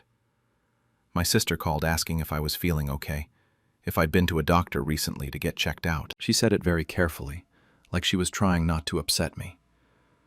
My brother-in-law suggested maybe I should let Sarah and Mark work things out between themselves, for my own good. A couple people from church stopped calling me back. It was humiliating. After everything Sarah had done, she'd managed to make me look like the bad guy. But Mark stood by me. He helped me organize all the documentation, every statement, every email, every text message where Sarah had discouraged my independence or deflected my questions about money. We put together a file that was 3 inches thick. We gave copies to the lawyer. The lawyer sent Sarah a formal letter outlining all the evidence and demanding repayment of the full $73,000 within 30 days. She said if Sarah didn't comply, we'd pursue criminal charges for elder financial abuse and file a civil lawsuit for recovery of funds plus damages. Sarah had her own lawyer respond 2 weeks later. The letter claimed all the transfers were legitimate reimbursements for expenses Sarah had covered on my behalf. It said I'd authorized everything and was now suffering from memory issues. It suggested I needed a medical evaluation and perhaps a guardian appointed to manage my affairs. The audacity of it made me sick. She'd stolen from me, and now she was trying to have me declared incompetent. My lawyer said this was a common tactic. She said we had more than enough evidence to prove I was of sound mind and that the transfers were unauthorized. She recommended we proceed with mediation before taking it to court. We're in mediation now. It's been going on for 3 weeks. Sarah showed up to the first session with her lawyer and this whole victim act. She cried and said she'd sacrificed years of her life taking care of me. She said Mark had abandoned us, and she'd been the only one there. She offered to return $15,000 as a goodwill gesture, while maintaining she'd done absolutely nothing wrong. She made it sound like she was being generous. My lawyer said if we take it to court, we might recover more, but it could take years. She also warned me that even if we win a judgment, there's no guarantee Sarah has assets we can actually collect against. She'd already spent most of the money. It might be on a new car, or vacations, or who knows what. But it's gone. I haven't decided yet about the criminal charges. Part of me wants her to face real consequences. Part of me just wants this to be over, so I can try to rebuild what's left of my life. Last week, I did something I'd been planning since this all started. I took $50,000 from what's left of my savings and established a scholarship fund in my late wife's name at the community college here in town. It's specifically for non-traditional students, people who are going back to school later in life, people who didn't have opportunities the first time around, people like my wife was before she got pregnant with Sarah and had to drop out. It's the kind of thing she would have loved. The kind of thing that actually helps people instead of just sitting in an account for my kids to fight over after I'm gone. Sarah found out about it through the family grapevine within days. She sent me a text message that just said, "Guess you have money for strangers, but not for your own daughter." I didn't respond. What would I even say to that? Mark asked me what I'm going to do long term, whether I'll ever forgive her, whether I'll let her back in my life if she pays back some of the money. I don't have an answer for him. Right now she's out of my will, out of my accounts, and out of my daily life. Whether that's permanent, I honestly don't know. What I do know is that I'm not a vulnerable adult anymore. I manage my own finances now. I pay my own bills online. Turns out it's not that complicated after all. I make my own decisions. It's harder without help, and some days I struggle with it. Some days I forget to pay something or I overdraft my account because I didn't calculate correctly. But at least I know the only person I'm trusting is myself. The house feels emptier without Sarah's Sunday visits. I won't lie about that. I miss my daughter. Or at least I miss who I thought she was. I miss the person who I believed would never hurt me. But I can't forget what she actually did. I can't forget that she sat across from me at my kitchen table every single week, eating the dinners I cooked, pretending to care, while she was systematically stealing my future. My sister keeps telling me that family is family, and I should find a way to forgive. She says life is too short to cut off your own child. Mark says Sarah made her choice, and I'm just protecting myself, that I don't owe her anything after what she did. My lawyer says it's not a legal question, it's a personal one, and only I can decide what feels right. I honestly don't know what the right answer is. All I know is that every time I look at those bank statements, I see a stranger's name where my daughter's used to be. Maybe that will change someday. Maybe years from now we'll find a way back to each other. Or maybe this is just how it ends, with lawyers and mediation, and a daughter I don't recognize anymore. Right now I'm just taking it one day at a time and trying to figure out how to be okay with the fact that the person who hurt me most was the person I trusted completely. The day they tried to put me away was the day I took everything back. I'm a 73-year-old mother and former small business owner, now retired and living in the same 2-story home where I raised my 3 children.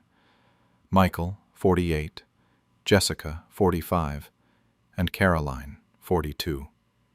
My husband passed 5 years ago, and since then I've managed everything on my own. The bills, the maintenance, the yard work. I was doing fine. Better than fine, actually. The house was paid off, my savings were healthy, and I had a routine that worked for me. I volunteered at the library twice a week, had my book club on Thursdays, and kept the garden looking decent. I wasn't some helpless old woman sitting in the dark waiting to die. But about 8 months ago, Caroline started acting strange. She'd come over and inspect things, check the stove, look through my mail, ask me if I'd taken my vitamins. The first few times I thought she was just being caring. Maybe she missed her dad and wanted to make sure I was okay. But then Michael and Jessica started doing it too.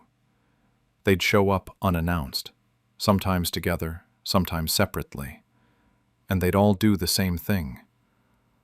Walk through the house with these worried expressions, exchange glances with each other like they were communicating in some secret language.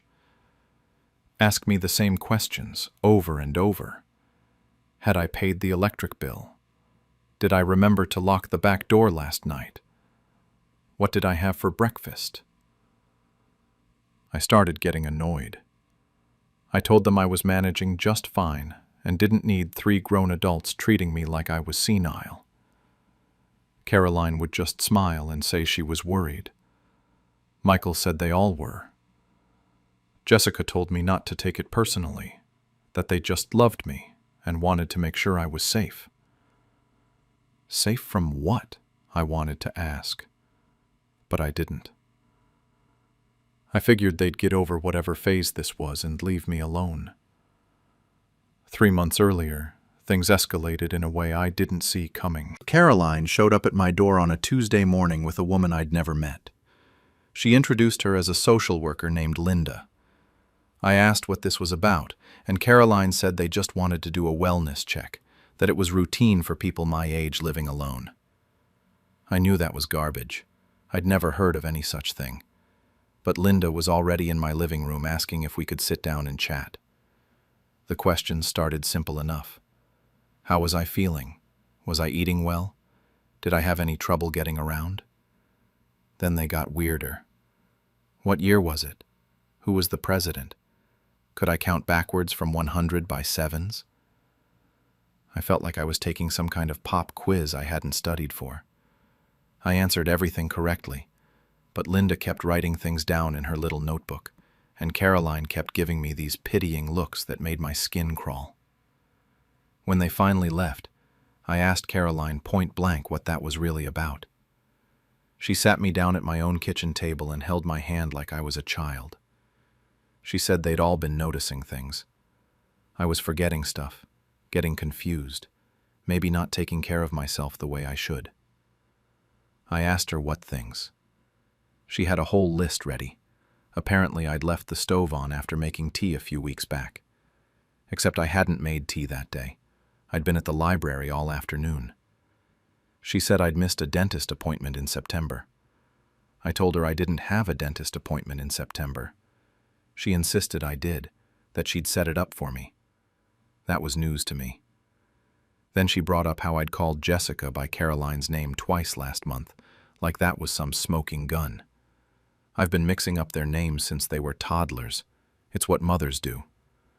I told her she was being ridiculous and that I was fine. She just squeezed my hand tighter and said she loved me and wanted to help. After she left, I sat there for a long time trying to figure out what had just happened. Something felt off, but I couldn't put my finger on it.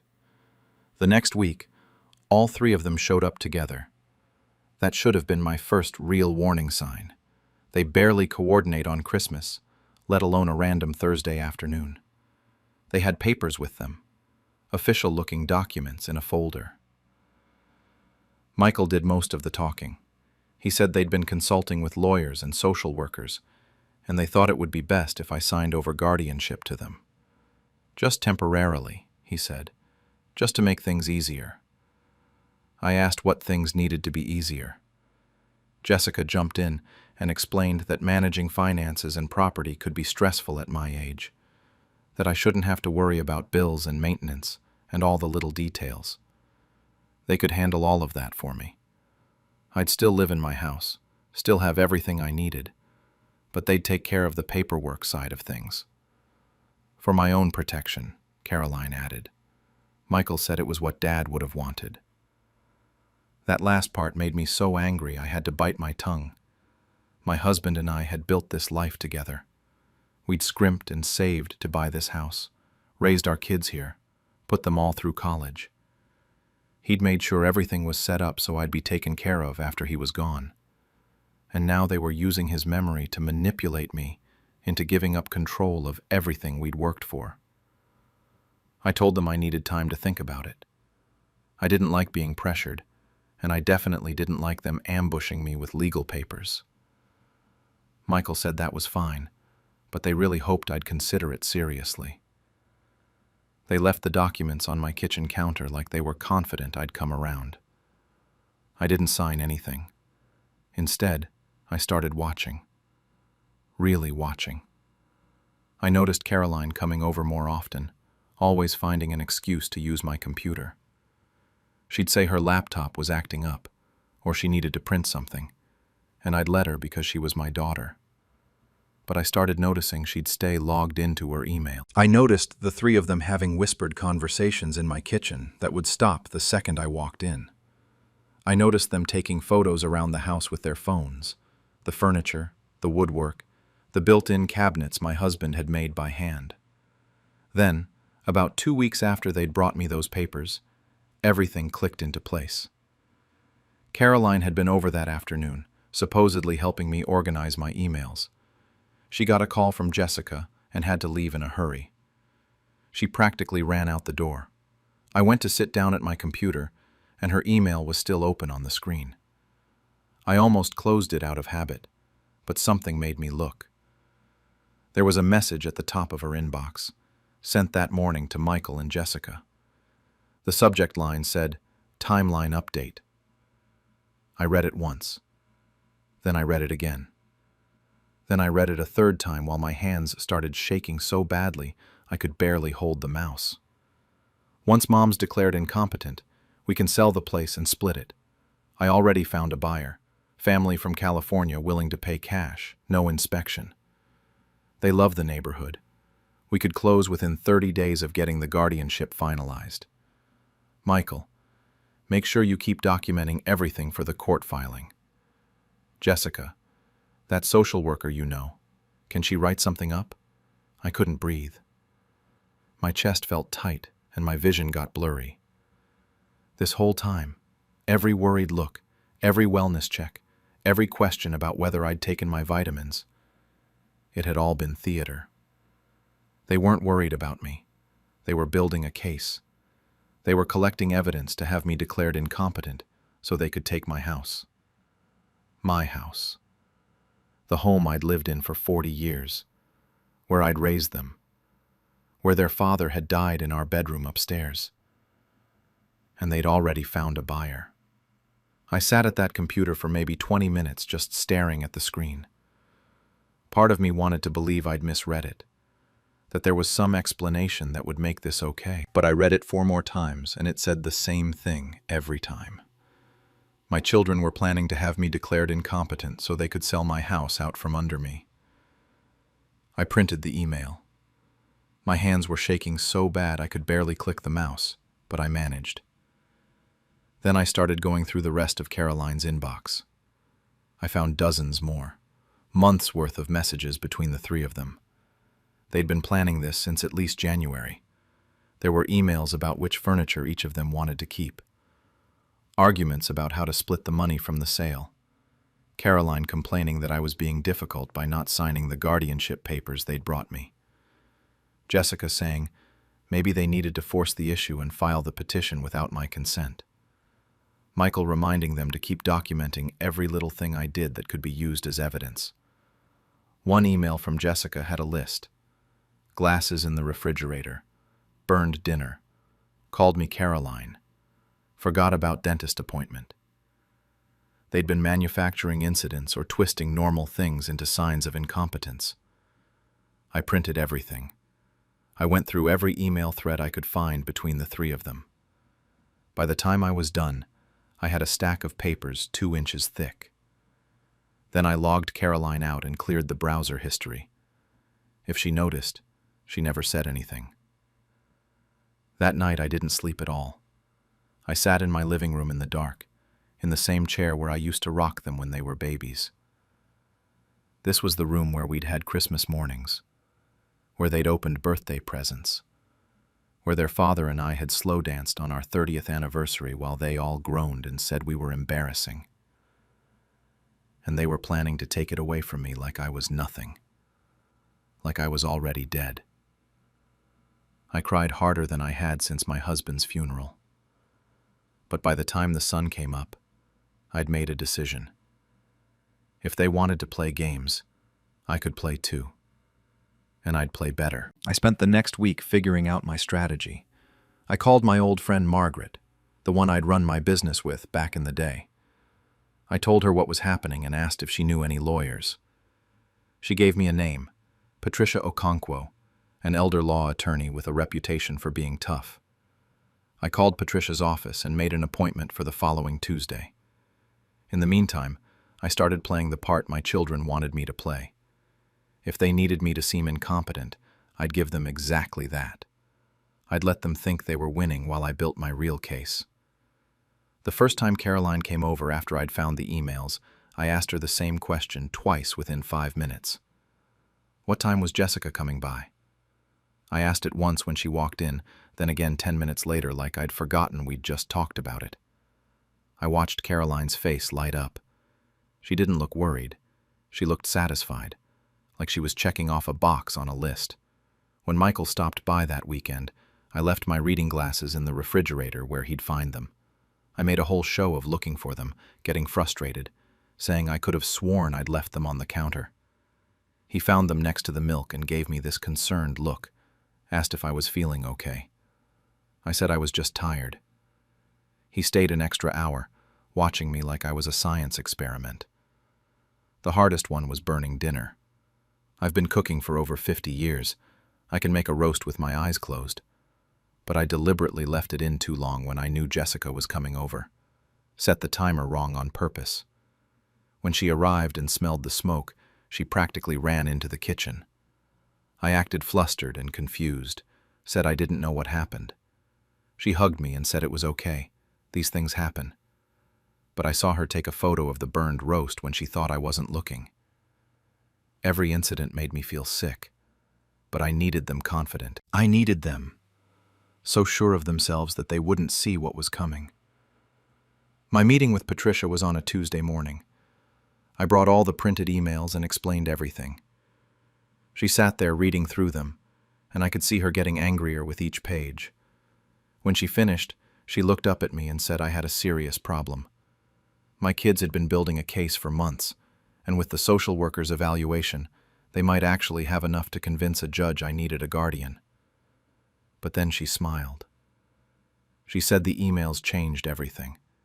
If we could prove they were doing this for financial gain and not out of genuine concern, their petition would fall apart. Better yet, we might be able to get them investigated for attempted financial exploitation. She told me what I needed to do. Document everything. Photograph everything in my house with timestamps to prove I was organized and managing fine. Make copies of all my financial records showing I'd been handling my accounts correctly. And most importantly, record every conversation with my children from here on out. That last one felt wrong at first, recording my own kids. But then I thought about those emails, about them discussing my furniture like I was already gone, and I ordered a small recording device online. It took me 3 tries to figure out how to work the damn thing, but I got it eventually. The recordings were brutal. I'd put the device in my pocket whenever one of them came over, and I'd listen to the files later that night. Hearing your children talk about you like you're an obstacle to get around does something to you. Caroline told Michael she wanted to use her share of the house money for a down payment on a bigger place in the suburbs. Jessica said I'd probably be happier in a nursing home anyway, that I'd make friends there and wouldn't be so isolated. Michael said they just needed to get through the hearing, and once it was done, they could move me wherever they wanted. Not once did any of them actually say they were worried about my health or safety. It was always about the house, the money, what they'd do with their share. Like I was already erased. I kept playing my part. Forgot where I'd put my keys. Mixed up the days of the week. Asked Caroline if she'd talked to her sister when she was standing right next to Jessica. Each time I did something, I'd see them exchange those looks. I could practically hear them adding it to their list. 6 weeks after I'd found that first email, a process server showed up at my door. They'd filed the guardianship petition. The court date was set for 3 weeks out. I read through the papers. Everything was there. The social worker's evaluation, a statement from their lawyer, affidavits from all 3 of my children describing incident after incident of my supposed decline. Caroline came over that evening to talk about the papers. She sat me down and explained it all very slowly, like I was a child who wouldn't understand. She said the court just wanted to make sure I was safe, that this was all routine, that I shouldn't worry because they'd handle everything. I nodded along and asked a few confused questions. Played it perfectly. Inside, I was counting down the days until that hearing. They had no idea what was coming. The morning of the hearing, I woke up at 5. I'd barely slept, but I felt sharp, alert. I dressed in a navy pantsuit I'd bought specifically for this. Nothing too fancy, but professional. I did my hair and makeup carefully. I wanted to walk into that courtroom looking competent and strong, not like the confused old woman they'd been describing in their affidavits. Patricia met me outside the courthouse at 8:30. My children were already there with their lawyer, some guy in an expensive suit who looked like he did this kind of thing for a living. When they saw me with Patricia, I watched the confusion ripple across their faces. Caroline started walking toward me, but I turned away and followed Patricia inside. I heard Caroline call my name, but I didn't look back. We sat on opposite sides of the courtroom. I could feel them staring at me, but I kept my eyes forward. The judge came in, and we all stood. Then their case started. Their lawyer went first, laying out why they believed I needed a guardian. He talked about my age, about living alone in a large house, about the challenges of managing finances and property at my stage of life. Made it all sound so reasonable. Then he called the social worker, Linda. She testified about the evaluation she'd done at my house. Said I'd passed most of the cognitive tests, but there were some concerning signs. Hesitation on certain questions. Difficulty with complex math. She said I seemed isolated and possibly not maintaining the home adequately. Patricia didn't cross-examine her much. She asked a few questions about what specifically concerned her, and Linda admitted that nothing was definitive, just potential indicators of early decline. Then my children testified. Michael went first. He talked about finding my glasses in the refrigerator, described how I'd seemed confused about what day it was, said he was worried I wasn't eating properly. He actually teared up talking about how hard this was, how much he loved me, how he just wanted to make sure I was safe. Jessica was next. She described the burned roast incident in detail, talked about how I'd seemed flustered and disoriented, mentioned that I'd been mixing up their names more frequently, said she'd noticed the house wasn't as clean as it used to be, that things seemed disorganized. Caroline went last. She cried, real tears streaming down her face, talked about how terrified she was that something would happen to me, how she'd wake up at night worrying that I'd left the stove on or fallen down the stairs. Said she'd tried to talk to me about getting help, but I was in denial about my limitations. She made it sound like this whole thing was breaking her heart. I sat there taking notes the entire time, kept my face neutral. Patricia had coached me on this. Don't react, don't show emotion, just observe. Let them think they're winning. When it was our turn, Patricia started by cross-examining each of them. She asked Michael about his finances. Was he currently employed? Did he have any outstanding debts?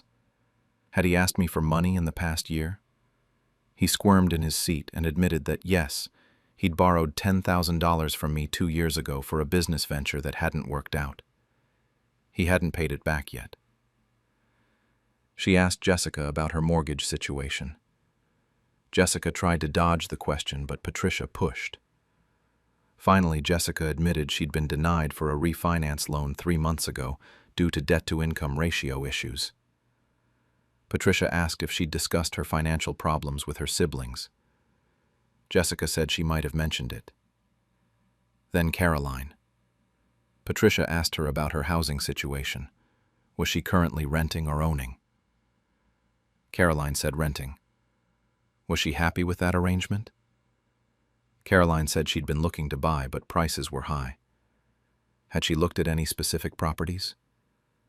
Caroline's face went pale. She admitted she'd been browsing listings, but hadn't made any offers. Then Patricia entered the emails into evidence, all of them. She handed copies to the judge and to their lawyer. I watched Caroline's face go white. Michael looked like he might throw up. Their lawyer flipped through the pages, and I could see his jaw tightening. They clearly hadn't told him about the emails. Patricia read several of them out loud. The one about finding a buyer, the one about splitting the proceeds, the one where they discussed what furniture each of them wanted. The courtroom was dead silent except for her voice. When she finished, she looked at the judge and said, "These emails demonstrated a clear pattern of financial motivation, rather than genuine concern for my welfare." But she wasn't done. She played the recordings. 3 of them, carefully selected. The first was Caroline and Michael discussing using the house money. Caroline's voice came through the speakers, talking about the down payment she wanted to make. The second was Jessica, saying I'd probably be happier in a nursing home, that I'd make friends there. The third was Michael, saying once the hearing was over, they could move me wherever they wanted.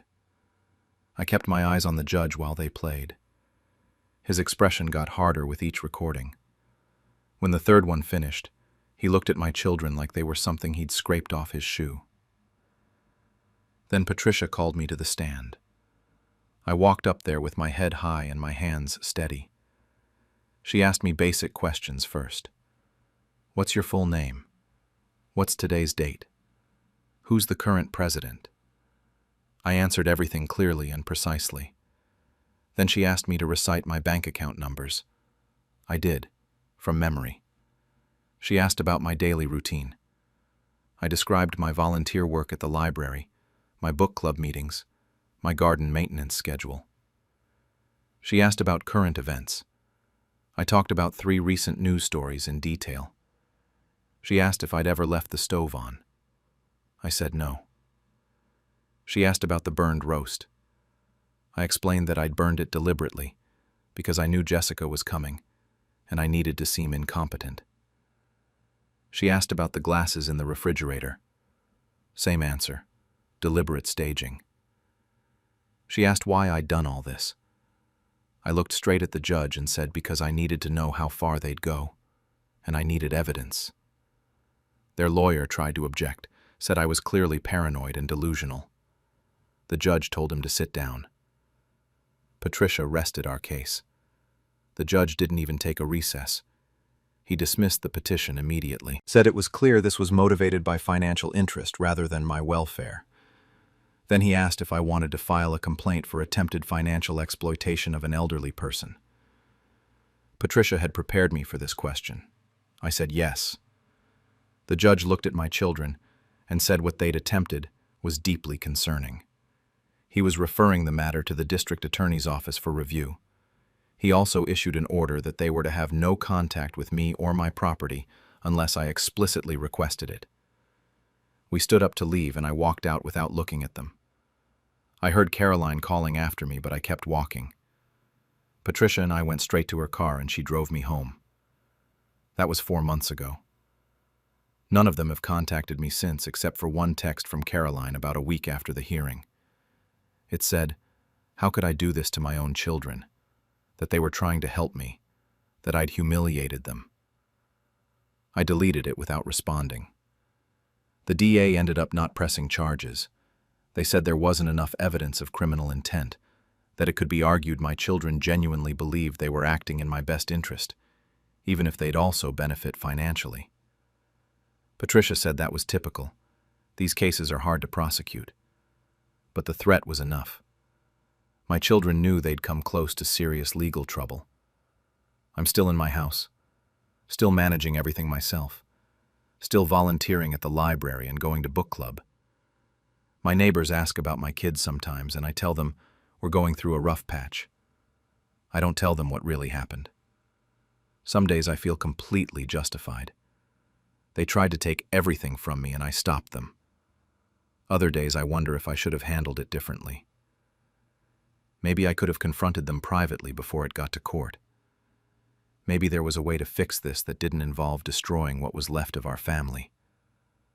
But then I think about those emails, those recordings. How easily they talked about erasing me from my own life. And I think maybe some things can't be fixed. Maybe some betrayals are too deep. I lost my 3 children over this. They probably tell people I'm the villain in this story. The paranoid old woman who turned on her loving kids. And maybe I am. But I'm a villain who still has her home, her independence, and her dignity. I guess that's what it cost to keep those things. I just didn't realize the price would be this high. They laughed when I said I'd leave everything to a stranger. Now they're the ones begging for forgiveness. I, 68, a retired mechanic, never thought I'd be standing in my own driveway telling my son Brian, 42, and daughter Lisa, 39, to get off my property. But here we are. They showed up this morning, both of them screaming about what I did with the house. Brian's face was red, veins popping in his neck. Lisa was crying those angry tears where you know someone's more furious than sad. They wanted to know how I could betray them like this, how I could give away their inheritance to strangers. I told them it was my house and shut the door. That probably sounds harsh without context, so let me back up 6 months to explain how we got here. I built this house with my late wife Sarah 30 years ago. Did most of the work myself, with her handing me tools and making sure I didn't cut any corners. After she died 3 years back, I threw myself into being there for the kids and grandkids. Sunday dinners every single week. Didn't matter if I was tired or had plans. I fixed Brian's truck probably a dozen times, never charged him a cent. Lisa's minivan, too. I babysat whenever they needed it, sometimes on a few hours' notice. I gave both of them money over the years when things got tight. Brian got $15,000 when he started his business. Lisa got $10,000 when they bought their first house. I thought this was what family did. I thought this was my purpose after losing Sarah. About 4 months ago, Brian came over on a Wednesday afternoon. He had this serious look on his face and said we needed to talk about practical stuff. He told me I should add his name to my bank account, just in case something happened to me. For emergencies, he said. Made sense at the time. I'm getting older, and what if I had a stroke or something? I trusted him completely. He's my son. So I signed the paperwork at the bank without thinking twice about it. 3 months ago, I was checking my account balance online and noticed it was lower than it should have been. A lot lower. I went through the statements and found withdrawals I didn't make. $8,000 total, taken out over the course of a few weeks in amounts between $500 and $2,000. I called Brian right away, because I figured someone must have stolen from the account, maybe identity theft or something. He acted confused at first, then said, "Oh yeah, he'd borrowed some money and forgot to mention it." Called it a mix-up, promised he'd transfer it back by the end of the week. I felt relieved, honestly. Better that it was him than some scammer. But the end of the week came and went. No money. I gave it another week before I called him again. He said he was dealing with some cash flow issues, but he'd get it back to me soon. 2.5 months ago, I brought it up again at Sunday dinner. I tried to be casual about it, didn't want to make a scene in front of everyone. Brian got defensive immediately. Then Lisa jumped in and asked if I was sure I didn't take that money out myself. She said I'd been forgetting things lately. I hadn't been forgetting anything. I'm 68, not 98. My mind is sharp. But suddenly they were both looking at me like I was losing it. That's when I started keeping a notebook. I wrote down every transaction, every conversation, every time something felt off. I kept receipts for everything. The kids noticed the notebook one day and Brian made some comment about me being paranoid. Lisa agreed with him. They started talking to me slower, like I was a child. It made my blood boil, but I kept quiet and kept documenting. 6 weeks ago, I got a phone call from a place called Sunset Valley Senior Living. The woman on the phone was friendly, said my son Brian had contacted them about scheduling a tour for me. I told her there must be some mistake because I never asked for that. She seemed confused and apologized for bothering me. After I hung up, I sat there for a long time trying to figure out what was going on. I called Brian that night. He acted like it was no big deal. Said he and Lisa were just looking at options because the house was getting to be too much for me to maintain. I told him I maintained the house just fine, and I wasn't interested in senior living facilities. He said we could talk about it later and changed the subject. That conversation stuck with me, though. Something felt wrong. 4 weeks ago, I couldn't sleep. It was around 2 a.m. and I was lying in bed thinking about Sarah, about the kids, about that phone call from the senior living place. I grabbed my tablet and started browsing around online. I used to look at real estate listings with Sarah back in the day. It was kind of a hobby for us, looking at houses we'd never buy and talking about what we'd change about them. I was scrolling through local listings when I saw my own house. My actual house. The one I was lying in. There were photos of my living room, my kitchen, the bedroom Sarah and I shared. Someone had been inside my house taking professional real estate photos without me knowing. The listing price was $475,000. It was listed by some agent I'd never heard of, but when I clicked on the details, I saw it was Brian's buddy from high school, the guy he plays poker with. I got out of bed and checked every room. Nothing else seemed disturbed. They must have done it when I was out running errands or at my physical therapy appointments.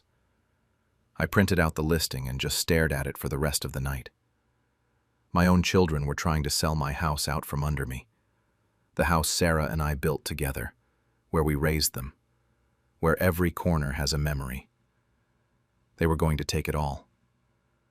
I sat there at 2 a.m., staring at photos of my own living room on a real estate website, and realized my children were trying to steal everything Sarah and I built together.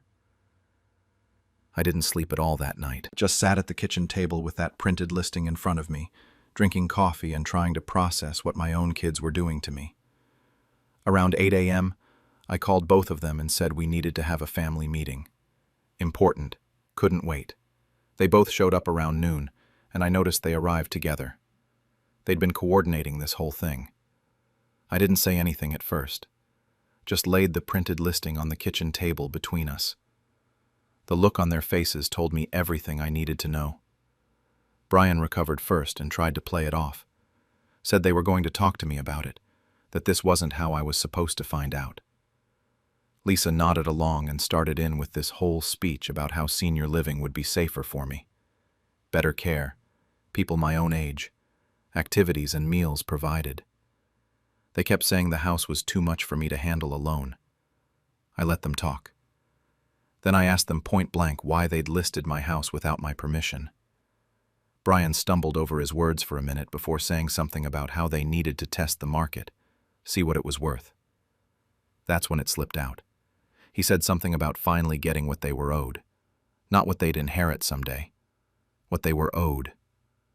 Like I owed them my house while I was still living in it. The whole story came out after that. Brian's in deep with gambling debts. $50,000 deep. Online poker, sports betting, all of it. Lisa's husband got laid off 8 months ago, and they're 3 months behind on their mortgage. They'd been planning this for months. The senior facility, the house listing, all of it. They figured they'd put me somewhere cheap, sell the house, split the money, and solve all their problems. The $8,000 Brian stole was supposed to be the down payment for the senior living place he'd already picked out for me. I told them to get out. Brian said I wasn't thinking clearly, and that's exactly why they needed to make decisions for me. He actually threatened to pursue power of attorney. Lisa started crying, said I was being cruel, and that Mom would have wanted me to help family. Using Sarah against me like that was the moment I knew there was no coming back from this. I told them both to leave and not come back. They left shouting that I'd regret this, that they'd find a way to protect me from myself. The next few weeks were hell. They started calling relatives, telling everyone I was having memory problems and acting irrational. My cousin called asking if I was okay. My nephew stopped by unannounced to check on me. Even my neighbor mentioned that Brian had talked to her about his concerns for my well-being. They were building a case, making me look incompetent so they could take control. The Sunday dinners stopped, obviously. I stopped hosting and they stopped pretending to care. What really hurt was when the grandkids stopped coming around. Brian has 2 kids, ages 12 and 9. Lisa has 3, ages 14, 11, and 7. Those kids used to come over all the time. Suddenly, nothing. I realized Brian and Lisa were using them as leverage, keeping them away to punish me. My lawyer buddy from the VFW, Jim, stopped by to check on me after he heard some rumors going around. I told him everything. Showed him the documentation, the notebook, the bank statements, the real estate listing. Jim got quiet for a long time, then told me he'd seen this exact thing happen to 3 other guys from the veterans group. Adult kids trying to take everything before their parents were even gone. He said we needed to act fast because Brian was serious about the guardianship thing. I found out through Jim that Brian had actually contacted a lawyer about it. Had a consultation and everything. They were building a case that I couldn't manage my own affairs. The missing money that Brian stole was going to be used as evidence that I was careless with finances. The notebook I'd been keeping would be twisted into paranoid behavior. It was all part of their plan. I spent a few days barely functioning. Didn't eat much. Couldn't sleep. I'd walk through the house and see Sarah everywhere. The kitchen where she taught Lisa to bake. The garage where I showed Brian how to change oil. The backyard where we had birthday parties and barbecues. I kept thinking about how they were willing to throw me away like garbage to fix their own mistakes. Part of me just wanted to give up. Let them have it all, and be done with the whole mess. Then I remembered something Sarah said years ago. Her brother was always asking to borrow money we didn't have. He'd guilt trip her about family obligations and how we should help him out. Finally, Sarah had enough and told him no. He called her selfish. She hung up on him and turned to me and said this thing I never forgot. She said, "You don't owe anyone who treats you like a burden." That night when she said it, I told her she was right. Now I was hearing her voice in my head saying it again. That's when I decided I wasn't just going to fight back. I was going to make absolutely sure they never got a penny of what they thought they deserved. Jim helped me file a fraud report for the $8,000. We removed Brian's name from all my accounts. I changed the locks on the house and got security cameras installed, the kind that record to the cloud so no one could destroy the footage. Every entrance covered. But that wasn't enough. Jim mentioned something about a veteran charity that helps homeless vets get back on their feet. They had this program where veterans could donate property to the charity in exchange for life tenancy. Basically, I'd live rent-free in my own house until I died, keeping complete control of everything.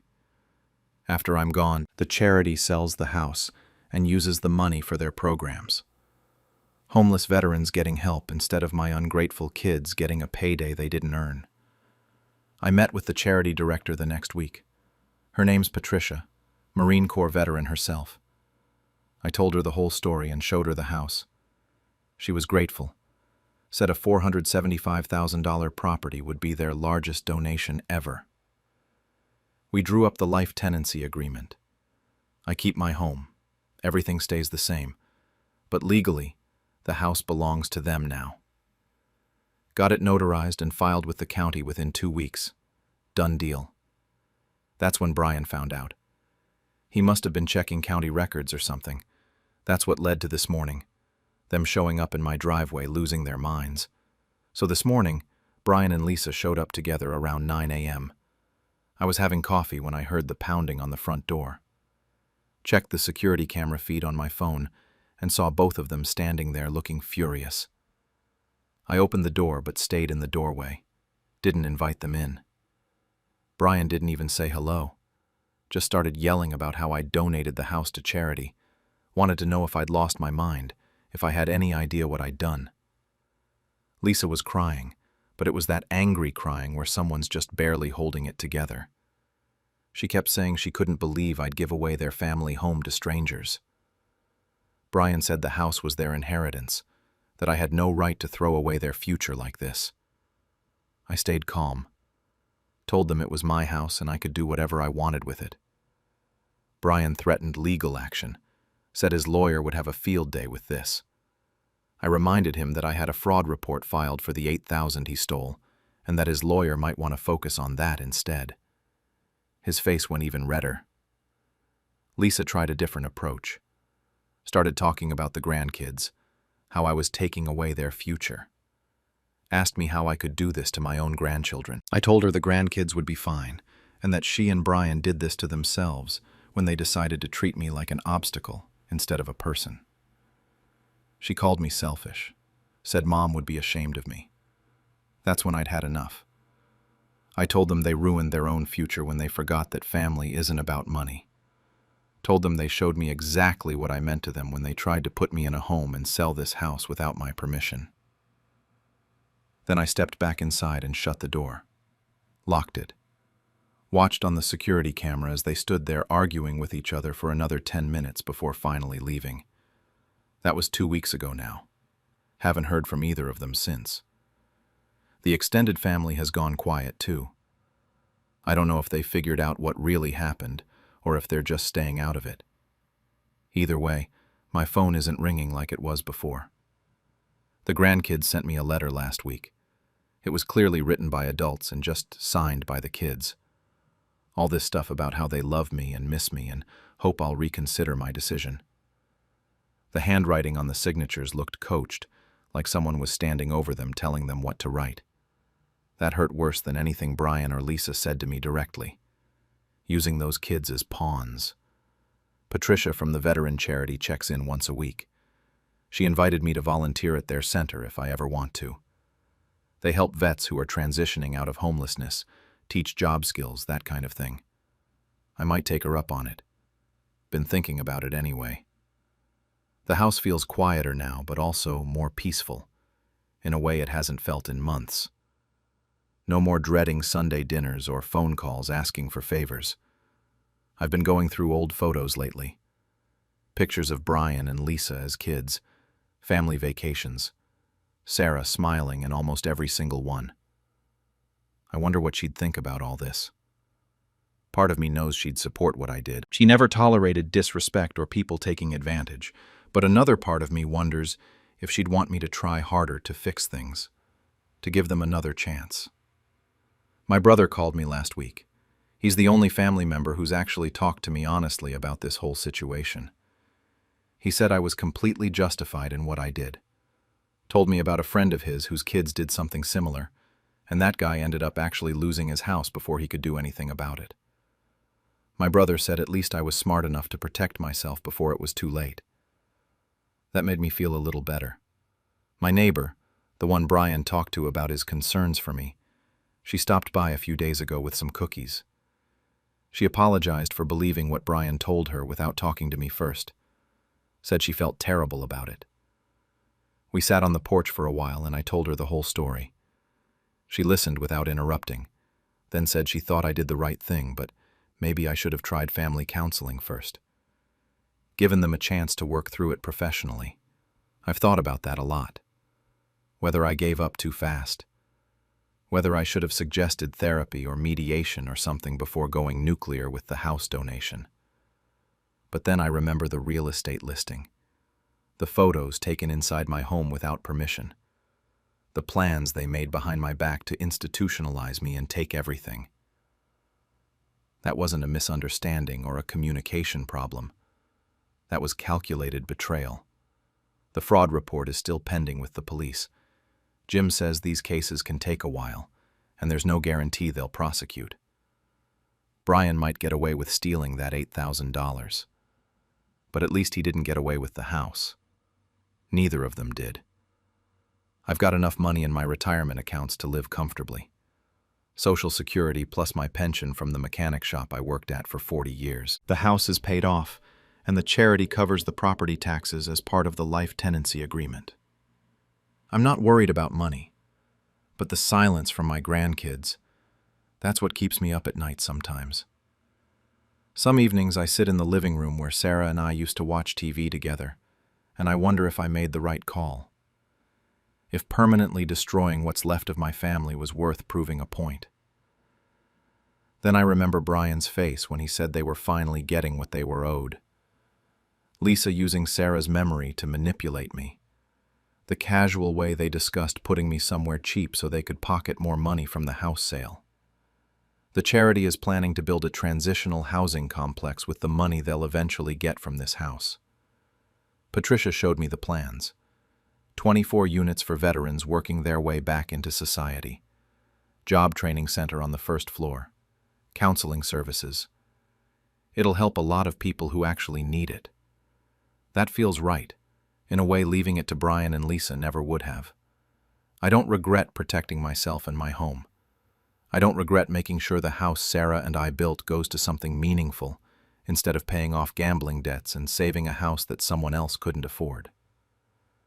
What I do wonder about is whether there was any version of this where my family stays intact, whether I should have seen this coming years ago and done something different.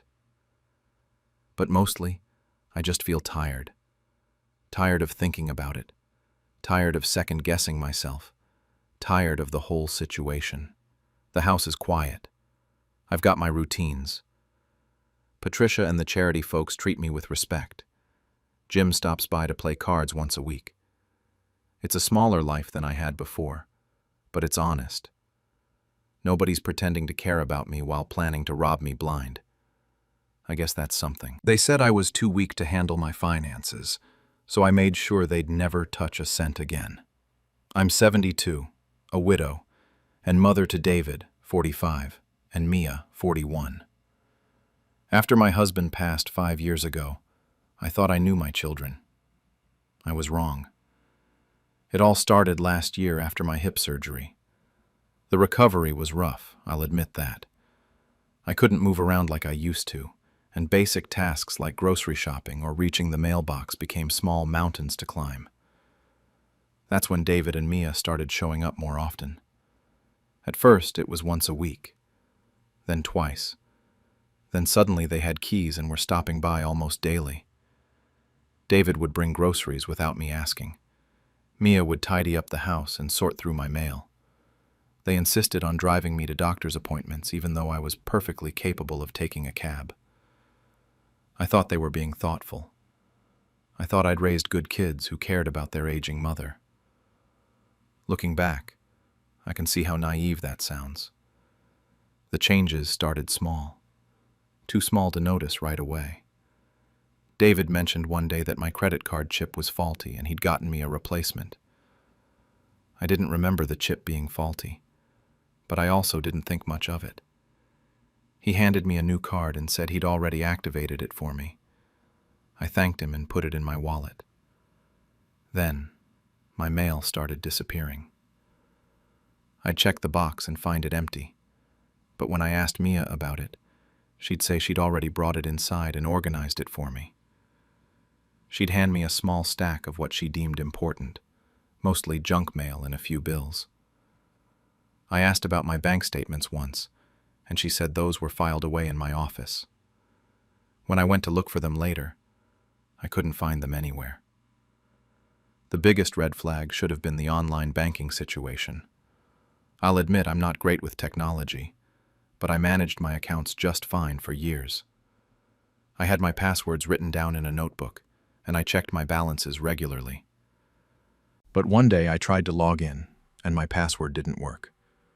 I called David, and he said he'd reset it for me, because the account had been locked due to suspicious activity. He said he'd handle the online stuff from now on, so I wouldn't have to worry about it. I asked him to write down the new password for me. He said he would, but he never did. Every time I brought it up, he'd say he forgot, or that he'd do it later. Eventually, he just started saying I didn't need to worry about it anymore, that he had everything under control.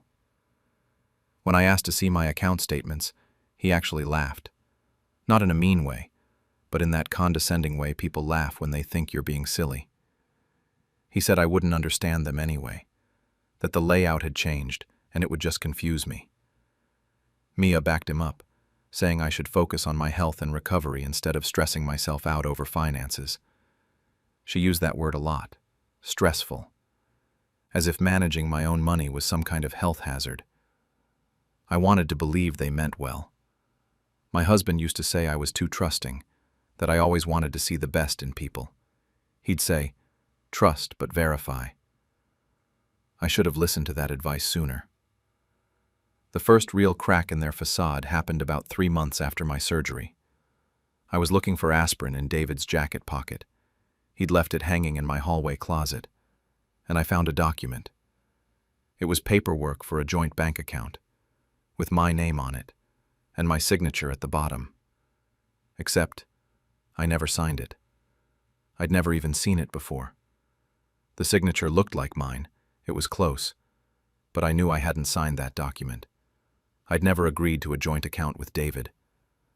I stared at that paper for probably 10 minutes, my hands shaking. This wasn't a mistake. Someone had practiced my signature well enough to forge it. I didn't confront him right away. Part of me still wanted to believe there was an explanation. Maybe I had signed it and forgotten. Maybe the surgery had affected my memory more than I thought. But deep down, I knew the truth. I just wasn't ready to face it yet. Then came the phone call that changed everything. It was a Tuesday afternoon. I was watching my usual soap opera when my phone rang. The woman on the other end identified herself as a representative from my life insurance company. She was calling to confirm the recent beneficiary change on my policy. I nearly dropped the phone. I asked her to repeat what she'd said.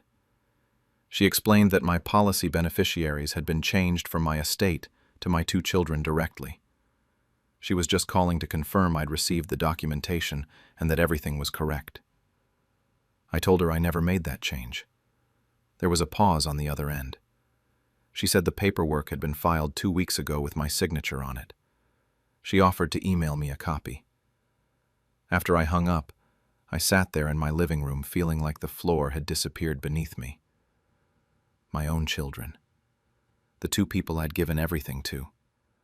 The ones I'd raised and loved and sacrificed for. They were stealing from me. I found the paperwork that same day. They hadn't even bothered to hide it. It was sitting right there on my dining room table, mixed in with some other mail Mia had organized for me. There was my signature again, forged just like the one on the joint account document. That night, I couldn't sleep. I went through every drawer, every file, every stack of papers in my office. I found 3 more documents with forged signatures. Bank withdrawal authorizations, a change of address form for my financial statements, redirecting them to David's house. Another credit card application I'd never filed. I checked my bank statements, the ones I'd finally found hidden in the back of a filing cabinet. There were withdrawals I didn't recognize. Small amounts, a few hundred here and there. Nothing large enough to trigger any alerts or make me notice if I wasn't looking carefully. But they added up. Thousands of dollars. Gone. They'd been planning this for months, maybe longer. They'd waited until I was vulnerable, until I needed help, and then they'd moved in like vultures. They'd seen my hip surgery as an opportunity, not to help their mother, but to help themselves to her money. That's when I stopped being their victim and started planning my own move. Because if they thought I was too weak and confused to notice what they were doing, they were about to learn exactly how wrong they were. I didn't sleep that night. I sat at my kitchen table with all the forged documents spread out in front of me, trying to understand how it had come to this. These were my children. I'd changed their diapers, stayed up with them when they were sick, helped them through college. And this is what I got in return. By morning, I'd made a decision. I was going to confront them, not because I thought they'd suddenly confess and apologize, but because I needed to see their faces when I called them out. I needed to know if there was any part of my children left in there, or if greed had completely taken over. I called them both and asked them to come over that afternoon. I said it was important. They probably thought I wanted to discuss my will or sign over more access to my accounts. They showed up within an hour of each other, both looking concerned in that performative way people do when they're pretending to care. I laid out all the documents on the kitchen table. The forged joint account paperwork, the insurance beneficiary change, the withdrawal authorizations, the credit card applications, everything. David saw them first. For just a second, his face went pale. Then he laughed. Actually laughed. He said I was confused, that I'd probably forgotten signing these things. He picked up the insurance paperwork and waved it around like it was a joke. Mia started crying immediately. She's always been the emotional manipulator of the two. She asked how I could accuse them of something like this. Said she was hurt that I didn't trust them. She said they'd been working so hard to help me, and this is how I repaid them. I stayed calm. I asked them directly if they forged my signature. David said of course not, that I'd signed everything myself, but the medication from my surgery had probably affected my memory. He said it so confidently, like he'd rehearsed that line. Mia nodded along, dabbing at her eyes with a tissue. That's when David said the thing that really got to me. He said they were doing this for me, that I couldn't handle my finances alone anymore. He said I was getting older and making mistakes, and they were just protecting my assets. Not protecting me, protecting my assets. Mia jumped in and said they were going to tell me about everything. Eventually. They were just waiting for the right time. She said they were trying to make sure I'd be taken care of if something happened, that they were thinking of my future. Our future, she corrected herself. I asked them why they didn't just talk to me about it if they were so concerned. Why all the secrecy and forged signatures? David got frustrated then. He said I was being unreasonable, that I clearly wasn't thinking straight if I was accusing my own children of theft. He said maybe we should talk about getting me evaluated by a doctor. Maybe consider assisted living, where people could keep an eye on me. That threat hung in the air. They were already planning their next move. If I didn't cooperate, they'd try to have me declared incompetent. They'd probably already looked into it. I backed down. I apologized for overreacting. I said maybe they were right. Maybe I was confused. I watched them both relax. David put his hand on my shoulder and said he was glad I understood.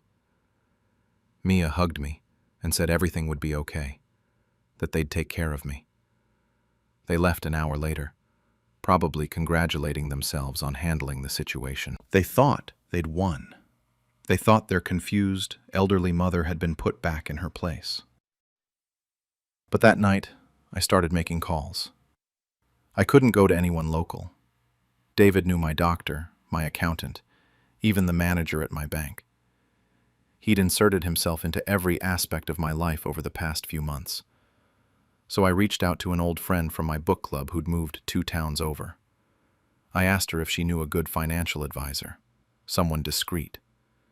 She gave me a name without asking questions. I met with the advisor 3 days later at a coffee shop in her town. I brought all the documentation with me in a large envelope. I showed her everything. She looked through it all carefully, and when she looked up at me, her expression was serious. She said this was textbook elder financial abuse. She said I needed an attorney immediately. She recommended someone. I met with him the next day, again 2 towns over where David and Mia wouldn't see my car. The attorney was younger than I expected, maybe in his 30s, but he knew his stuff. He looked through everything and started making notes. He said we could file a police report for fraud, but he recommended we first secure all my assets and cut off their access completely. Then we'd have leverage if we needed it. Over the next 2 weeks, I met with him and the financial advisor 4 more times. David and Mia didn't notice. I told them I was going to physical therapy appointments or meeting friends for lunch. They didn't care enough to verify. During those meetings, we revoked everything. The joint accounts were closed. I changed every password, every PIN, every security question. We filed fraud reports with my bank and credit card companies. I moved the bulk of my savings into a private, irrevocable trust that only I controlled. The attorney helped me set it up so that even if they somehow got power of attorney, they couldn't touch it. We changed all my beneficiaries back to what they were supposed to be. We added fraud alerts to all my credit reports. I opened new accounts at a completely different bank, one David had never heard of. We even got me a new phone number that I didn't give to them, just in case. The hardest part was acting normal during their visits. David still came by twice a week. Mia called every other day.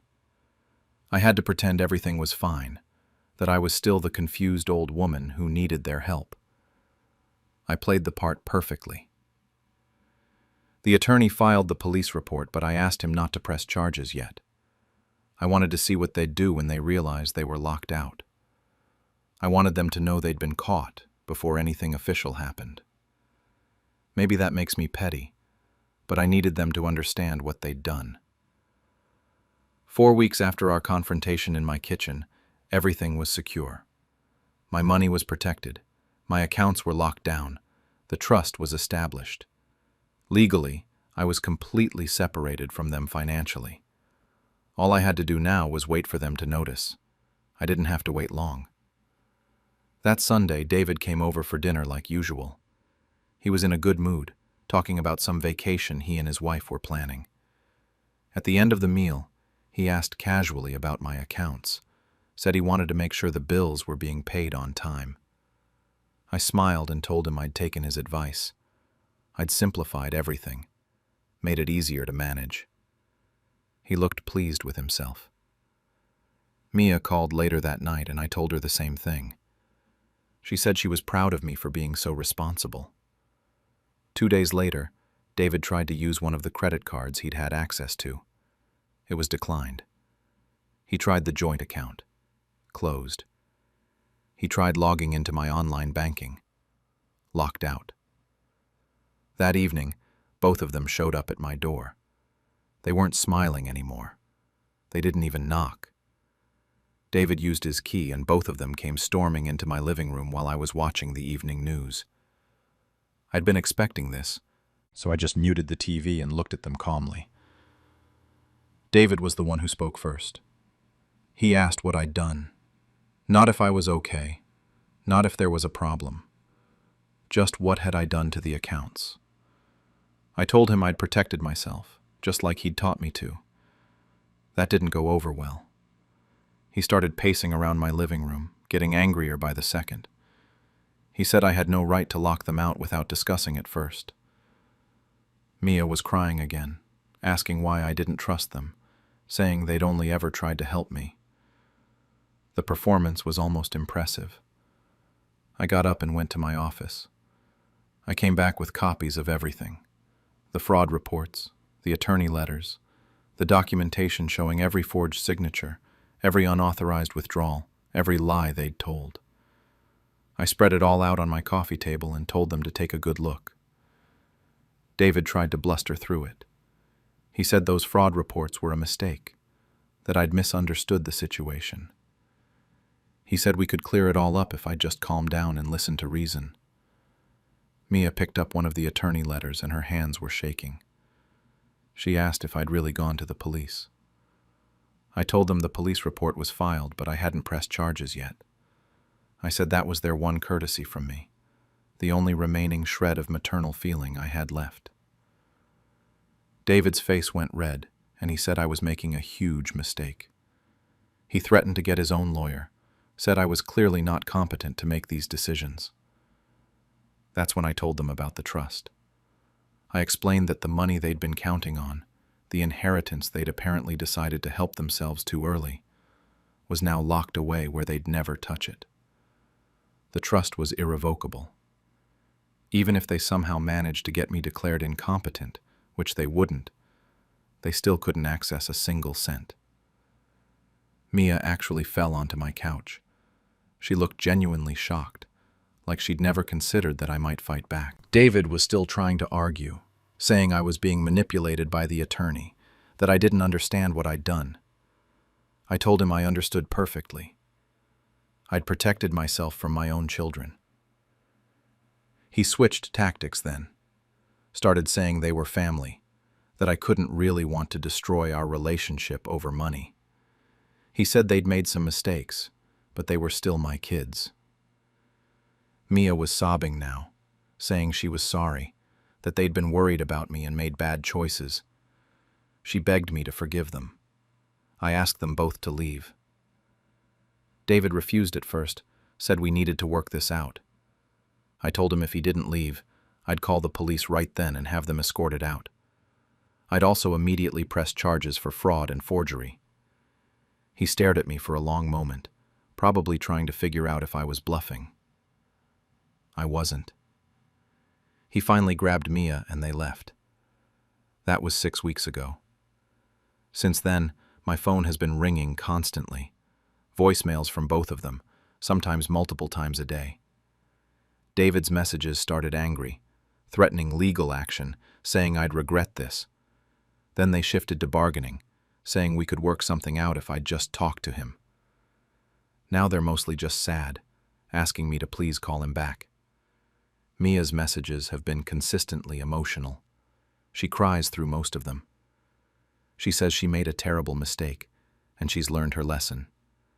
She says she can't sleep knowing I hate her. She sent flowers last week with a card that said they were wrong and begging for another chance. The worst was when Mia showed up with my grandchildren 2 weeks ago. She brought David's kids and her own daughter. The kids ran up to hug me, and I felt like the worst person in the world. My granddaughter asked why I hadn't come to her piano recital. I didn't even know there was a piano recital. Mia stood there with tears in her eyes, saying the kids missed me. She said she understood if Mia couldn't forgive her, but the kids didn't deserve to lose their grandmother. That one hurt. She knew exactly what she was doing, using them like that. I told the kids I loved them, but I needed to talk to their mother alone. Once they were back in the car, I told Mia that what she did to me was unforgivable, and using her children as emotional blackmail just proved she hadn't learned anything.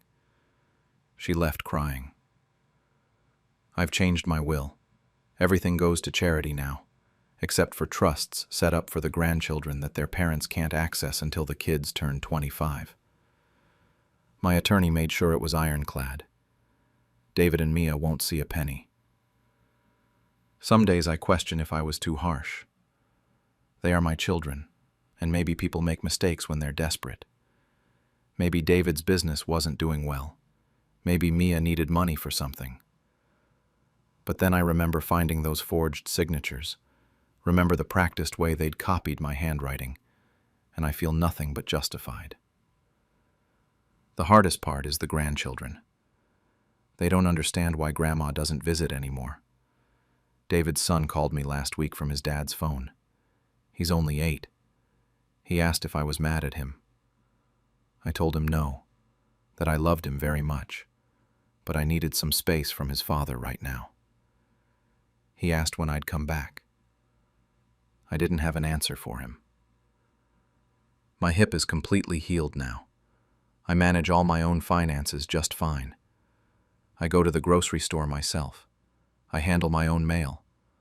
I'm doing everything David and Mia claimed I couldn't do. Turns out I was never the problem. Last week I got a letter from David. Not a text or voicemail, an actual handwritten letter.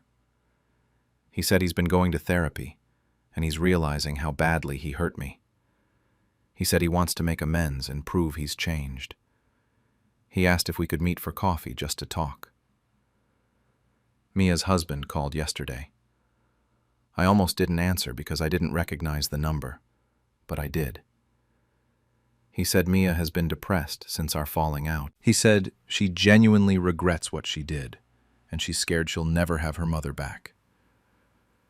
He asked if there was anything she could do to fix this. Part of me wants to believe them. Part of me remembers when they were little, when David would bring me flowers from the garden and Mia would draw me pictures. Those kids are in there somewhere, aren't they? But then I remember my attorney's words. He said abusers often repeat patterns. He said people who exploit vulnerable family members rarely change. They just get better at hiding it. He advised me to maintain distance. I haven't responded to David's letter. I haven't called Mia's husband back. I'm living alone, managing fine, and my money is safe. My dignity is intact. But the voicemails keep coming, and sometimes late at night, I listen to them. I hear my children's voices asking for forgiveness, and I wonder if I'm making the right choice, or if I'm going to die alone and bitter because I couldn't let go of what they did to me. They thought I'd forget what they did, but I waited until the perfect moment to remind them. I'm a 74-year-old grandfather who spent his whole life believing family came first. My wife, Margaret, passed away 10 years ago, And since then, my world has pretty much revolved around my two sons and their families. David is my oldest at 48, and Eric is 45. Both of them have wives, kids, the whole package. I helped them buy their houses, babysat the grandkids whenever they needed, gave them money when times were tight. That's what you do for family, right? At least, that's what I always thought. A few years back, maybe 3 or 4 years ago now, things started feeling different. Nothing major at first, just small things that didn't quite sit right with me. David came to me one day and suggested he start handling some of my finances. He said it would be more convenient, that I was getting older, and it would be one less thing for me to worry about. Made sense at the time. I was in my early 70s, and honestly, keeping track of all the accounts and investments was getting to be a bit much. So I said yes. Seemed like a reasonable thing to do. Around the same time, I noticed Eric's visits were becoming less frequent. And when he did show up, it was always because he needed something. Money for his daughter's braces, help with a car repair. Could I watch the kids because he and his wife had plans? I never said no, but I started noticing the pattern. He'd swing by, stay for maybe an hour, get what he needed, and leave. The calls just to check in stopped happening. I told myself I was being paranoid, that maybe I was just lonely and reading too much into things. Then one day, I was going through some paperwork, trying to organize my files, and I found something that made my stomach drop. One of my investment accounts, the one I'd set up back in the 90s, had been transferred into David's name. Just like that. The account that had about $120,000 in it was no longer mine. I called him immediately, tried to keep my voice steady, asked him what was going on. He didn't even sound concerned. He just said it was temporary, that it was easier to manage things this way, that he was protecting the assets for tax purposes or something like that. A bunch of financial jargon that was probably supposed to make me feel stupid for questioning him. I didn't push it. That's the important part. I didn't confront him, didn't make a scene, didn't demand he change it back. I just said okay and hung up the phone. But something shifted in me that day. I started paying attention in a way I hadn't before.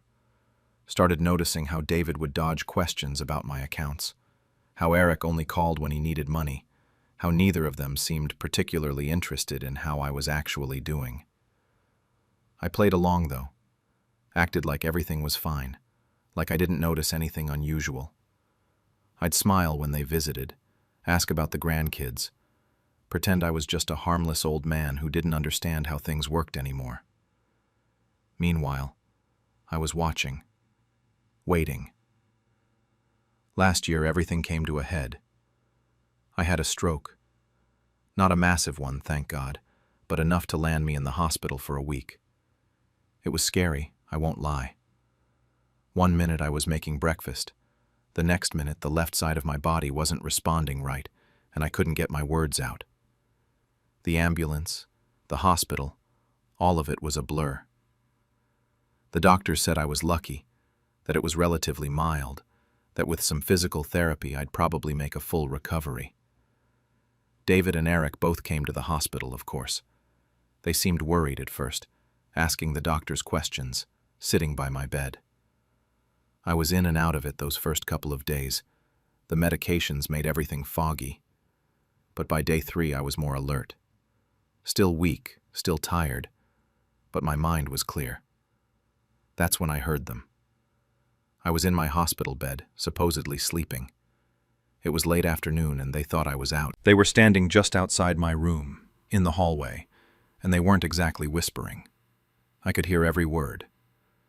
David was talking about a care home, not asking if I might need one eventually, not discussing options for when I was ready.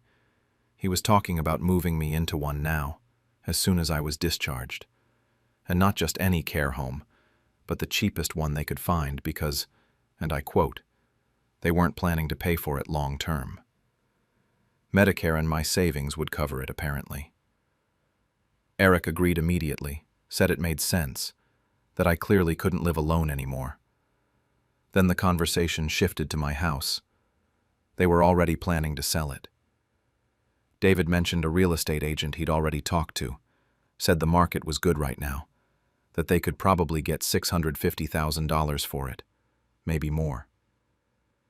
Eric asked how they'd split it. David said 50-50 seemed fair. I remember lying there, staring at the ceiling tiles, listening to my sons discuss dividing up my life like I was already dead. But the part that really got me, the part that made something inside me go cold, was when Eric said I probably wouldn't even notice. He actually laughed when he said it, said I was out of it half the time anyway, that the stroke had probably made me worse, that it would be easier this way. I didn't move, didn't call out, didn't let them know I'd heard a single word. I just lay there, breathing slowly, pretending to be asleep while they planned out how to dispose of me. When they came back into the room a few minutes later, I kept my eyes closed. David patted my hand and said something about how I needed to rest, that they'd take care of everything. Eric said they'd come back tomorrow. Then they left. That night, alone in that hospital room with just the beeping of the monitors and the footsteps of nurses in the hallway, I made a decision. I wasn't going to be their fool anymore. I wasn't going to let them warehouse me in some facility while they sold off everything I'd worked for. I wasn't going to pretend I didn't know what they were. What they didn't know, what they'd never bothered to ask about, was that I'd already been preparing for this moment. Even before the stroke, I'd taken steps. Because that investment account David transferred? That wasn't the first warning sign I'd ignored. It was just the one that finally made me stop ignoring them. I need to back up and explain something important. Before Margaret died, we set up a trust fund together. This was about 10 years ago, right after her cancer diagnosis. We knew we wanted to make sure everything was in order, that the boys would be taken care of when we were gone. The trust had a clause that activated upon my death, and originally, both David and Eric were listed as the primary beneficiaries. That was the plan when things were good, when I still thought my sons were the men I'd raised them to be. But 2 years ago, right after I discovered that investment account transfer, I went to see my lawyer. His name is Tom, and he's been handling my legal affairs for about 20 years now. I told him I wanted to make some changes to the trust. He didn't ask too many questions, just nodded and pulled out the paperwork. I removed both David and Eric as beneficiaries. All of it, the money, the house, the remaining investments, everything would now go to my late brother's children. My nieces, Sarah and Michelle. Those two had been visiting me every single week since Margaret died. Every Sunday afternoon they'd come by with their kids, bring groceries, sit and talk with me for a few hours. They never asked for money, never hinted that I owed them anything. They just showed up because they cared. So yeah, they were getting everything. Tom made sure the paperwork was ironclad. We even transferred the house deed into the trust right then and there. On paper, I didn't own my house anymore. The trust did, with Tom as the legal representative. Now, back to the hospital. After I was discharged, David and Eric started their campaign immediately. They came over together, sat me down at my own kitchen table, and told me they'd been looking at care facilities. They had brochures and everything, said it was for my own good, that I needed professional help, that they were worried about me living alone after the stroke. Eric even teared up a little when he said it, like he was genuinely concerned. I almost believed him. I agreed, just like that.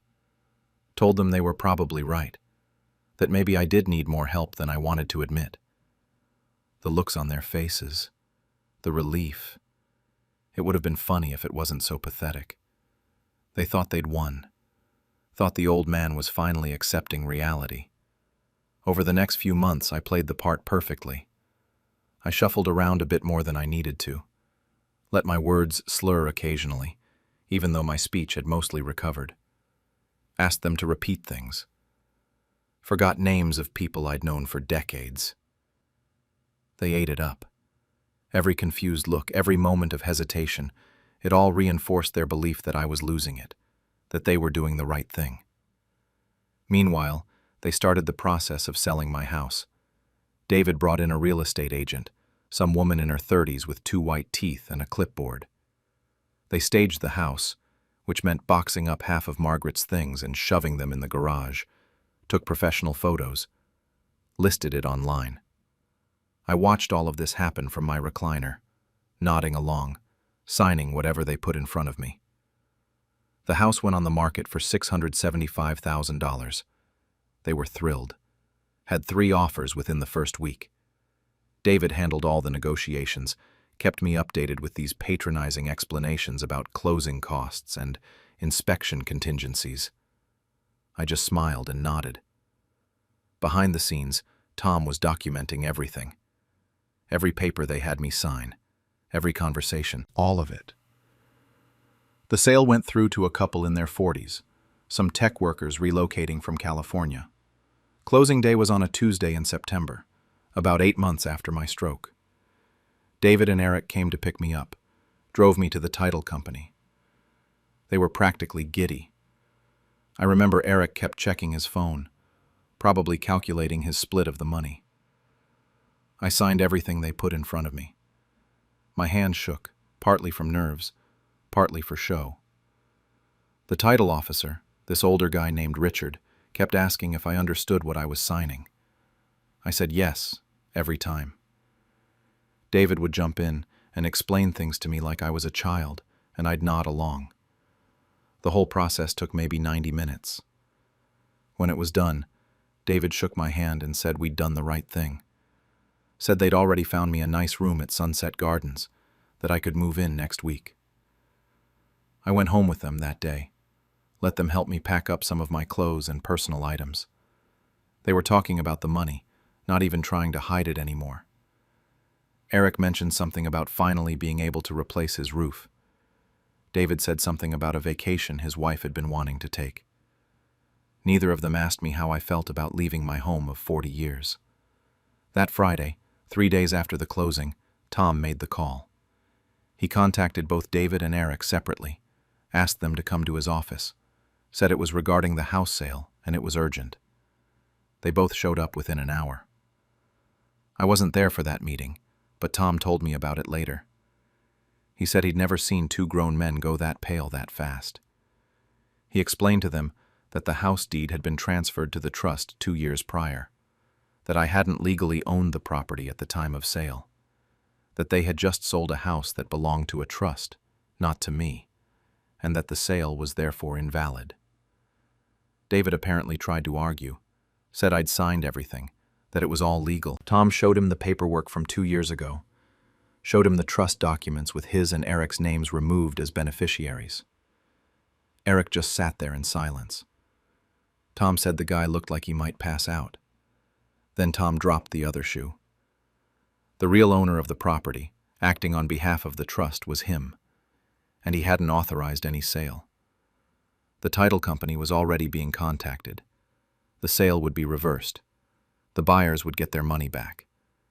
And David and Eric would be liable for any damages or legal fees. They called me that night, both of them, multiple times. I didn't answer. They showed up at my door the next morning, banging and ringing the doorbell. I watched them through the window, David's face red with anger, Eric looking like he might cry. I didn't open the door.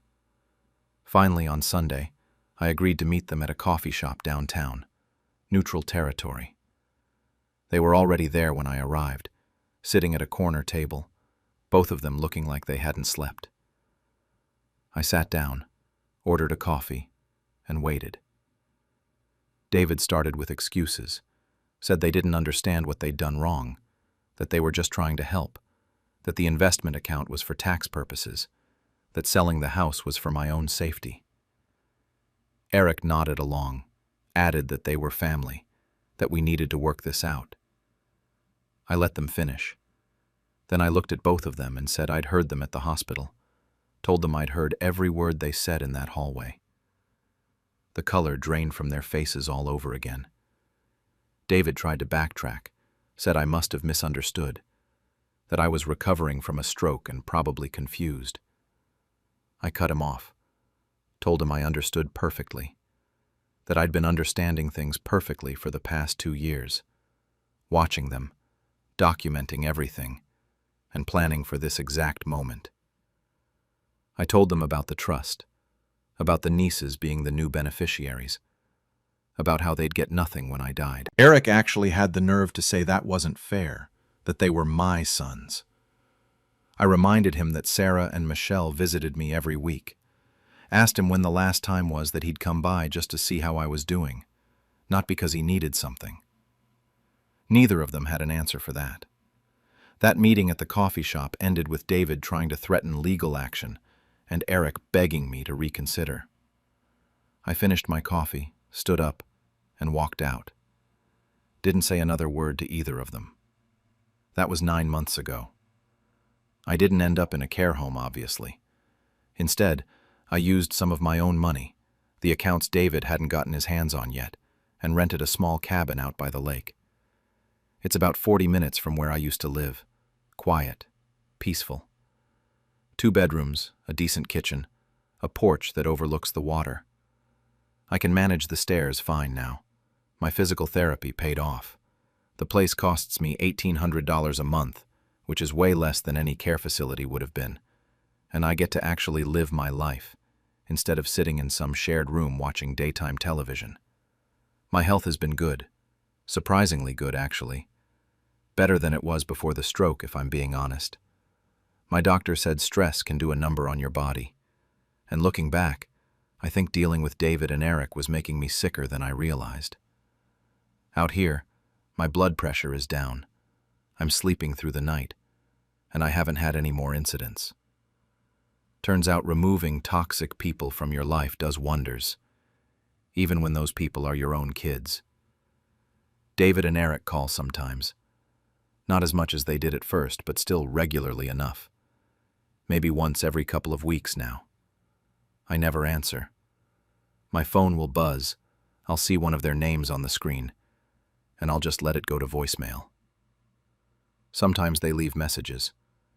David's are usually angry, talking about how I've ruined everything, how I'm being manipulated by Tom or the nieces, how I'm not thinking clearly. Eric's messages are different. He apologizes a lot, says he misses me, that the grandkids ask about me. That one almost gets to me sometimes. About 3 months ago, David's wife called. Her name is Patricia, and honestly, she's always been decent to me. She was crying on the voicemail, saying the grandkids missed their grandpa, asking if we could please just talk. I stared at my phone for a long time after that message. The grandkids are 7 and 9, good kids. But then I remembered something. When I was in the hospital after the stroke, Patricia brought them to visit exactly once, for maybe 20 minutes, and I hadn't seen them since. So where was all this missing grandpa stuff when I was actually available? The nieces still come by every week. Sarah and Michelle don't know they're in the will yet. I plan to tell them eventually, maybe sit them down and explain everything. But for now, they just keep showing up like they always have. They bring their kids. We have lunch. Sometimes we play cards or just sit on the porch and talk. They helped me set up the cabin when I first moved in, brought over kitchen supplies and helped me organize everything. Never asked why I moved. Never pried into what happened with David and Eric. They just accepted it and kept showing up. Michelle's youngest daughter, Emma. She's 4 years old and she calls me Uncle Jerry, even though technically I'm her great uncle. She likes to collect rocks from the lakeshore and show them to me like they're treasures. Last week she found a smooth gray one and told me it was a magic wishing rock. Asked me what I'd wish for if I could wish for anything. I told her I'd wish for more visits from her, and she hugged my leg and said that was her wish too. That kind of stuff. That's what makes life worth living. Not money, not houses, just a 4-year-old who thinks you're important enough to share her rocks with. Tom has become something of a friend through all of this. We have coffee every couple of weeks, usually at the same place downtown. He thinks the whole situation is darkly funny. David and Eric tried to hire 3 different lawyers to challenge the trust. All 3 apparently told them the same thing. The trust is completely legal, and there's nothing they can do about it. Tom made sure of that. He's good at his job, and I'm grateful for him. Some nights I do wonder if I was too harsh. Usually it's late, when I'm sitting on the porch watching the sunset over the lake, and my mind wanders. I think about the boys when they were young, when David would climb into my lap to read books and Eric would insist on helping me fix things around the house even though he was too small to actually help. I remember teaching them to fish, taking them camping, all those normal dad things. And I wonder where exactly it all went wrong. Was it something Margaret and I did? Did we spoil them too much? Not enough? Or is this just who they became on their own? Then I remember that hospital hallway. I remember David's voice saying I probably wouldn't even notice, Eric laughing about it. I remember them dividing up my money before I was even dead, planning to stick me in the cheapest place they could find. And the wondering stops. They made their choices. I made mine. The worst part isn't even the money or the house or any of that. It's the realization that at some point, probably years ago, my sons stopped seeing me as their father and started seeing me as an asset to be managed, an inconvenience to be dealt with, a problem that needed solving. That's what hurts. The money I could have forgiven, the greed, the lies, even the attempted theft of my house, all of that I might have been able to move past. But the casual cruelty of that conversation, the ease with which they discussed disposing of me, that's not something you come back from. Last week, David showed up at the cabin. I don't know how he found out where I'm living, but he did. I was sitting in my chair reading when I heard a car pull up, looked out the window and saw him getting out. He walked up to the porch, knocked on the door. I watched him through the curtain. He knocked again, waited, knocked a third time. Then, he pulled an envelope out of his jacket and left it by the door. Stood there for another minute like he was hoping I'd change my mind. Then got back in his car and drove away. The envelope is still sitting there. I brought it inside after he left, put it on the kitchen counter. It's been 6 days now, and I haven't opened it. Part of me is curious what it says. An apology, maybe? Another attempt to convince me I'm making a mistake? A legal threat? I honestly don't know. But the bigger part of me doesn't care anymore. That's the thing I've learned through all of this. Sometimes the healthiest thing you can do is just stop caring about people who've proven they don't care about you. Even when those people are your own children. Especially when those people are your own children. I sleep better now than I have in years. I wake up in the morning and have my coffee on the porch and watch the birds on the lake. I read books. I see the nieces. I live quietly. There's no drama, no one asking me for money, no one treating me like I'm too senile to notice what they're doing. Just peace. Maybe one day I'll open that envelope. Maybe I'll even call David back, hear him out, see if there's anything left to salvage. But I'm not there yet. Maybe I'll never be there. And I'm okay with that. They took my kindness for weakness. I turned their greed into their lesson. The trust is set, the papers are signed, and my conscience is clear. That's enough for me. They told me I was too old to understand business, so I let them learn the hard way. I, 66, retired after running a successful construction company for over 40 years. I have 2 sons, Evan, 38, and Luke, 35, who I handed the business to 2 years ago. I built that company from nothing. Started with a used truck, a toolbox, and enough determination to work 18-hour days without complaint. Missed birthdays, anniversaries, weekends. My wife used to joke that I was married to the job. She wasn't entirely wrong. But I did it for them, for my family. So when it came time to retire, passing it to my boys felt right. They'd grown up around the business, knew the work, knew the clients. I kept a small share, maybe 15%, just for sentimental reasons. Wanted to feel like I was still part of what I'd built. The first year went fine. They had ideas about expanding, modernizing the office, updating equipment. I didn't interfere. It was their company now. But around 6 months ago, things started feeling off. Suppliers I'd worked with for decades were calling me directly about late payments. I'd run into old crew members who'd mentioned they were looking for work elsewhere. One guy, Tommy, who'd been with me for 15 years, just said the work environment had changed and left it at that. I tried asking Evan and Luke about it, but they'd brush me off.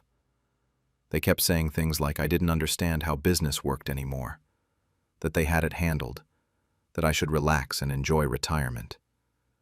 Then I noticed the cars. Evan showed up to a family dinner in a new BMW. Luke had a Tesla a month later. When I asked how business was going to afford that, they laughed and said they were doing great, that revenue was up. But I wasn't seeing any dividend payments. I'd check my bank statements and nothing would show up, when I should have been getting quarterly distributions. I tried to tell myself maybe they were reinvesting profits, that I was just being paranoid. 3 months ago, I ran into Bill, my old lead foreman, at the hardware store. He looked uncomfortable when he saw me. We made small talk, but something was wrong. Finally, he admitted he hadn't been paid in 6 weeks. 6 weeks. I felt sick. I asked if he'd talked to Evan and Luke about it, and he said they kept promising it was coming, just some cash flow issues. He didn't want to make waves because he needed the job. I told him I'd look into it, but honestly, I didn't know what I could do. I didn't have operational control anymore. I started paying more attention after that. Drove by the office one Tuesday afternoon and the lights were off at 3 p.m. The equipment yard looked half empty. We used to have it packed with machinery and materials. I called the main office line and Janet, the secretary who'd worked for me since she was 22, answered. Her voice was stressed. I asked how everything was going, and she said everything was fine in this tight, quick way, then said she had to go and hung up. Janet had never been short with me in her life. I checked my dividend statements more carefully. Nothing in 4 months. I should have received at least 2 payments by then. I thought about confronting my sons directly, but every time I'd bring up anything about the company, they'd get defensive or dismissive. Evan actually told me once that I was from a different era, that the way I ran things was outdated, said I should trust them to do things their way. Then I got the phone call that changed everything. It was Martin, my accountant for 25 years. He didn't do small talk, just asked why I'd approved a $300,000 loan against my personal assets. I felt my stomach drop. I told him I hadn't approved anything. There was silence on the line. Then he explained that a loan application had come through the previous week. The signature looked legitimate. They'd used my home as collateral. That wasn't even the worst part. Martin said there were also 2 transfers from my personal savings account to the company account, $75,000 and $50,000, both marked as capital infusion approved by owner. I felt my hands start shaking. I'd never authorized any transfers. I'd never signed any loan documents. Martin's voice got quieter and he told me there was also a lien filed against my truck and the lake cabin. My sons had forged my signature. They'd stolen from me. My first instinct was to get in my truck and drive straight to their office. I was furious. I actually made it to the parking lot before I stopped myself. I sat there with my hands gripping the steering wheel, staring at the building I used to walk into every morning at 6 a.m. Through the window, I could see Evan and Luke in the conference room. They were laughing about something, relaxed, like they didn't have a care in the world. That's when it hit me. If I went in there angry, if I confronted them directly, they'd flip it on me. They'd call me a confused old man. They'd say I was senile, that I'd forgotten approving things. They might even try to get authorities involved, paint me as unstable. These weren't stupid kids making a mistake. This was calculated. They'd forged documents, stolen money, put liens on my property. They'd been planning this. I sat in that parking lot for over an hour just watching them through the window. They had no idea I knew. And I realized that was my only advantage. They thought they were smarter than me. They thought the old man didn't understand modern business. Fine. Let them think that. I drove home in complete silence. Didn't turn on the radio. Didn't call anyone. Just drove and thought. That night I couldn't sleep. I went into my home office and started pulling out every document I still had from when I'd incorporated the company. Original papers, trademark filings, brand registrations. I spread them out on the desk and started reading through everything. That's when I found it. The company name, J&J Construction, named after me and my late wife Jane, was still registered under my name. They'd been operating under it for 2 years, but they'd never officially transferred that asset. The brand, the reputation, the 30-plus years of goodwill with clients and suppliers, that was still mine. They owned the business operations, but I owned the identity. They wanted to teach the old man about modern business. They wanted to show me I didn't understand how things worked anymore. I sat there at my desk, looking at those documents, and made a decision. They thought they were playing chess while I played checkers. They had no idea what they'd just started. I'd spent 40 years building something from nothing. I knew exactly how to take it apart. The next morning I called David, my old business lawyer. He'd semi-retired a few years back, but still took on cases for people he knew. We met at a diner about 30 miles outside of town where nobody would recognize us. I laid out everything. The forged signatures, the stolen money, the liens, all of it. David sat there listening, occasionally making notes on a legal pad, his face getting more serious as I talked. When I finished, he asked to see the documents I'd brought. He spent 20 minutes going through everything, and then he looked up at me and said they'd gotten sloppy. They'd forged documents and stolen money, but they'd never bothered to secure the intellectual property. The company name, the brand reputation, the trademark, all of it was still legally mine. He also pointed out that as a minority shareholder, I had rights they'd been completely ignoring. No financial reports, no shareholder meetings, no transparency whatsoever. That alone was grounds for legal action. We spent the next 2 hours planning. David made it clear that confronting them directly would be a mistake.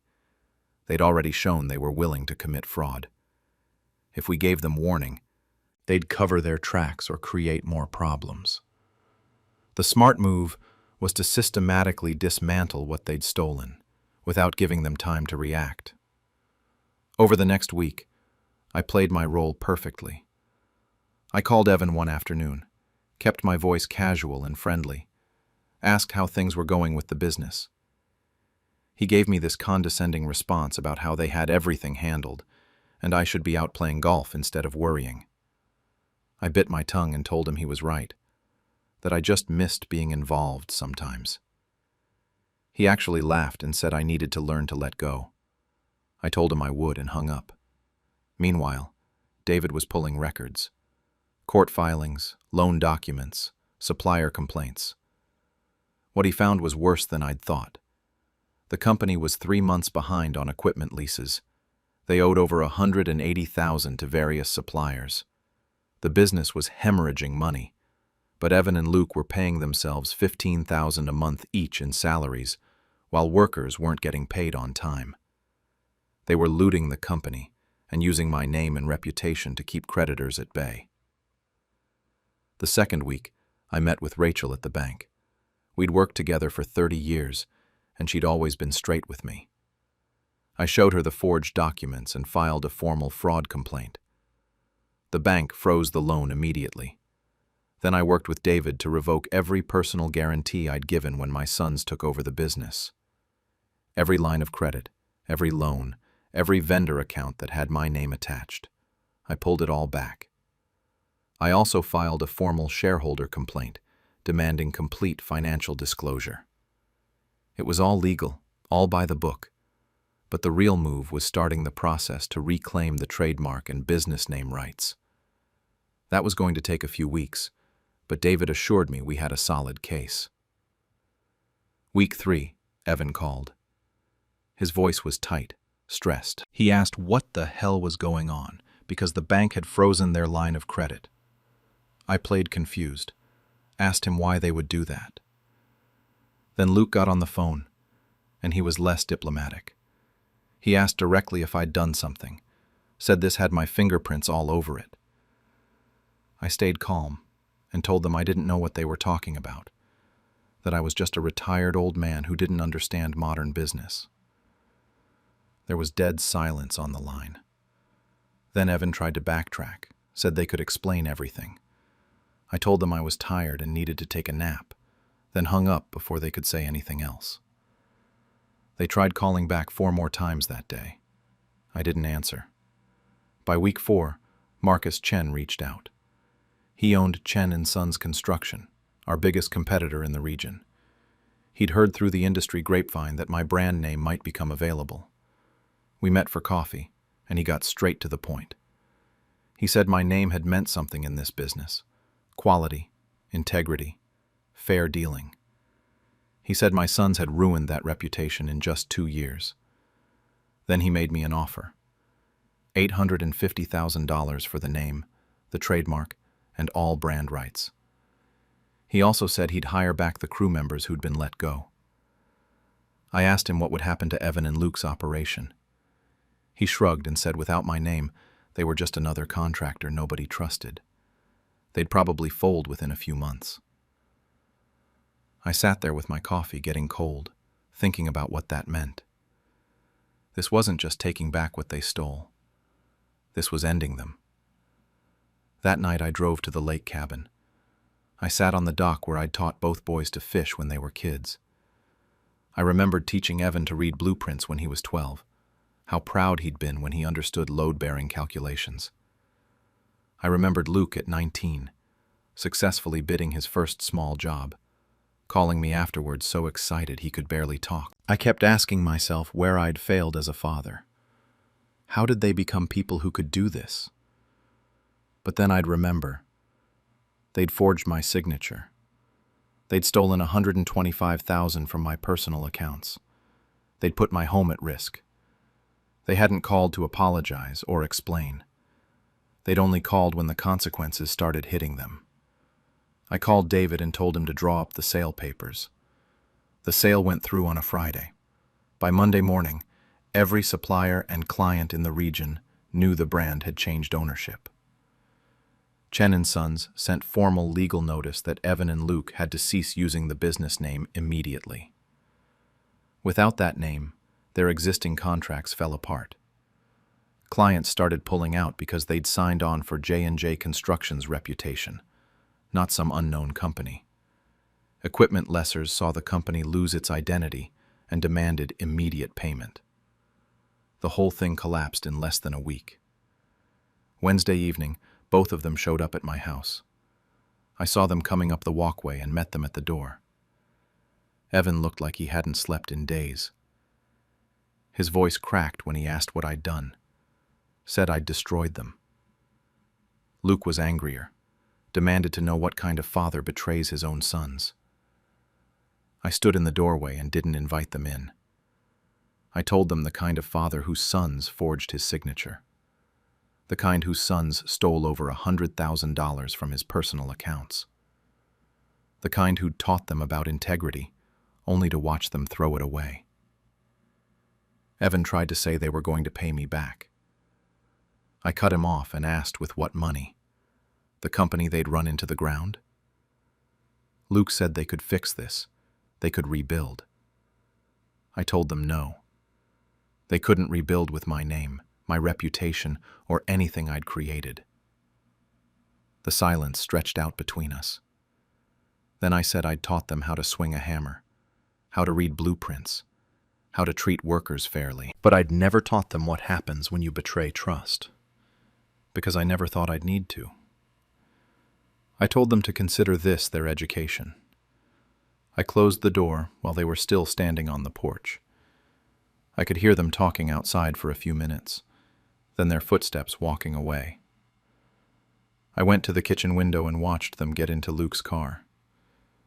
They sat there for almost 10 minutes before driving off.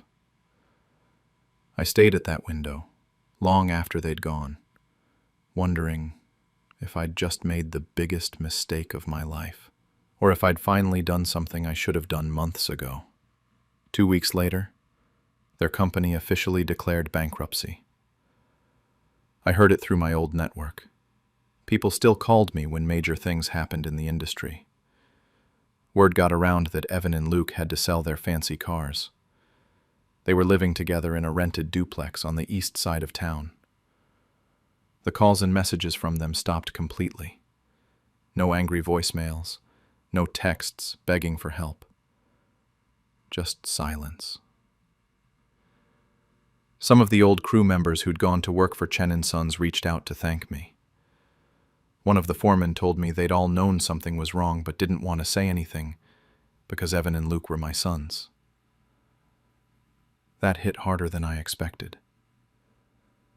My sister Carol called about a month after everything went down. She'd heard what happened through family gossip and wanted to check on me.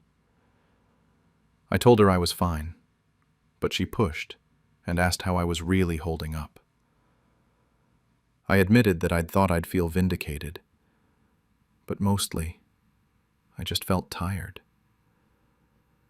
She said my sons had made their choices, and I shouldn't blame myself. I asked her where I went wrong, how they'd turned into people capable of this. She told me I hadn't failed them. They'd failed themselves, and me. I wanted to believe her, but I wasn't sure I did. 6 weeks after the bankruptcy, I ran into Luke at the grocery store. We both froze in the aisle. He looked older, worn down. He was wearing paint-stained work clothes and had a cart with generic brand everything. We did this awkward small talk thing where he mentioned he was doing day labor now, and Evan was managing a hardware store. Then he said they'd been idiots, that they'd thought they knew better. He told me they'd been watching these business influencers online, people talking about leveraging assets and aggressive growth strategies. They'd convinced themselves they could turn my company into something huge, and that I'd been holding it back by being too conservative. I just looked at him and said, that didn't explain forging my signature. He couldn't meet my eyes.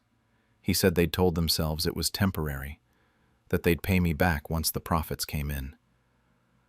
But there were never any profits, just more debt trying to cover the original debt.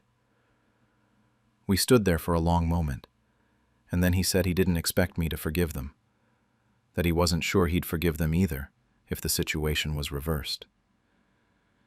He walked away before I could figure out what to say back. I finished my shopping in a daze and sat in my truck in the parking lot for 20 minutes trying to process that conversation. 2 months in, my days settled into a routine. The money from the sale meant retirement was more than comfortable. I could travel if I wanted, buy whatever I needed, not worry about finances. But most nights I ate dinner alone. I'd turn on the TV just for background noise. My daughter-in-law, Evan's wife, Sarah, sent me a brief email saying she was taking their 2 kids to stay with her parents for a while. She said she needed time to figure things out and think about the marriage. I realized then that my grandkids were paying for this too.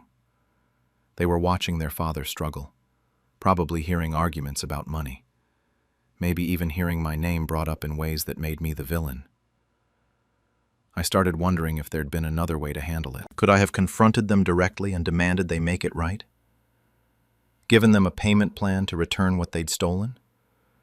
But every time I went down that road, I'd remember how they'd dismissed me for months, how they'd called me outdated and told me I didn't understand business, how they'd forged legal documents with my signature. If I'd confronted them, they would have denied it, or made excuses, or found a way to take even more. I'm pretty sure of that. But I'm not 100% sure, and that doubt gnaws at me. 3 months after everything fell apart, I got a text from Evan. It said he knew he didn't have the right to ask, but could we talk? Not about money, just talk. I stared at that text for 3 days. I'd type out responses and delete them. Yes. Not yet. I need more time. I don't know if I can. Finally, I sent back that I wasn't ready yet, that maybe someday we could. He responded within minutes, saying he understood and that he was sorry for everything. I didn't reply to that one. The hardest part isn't the anger. Anger is clean, simple. It's the grief. I grieve the relationship we used to have, even if maybe it was never as solid as I thought. I grieve the future I'd imagined, where they'd run the company successfully, and I'd be the proud dad watching from the sidelines. I grieve my grandkids growing up with this wedge in the family, and I grieve the fact that I did this. I made the choice that destroyed them financially. Yeah, they stole from me first. Yeah, they forged my signature. But I'm the one who sold the name and made sure they couldn't recover. Most days I'm in my workshop. It's the one place I still feel like myself. I've got one of the original hammers from when I started the company 40+ years ago hanging on the wall. Sometimes I just hold it and think about everything I built and everything I destroyed to protect it. I ask myself if I taught my sons a lesson about consequences or if I just took revenge. The answer changes depending on the day. I still love them. That never went away, which almost makes it worse. If I hated them, this would be easier. But I love them, and I don't trust them, and I don't know if I ever will again. I saved myself financially, but I lost my family. In 10 years, maybe we'll have rebuilt some kind of relationship. Or maybe this is just how it ends. Some days I think I did the right thing. Other days I wonder if being right was worth the cost. People keep asking me if I regret it. Honestly, I don't know. I regret that it came to this. I regret that my sons turned into people who could betray me. I regret that my grandkids are growing up watching their fathers struggle because their grandfather cut them off. But do I regret protecting myself? Protecting the integrity of what I built? I can't say I do. Maybe that makes me cold. Maybe that makes me a bad father.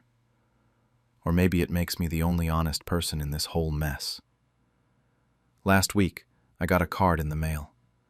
No return address, but I recognized Luke's handwriting. It was a Father's Day card, even though Father's Day isn't for another month. Inside, it just said, "We're sorry, and we're trying." I've been carrying that card around in my jacket pocket for 6 days now.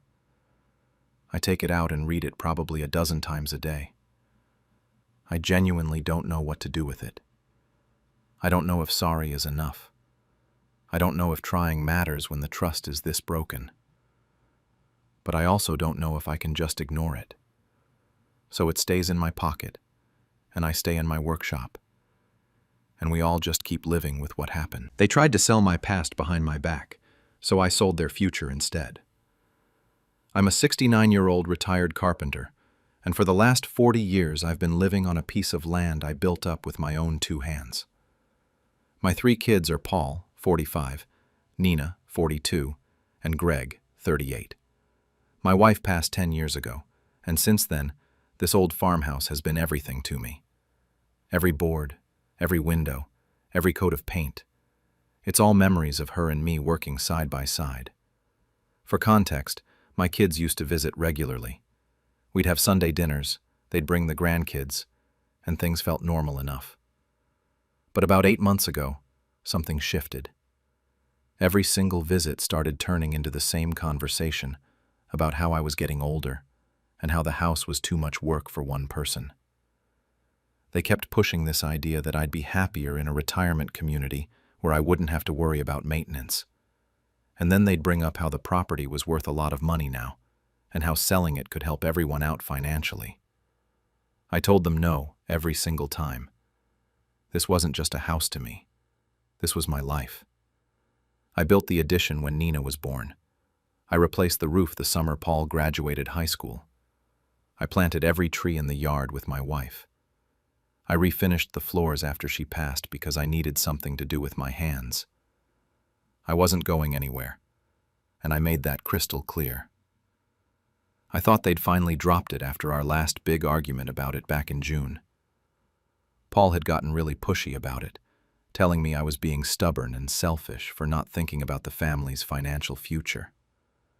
I lost my temper and told him if he brought it up one more time, he could stop coming around entirely. Things were tense for a few weeks after that, but they seemed to back off.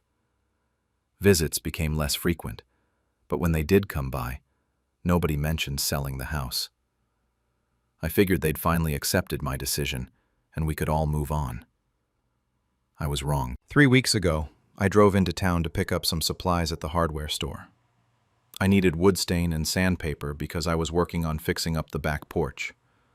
I was gone maybe 2 hours total. When I pulled back into my driveway, there was a silver sedan parked near the house with one of those magnetic signs on the door that said, Prestige Realty Group. A woman in a navy blazer was standing in my front yard with a professional camera, taking photos of my house from different angles. I sat in my truck for a second, just trying to process what I was seeing. Then I got out and walked over to her. I asked her what she was doing on my property. She turned around with this big professional smile and said she was getting preliminary shots for the listing. Then she said my children had told her I'd agreed to sell, and that I'd be moving to a retirement community soon. She said it so casually, like it was all completely normal and already decided. I told her I hadn't agreed to anything. I told her my kids had no authority to list my house, and she needed to leave immediately. The smile fell off her face and she pulled out her phone, scrolling through what I assume were emails or texts. She said my son Paul had been very clear about the situation and had even sent her documents. I didn't ask what documents because I was too angry to think straight. I just repeated that she needed to get off my property right now or I'd call the police. She apologized and packed up her camera pretty quickly after that. She got in her car and left, but I just stood there in my driveway for a long time afterward. I couldn't believe what had just happened. My own children had gone behind my back and tried to sell my house. They'd lied to a real estate agent. They'd told this woman I'd agreed to move when I'd explicitly told them no dozens of times. They were treating me like I was senile, like I didn't have the right to make decisions about my own life anymore. I went inside and sat at the kitchen table trying to calm down. I didn't know what to do. Part of me wanted to call Paul right then and scream at him, but another part of me just felt completely heartbroken. These were the people I'd raised. I'd taught them to be honest and hardworking. I'd taught them to respect other people's choices. And now they were lying and manipulating and going behind my back like I was just an obstacle in their way. That night, they all showed up for dinner. I hadn't invited anyone over, but apparently Nina had sent a group text earlier in the week saying we were doing family dinner at my place. I'd missed the text somehow, or maybe I'd seen it and forgotten about it with everything else going on. When they walked in, they were all laughing and joking with each other, acting like everything was completely normal. Paul brought beer. Nina brought a pie. Greg was telling some story about his coworker. I didn't say anything at first.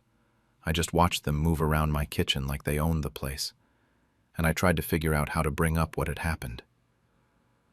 Part of me wondered if maybe it was a misunderstanding, if maybe the real estate agent had gotten confused somehow.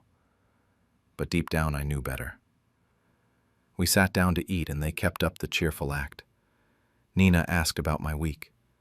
Greg complimented the roast I'd made. Paul refilled my water glass without being asked.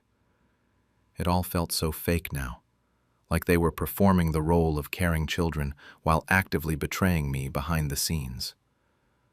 Finally, halfway through dinner, I brought it up. I asked them about the real estate agent who'd been at my house that afternoon taking photos. The table went completely silent. Paul and Nina exchanged a look. Greg suddenly became very interested in his plate. Then Paul laughed. He actually laughed like it was no big deal. He told me not to worry about it, that it was just prep work, so when I was ready to move, everything would already be in motion. Nina jumped in and said I'd thank them later, when I was settled into a nice condo by the beach with no yard work and no maintenance to deal with. Greg nodded along and said they were just trying to think ahead and make things easier for everyone. I asked them how listing my house without my permission was making things easier. Paul said they hadn't technically listed it yet. They were just getting the process started. Nina said they knew I'd come around eventually once I saw how much easier my life could be. Greg said the property value was only going up, and it made sense to move now while the market was good. That was the moment I really understood what was happening. They weren't listening to me. They'd never been listening to me. They'd made up their minds about what should happen to my house and my life, and my opinion didn't factor into their plans at all. I wasn't their father anymore. I was just an obstacle standing between them and a big pile of money they thought they deserved. I asked them to leave after that dinner. I didn't yell or make a scene. I just told them I was tired and needed them to go. They seemed confused, but they left without much argument. Paul said he'd call me in a few days to talk more about the retirement community options. I didn't respond to that. I didn't sleep at all that night. I kept replaying everything in my head. I thought about all the years I'd spent working 2 jobs to put them through college. I thought about how I'd helped Paul with his down payment when he bought his first house. I thought about the 3 years I watched Nina's kids every single week when she couldn't afford daycare and was trying to build her career. I thought about giving Greg my old truck when his died, and he didn't have money for a new one. I'd always been there for them when they needed help, and I never asked for anything back except basic respect. And this was what I got: lies and manipulation, and being treated like I was already gone, like I was just a problem they needed to solve so they could divide up my assets. The next morning, I called my lawyer. His name is Tom, and I've known him for 30 years. We'd worked together on my will after my wife passed, and he'd helped me with some property line disputes with a neighbor a while back. I trust him completely. I told him everything that had happened. He was quiet for a long time after I finished, and then he said what my kids had done could potentially be considered elder fraud, depending on what documents they'd shown the real estate agent. He asked if I wanted to pursue legal action against them. I told him no. I didn't want to send my own children to court. I just wanted to make sure they couldn't do this again, that they couldn't try to sell my house out from under me. Tom asked what I wanted to do with the property long term. That question sat with me for a while. I'd always assumed I'd die in this house, and my kids would inherit it after I was gone. That had been the plan. But now I couldn't stomach the idea of them getting it. They'd just sell it immediately and split the money and probably never think about what this place actually meant. That's when the idea came to me. I told Tom I wanted to give the property to someone who'd actually value what it represented. Someone who understood that building something with your own hands means something. That hard work and integrity matter more than a quick payout. There's a vocational school about 20 miles from here called Future Builders. They train kids from low-income families in carpentry, plumbing, electrical work, all the trades. My wife and I had donated to them a few times over the years. We'd gone to one of their graduation ceremonies once and watched these kids who'd had nothing get certified and get real jobs. It had meant something to us. I called the director of the school. Her name is Angela, and she'd sent me thank you letters over the years whenever we donated. I explained my situation to her, told her about my kids trying to sell the house, told her I wanted to do something different with the property. I offered to sign over full ownership to the school with just one condition. I wanted to stay on as the caretaker for as long as I was physically able, and I wanted to volunteer as a part-time mentor teaching carpentry to the students. After I was gone, they could do whatever they wanted with the land. They could build workshops on it, they could sell it and use the money for scholarships. I didn't care. I just wanted it to go somewhere meaningful. Angela didn't say anything for a minute, and I thought maybe I'd offended her, or the offer was too strange. But then she said they'd be incredibly honored and grateful. She said having a space like that and having someone with my experience work with the students would be amazing for the program. She said she'd need to run it by the board, but she didn't see any reason they wouldn't approve it. It took about 2 weeks to get everything finalized. Tom drew up all the paperwork. The school's lawyers reviewed everything. We did the title transfer and got everything notarized and filed with the county. By the end of it, the property legally belonged to Future Builders Vocational School. My name was off the deed entirely. My kids had absolutely no claim to it anymore. I didn't tell them any of this was happening. I thought about calling them and explaining, but then I'd remember Paul laughing at that dinner table. I'd remember Nina talking about how I'd thank them someday. I'd remember all 3 of them acting like my feelings didn't matter. So I decided they could find out the hard way. About a month went by. I started going to the vocational school twice a week to observe classes and meet some of the students. Angela introduced me around and explained that I'd be doing some mentoring work soon. The kids were great. They actually wanted to learn. They asked real questions and listened to the answers. It reminded me why I'd loved carpentry in the first place. Then Paul called. He said they'd found a serious buyer for the house, someone willing to pay above asking price. He said he'd arranged for me to tour a retirement community called Seaside Senior Living the following week. He'd already set up the appointment. He said it like everything was decided, like I was just supposed to go along with the plan they'd made for my life. I told him, sure, go ahead and try to sell the house. I kept my voice calm and neutral. He seemed surprised I wasn't arguing, but he took it as agreement. He said he'd send me the details about the retirement community tour and we'd talk soon. I just said okay and hung up. 2 days later, my phone started going crazy. Paul called me 6 times in a row. I didn't answer. Nina left a voicemail, and I could hear her crying and yelling at the same time, saying I'd ruined everything, and how could I do this to them? Greg sent a text calling me a selfish, senile old man who didn't understand what I'd done to the family.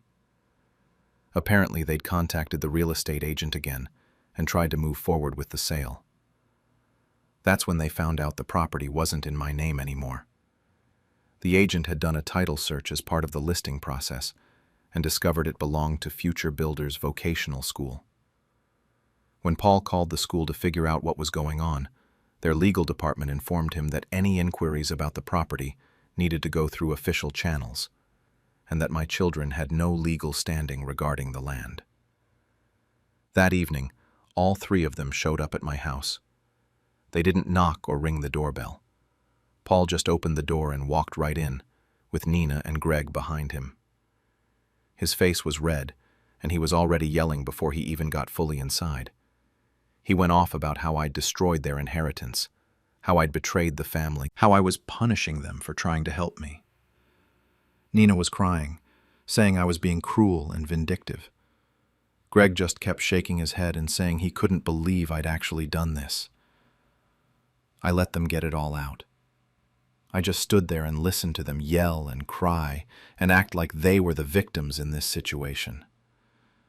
When they finally ran out of steam, I looked at each of them and told them they'd tried to sell my home behind my back. They'd lied to me and to a real estate agent. They'd treated me like I was already dead and my wishes didn't matter. So yes, I gave away the thing they wanted most, because they'd forgotten the most important thing, which was respecting me as a human being and as their father. Paul tried to argue that they were just thinking practically, that they were trying to plan for my future. I cut him off and said I'd been thinking about their future too, and maybe not getting a pile of free money would teach them something about entitlement. Nina asked if I was really going to throw away my relationship with my children and grandchildren over money. I told her I wasn't the one who'd made this about money. They were the ones who'd valued a payout over their father's wishes. They were the ones who'd lied and schemed instead of having an honest conversation. I said I'd told them no 100 times, and they'd decided my answer didn't matter. Greg said I was being dramatic, and that I'd regret this when I was alone in this house with nobody to take care of me. I told him I'd rather be alone than surrounded by people who saw me as a burden and a bank account. That seemed to hit him hard, because he didn't say anything else after that. Paul tried one more time. He said we could figure this out, that maybe the school would be willing to sell the property back to the family. I laughed at that. I told him the deal was done and legally binding, and even if the school wanted to reverse it, which they didn't, I wouldn't allow it. I said they'd burned that bridge when they brought a real estate agent onto my property without my knowledge or consent. That's when Paul said something I don't think I'll ever forget. He said I'd always been difficult and stubborn, that Mom had complained about it all the time, and that this was just me being spiteful in my old age. He said their mother would be ashamed of what I'd done. I told him to get out. I told all of them to get out and not come back. Paul started to say something else, but I just walked to the door and opened it and stood there waiting. Nina was still crying, but she left. Greg followed her. Paul stood there for another minute like he was trying to decide if he should keep arguing, but eventually he left too. I closed the door behind them and locked it. Then I sat down at the kitchen table in the dark for a long time. I kept thinking about what Paul had said about their mother. My wife had never complained about me being stubborn. We'd disagreed about things, sure, but we'd always worked through it together. Paul was just trying to hurt me, and he'd used her memory to do it. That might have been the worst part of the whole thing. That was 3 months ago now. I haven't heard from any of them since that night. No calls, no texts, no emails, nothing. Part of me keeps waiting for one of them to reach out and apologize, to say they understand why I was upset and they want to fix things. But that hasn't happened. I think they're all just waiting for me to apologize to them, like I'm the one who did something wrong. I've thought about reaching out myself. I've picked up my phone dozens of times to call Paul or text Nina. But then I stop and ask myself what I'd even say. Sorry I didn't let you sell my house without my permission. Sorry I gave my own property to a charity instead of leaving it for you to fight over after I'm gone. I didn't do anything wrong, and I'm not going to apologize for standing up for myself. The hardest part is the grandkids. I have 5 grandchildren between the 3 of them, and I haven't seen any of them since that night. Paul's 2 boys are teenagers now, and probably don't care much about seeing their grandfather anyway. But Nina's daughter is only 7, and we were really close. I used to take her to the park every Sunday.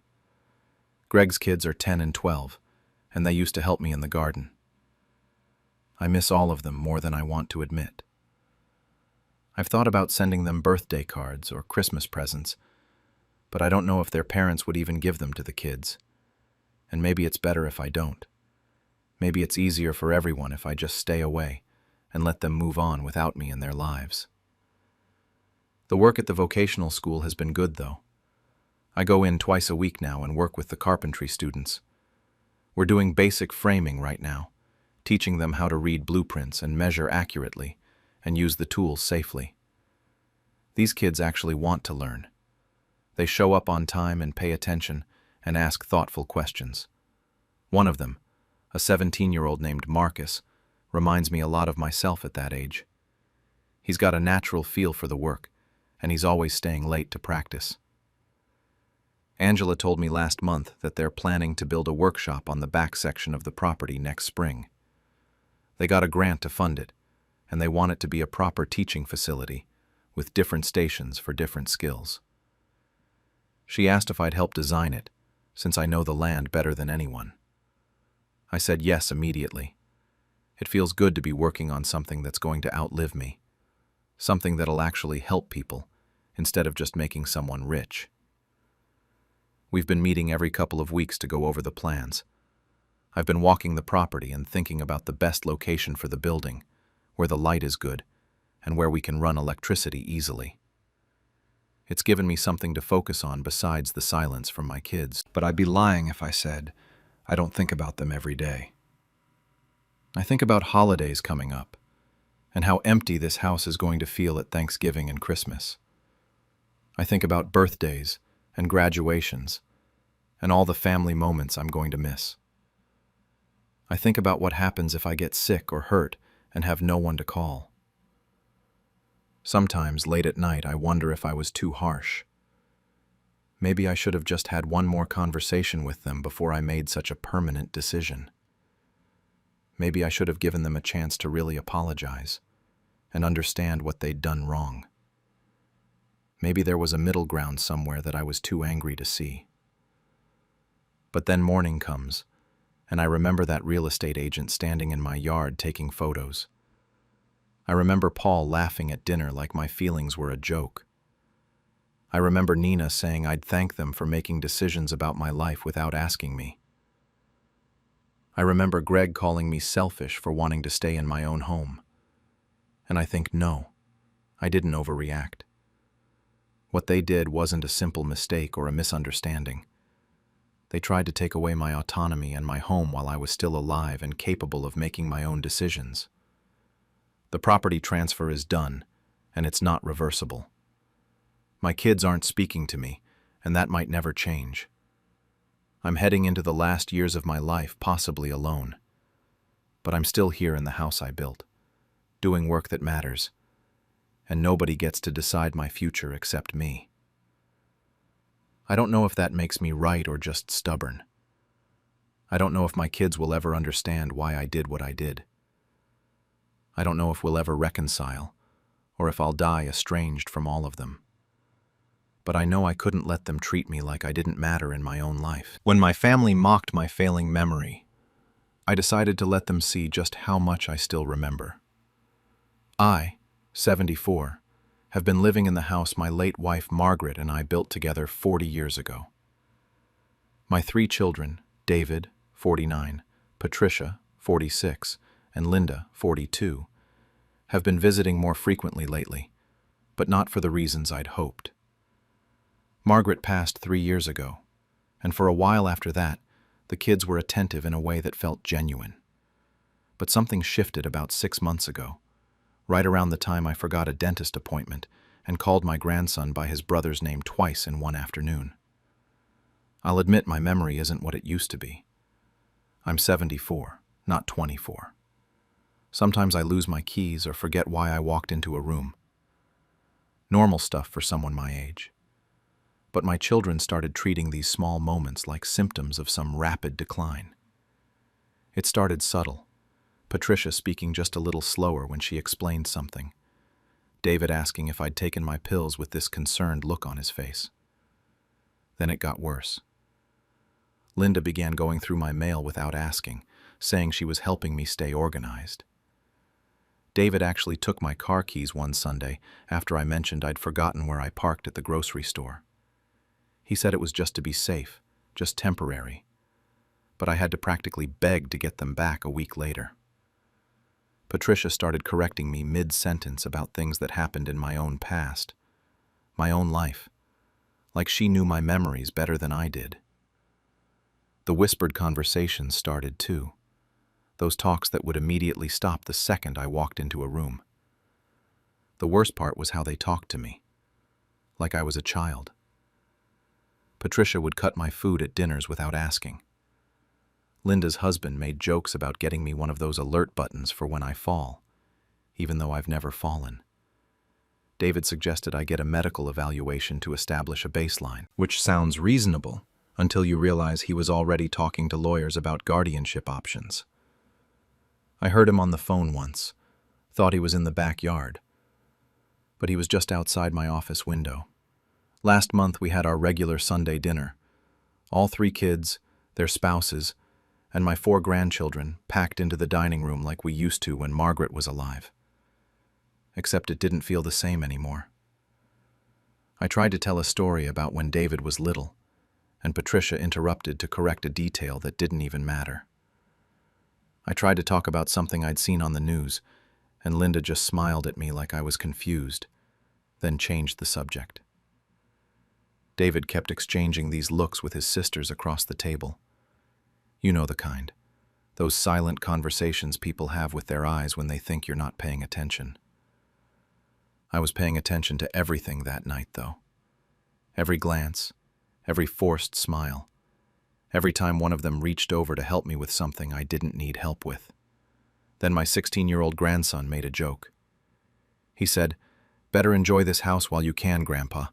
You might forget who owns it soon." The whole table laughed, every single person except me.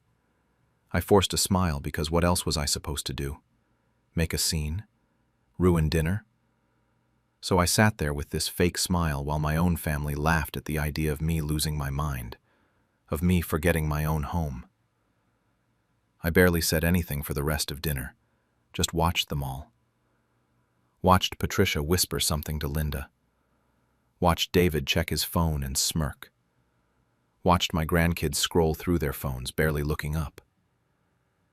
When dinner ended, I hugged everyone goodbye at the door, told them I loved them. They said it back, but it felt automatic, like when you say bless you after someone sneezes.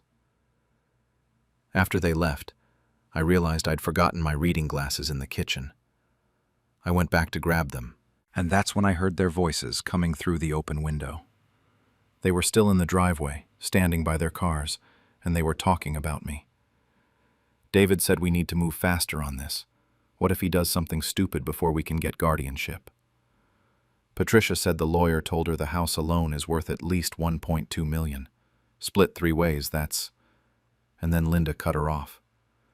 Linda said she should get a bigger share because she visits more than they do. And David, my oldest son, the one I paid for law school, said let's not fight about it yet. First we need to get him evaluated, declared incompetent, and then... The car doors closed. Engines started. They drove away. I stood there in my kitchen, holding my reading glasses, listening to silence.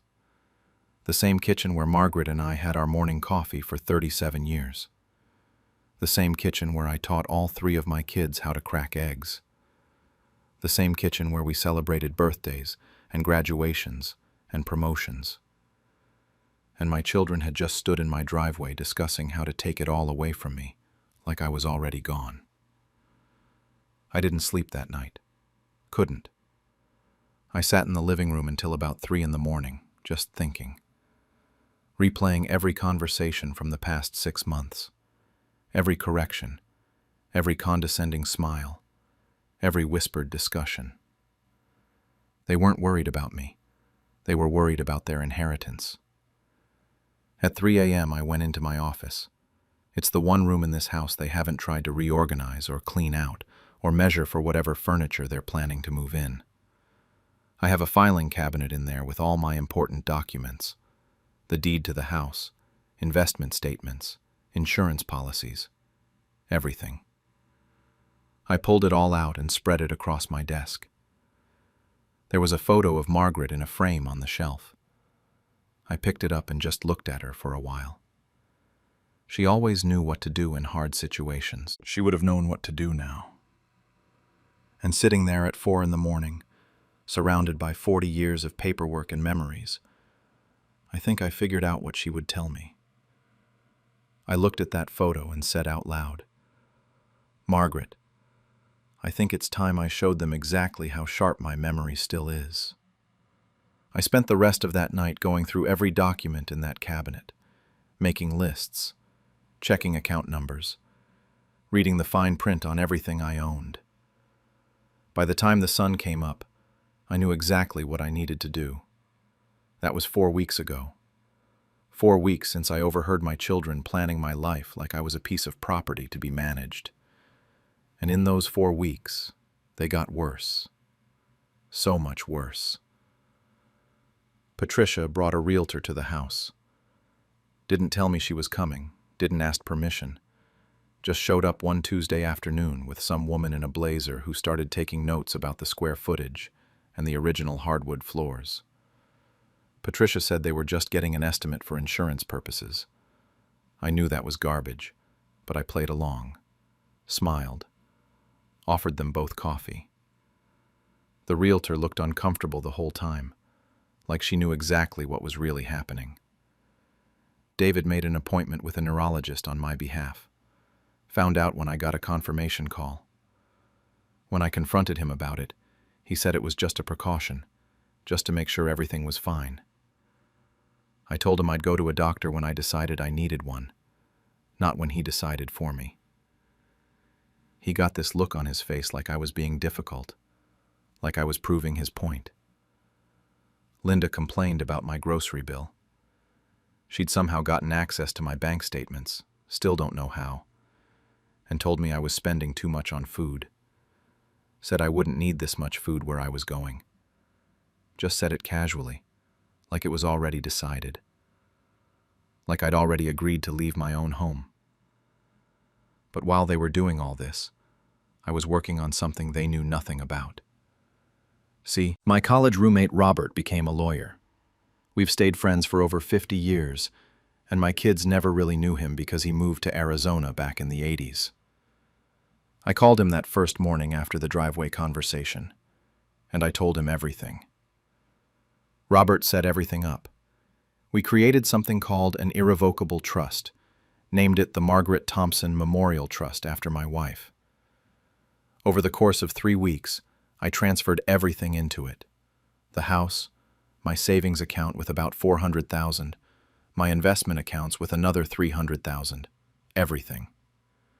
The trust was set up so that when I die, every penny goes to a foundation that supports elderly care and dignity. Not a cent to my children. Robert made sure I was medically evaluated first. Got a full cognitive assessment from a doctor who confirmed I was completely competent. We documented everything, made it all airtight. My kids could try to fight it, but there was nothing to fight. The house wasn't mine to give them anymore. Neither was anything else.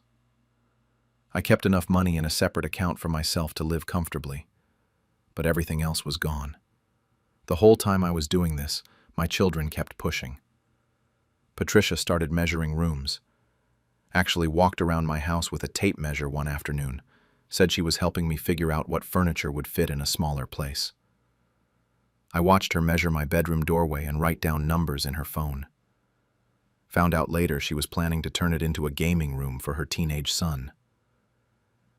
David brought brochures. Full-color pamphlets for assisted living communities with names like Sunset Gardens and Golden Years Village. Places with activities calendars and meal plans and staff members who smile too much in the photos. He spread them out on my kitchen table like he was showing me vacation options. Said he'd already toured 3 of them and found one he really liked. I asked him if he'd like it enough to live there himself. He didn't think that was funny. After everything was finalized with the trust, I called all 3 of my kids and told them I wanted to have Sunday dinner. Said I had something important to discuss. I could hear the excitement in their voices when they agreed. They thought I was giving in, thought I was finally ready to accept whatever plan they'd decided for me. That Sunday, they all showed up early. David, Patricia, Linda, their spouses, the grandkids. Everyone dressed a little nicer than usual. I cooked everything myself. Roast chicken, mashed potatoes, green beans, rolls. Made it all from scratch like Margaret used to. I saw Patricia raise her eyebrows when she walked in and smelled the food, like she was surprised I was still capable of cooking a meal. Dinner was tense. They kept looking at each other, waiting for me to make some announcement. I just ate and made small talk with my grandchildren, asked them about school and their friends. Normal grandfather stuff. But my kids were practically vibrating with anticipation. After dinner, we moved to the living room. That's when Patricia made another comment about my memory. Something about how I'd done well remembering to take the chicken out of the oven. Said it like she was proud of a child using the bathroom by themselves. David asked if I was ready to talk about the future. Linda said they'd found the perfect place for me, somewhere I'd be safe and cared for. I smiled at all three of them. I remember that moment so clearly, how they all leaned forward a little, ready to finally hear what they wanted to hear. I said, "Oh, don't worry about my memory. I remember everything that matters." Then I kept talking. Told them I remembered building this house with their mother. Remembered every sacrifice we made for the three of them. Remembered putting them all through college, helping with down payments on their first houses, babysitting their kids every weekend for years. I said I remembered their mother's face when she died, how she'd asked me to make sure I raised good people. The room went completely silent. Then I told them I also remembered that conversation in the driveway 4 weeks ago. Every single word. The house worth $1.2 million. Getting me declared incompetent. Fighting over who deserved a bigger share. I watched the color drain from David's face. Patricia started shaking her head like she could erase what I'd just said. Linda's mouth just hung open. I didn't tell them about the trust, didn't explain what I'd done, just said they'd understand soon enough, and I thought it was time for them all to leave. Patricia tried to backtrack immediately. "Dad, you must have misunderstood. We were just discussing options. We're worried about you." David said they were only trying to help, that I was taking things the wrong way. Linda started crying, saying they loved me, asking how I could think they'd ever want to hurt me. I stood up and walked to the front door, opened it, told them again to leave. They did, but slowly, looking back at me like they were trying to figure out what had just happened. David tried to say something else, but I just shook my head. After they were gone, I closed the door and locked it. I sat in my living room that night, feeling things I didn't know I could feel at the same time. Triumphant and heartbroken. Powerful and completely alone. I'd just destroyed my relationship with my children, but I'd also finally stood up for myself after months of being treated like I didn't matter. 3 weeks went by before they found out what I'd actually done. 3 weeks where none of them called or visited. Then David showed up at my door with papers in his hand and rage on his face, and I knew the trust documents had arrived. David didn't knock. He pounded on the door like he was trying to break it down. When I opened it, he shoved the trust documents in my face and demanded to know what I'd done. His face was red, veins standing out on his neck. I'd never seen him that angry, not even when he was a teenager. I stayed calm. Told him exactly what the papers said. The house wasn't mine to give him anymore. Neither was anything else. Everything belonged to the Margaret Thompson Memorial Trust now, and when I died, it would all go to a foundation that helps elderly people maintain their dignity. I said that last part slowly, made sure he understood the irony. Patricia showed up 30 minutes later with her own copy of the documents. She was crying, but they were angry tears, not sad ones. Linda called my cell phone over and over until I finally answered, and she just screamed at me through the phone. Called me selfish, called me cruel, said I was punishing them for caring about me. They all said I'd been manipulated, that Robert must have taken advantage of me, convinced me to do something I wasn't mentally capable of understanding. David said he was going to sue, prove I wasn't in my right mind when I signed everything. I let him talk. Then I told him about the cognitive evaluation, the medical documentation, the detailed notes Robert had kept of every conversation, Every time I demonstrated perfect mental clarity. I'd made sure everything was documented because I knew they'd try this. Patricia said I was destroying the family, that Mom would be ashamed of me. That one really got under my skin, but I didn't let it show. I just told her that Margaret would be ashamed of children who treated their father like a problem to be solved instead of a person to be loved. Linda kept saying they deserved something, that they were my children, that you don't just cut your kids out of your will. I reminded her that I didn't cut them out of anything. I'd already given away everything there was to give. It was gone before there was a will to be cut out of. They hired a lawyer. Some expensive guy from the city who reviewed everything and told them exactly what Robert had already told me. It was unbreakable. The trust was legal, I was competent, and there was nothing they could do. David called me after that meeting and said I was punishing them for trying to care for me. I told him he was right. I was punishing them, but not for caring, for treating me like I was already dead while I was still very much alive. Patricia said Margaret would have wanted them to have the house, to keep it in the family. I asked her which family she meant. The one that measured my bedroom for a gaming room, or the one that laughed when my grandson joked about me forgetting who owned my own house. She hung up on me. Linda tried a different approach. She came over alone, without her husband, and apologized. Said she understood why I was hurt, that they'd handled things badly, but couldn't we work something out? She suggested I could change the trust, maybe split things differently. I could see she'd been coached on what to say. Every word sounded rehearsed. I told her the trust was irrevocable. That's what irrevocable means. It can't be revoked. She left crying. It's been 4 months since that final dinner. I still live in the house. The trust allows me to stay here for the rest of my life. My children have stopped visiting entirely. David sent one last email saying he was done, that I'd made my choice, and now I had to live with it.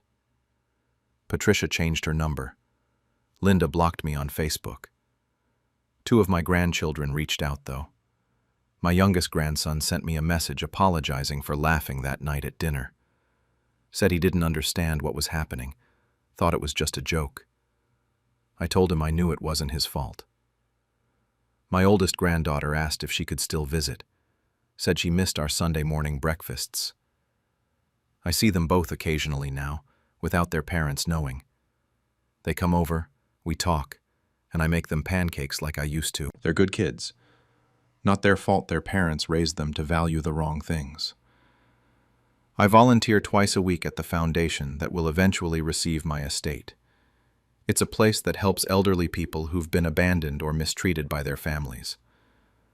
I've gotten to know the people there, people with stories like mine, people who remind me every single day why I made this choice.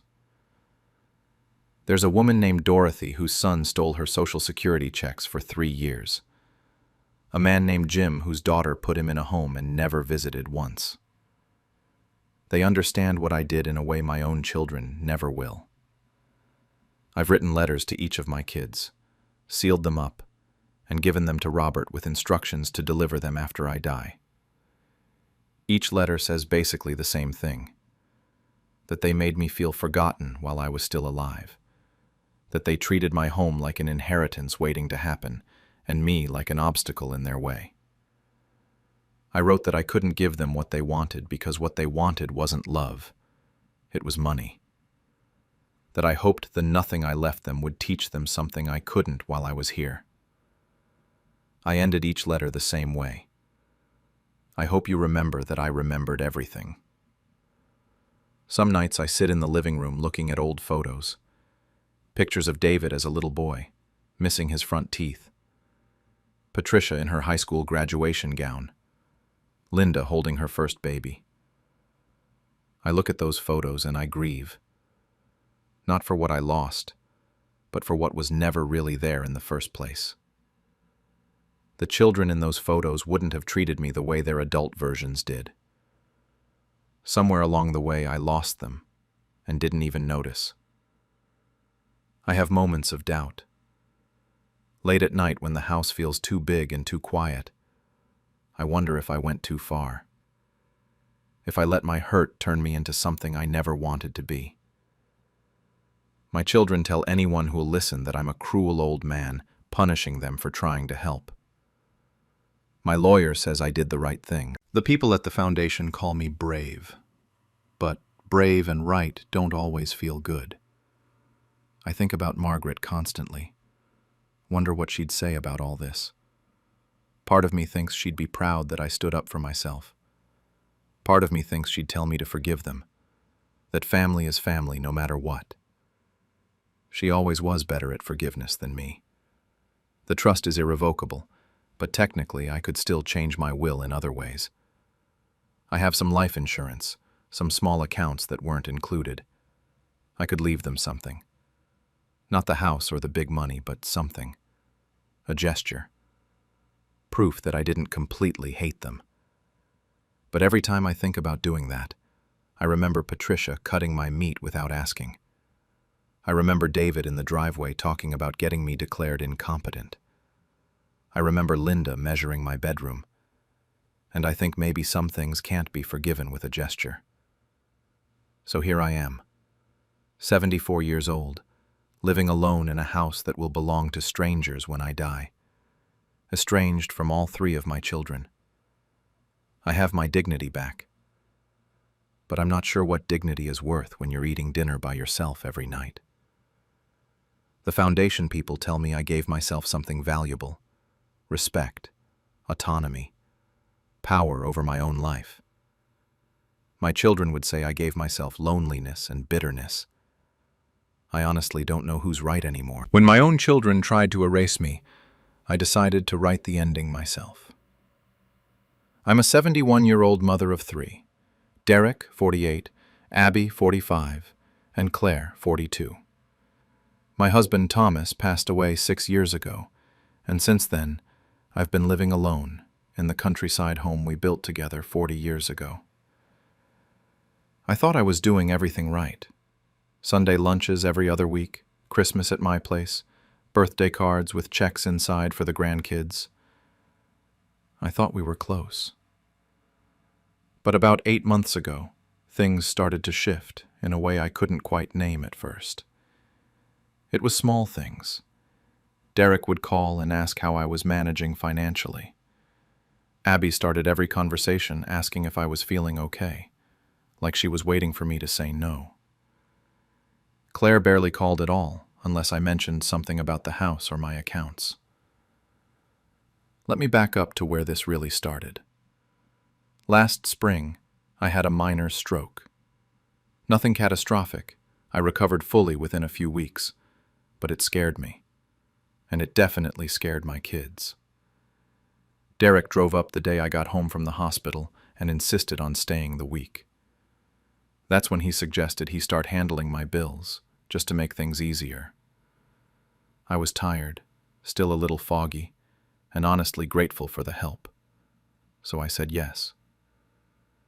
That decision changed everything, though I didn't realize it at the time. Within a month, Derek was accessing my bank accounts, paying utilities, monitoring my credit card statements. He'd call me if I spent more than $100 without telling him first. He said it was because he worried about scammers targeting seniors. I believed him. I wanted to believe him. He's my son. Why wouldn't I trust him? Then the comments about the house started. Derek would say the place was too big for me now, asking what would happen if I fell and no one was around. Abby agreed immediately, which surprised me because she used to love this house. She'd spent summers here with her kids, always said it was their favorite place. But suddenly, she was nodding along, saying, maybe I should explore other living options. Claire chimed in during one of her rare visits, using words like downsizing and simplifying. But what I heard underneath all of it was, get rid of it so we can split the money. I started paying closer attention after that. Not in an obvious way, just watching, listening, noticing things I might have brushed off before. 3 months ago, I walked into my own living room and found Derek on my computer. He minimized the screen the second he saw me, but not fast enough. I caught a glimpse. Zillow. Real estate listings. Prices for homes in my area. He smiled and said he was just curious about market trends. I didn't say anything, just nodded and went to make tea. But I filed it away in my mind, added it to the growing list of things that didn't sit right. 2 weeks after that, Abby called me out of nowhere asking if I'd updated my will recently. Not, "How are you?" Not, "I miss you." Just straight to the will. When I asked why, she stammered something about making sure everything was in order and hung up quickly. Then Claire sent me a text that same week asking if I'd talked to an estate lawyer lately. "Just thinking about you, Mom," she wrote, like it was casual concern and not a coordinated effort. It was so transparent it made me feel sick. These were my children, the people I'd raised and loved and sacrificed for, and they were circling me like vultures. But I still wasn't sure. Part of me kept making excuses for them. Maybe I was being paranoid. Maybe the stroke had affected my thinking more than I realized. Maybe they really were just worried about me. I wanted so badly to be wrong. Then came the day that shattered every last bit of doubt I had. It was a Tuesday afternoon in late summer. I'd told the kids I was taking a nap after lunch, something I did most days. I'd actually gone upstairs to lie down, but I couldn't sleep. Too warm, too restless. So when I heard voices downstairs about 20 minutes later, I assumed one of them had let themselves in to drop something off. I have a spare key hidden outside that they all know about. I started to get up to go say hello, but then I heard Derek's voice, low and irritated. He said once I moved into assisted living, they could finally sell the place. That the market was good right now. I froze at the top of the stairs, my hand gripping the banister. Abby's voice came next, asking if I would fight them on it. Wondering about the stroke, and if it had affected me enough that I wouldn't be able to argue. Then Abby said I wouldn't even remember half of what they told me. And she laughed. Actually laughed, like it was funny that their mother might lose her memory. Like it was convenient. Claire spoke up then, quieter than the others, but still clear enough. She said they just needed to be patient, that it wasn't like I was going anywhere. I stood there at the top of those stairs, the same stairs I'd climbed thousands of times, in the house my husband and I had built with our own hands, and listened to my children plot out the rest of my life without me. They were talking about me like I was already gone, like I was just an inconvenience standing between them and money. I didn't go downstairs. I couldn't. I was afraid of what I might say or do. So I went back to my bedroom and waited until I heard the front door close and Derek's car pull out of the driveway. Then I sat on the edge of my bed and cried until my chest ached and my eyes were swollen. But somewhere in those hours between the crying and the silence that followed, something shifted inside me. The heartbreak was still there, but it hardened into something else. Anger, maybe. Clarity, definitely.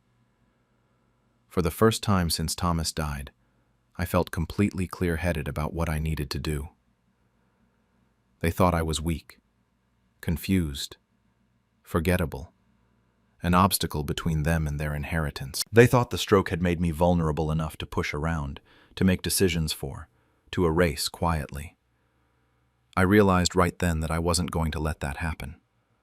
I wasn't going to fade away so they could divide up everything Thomas and I had worked for. I wasn't going to be the confused old woman they were counting on. If they wanted to write me off, fine. But I was going to write the ending myself. The next morning, I called my friend Margaret from church. She's been an estate attorney for 30 years and helped Thomas and me draft our original will decades ago. I didn't tell her everything right away, just asked if we could meet to discuss some changes.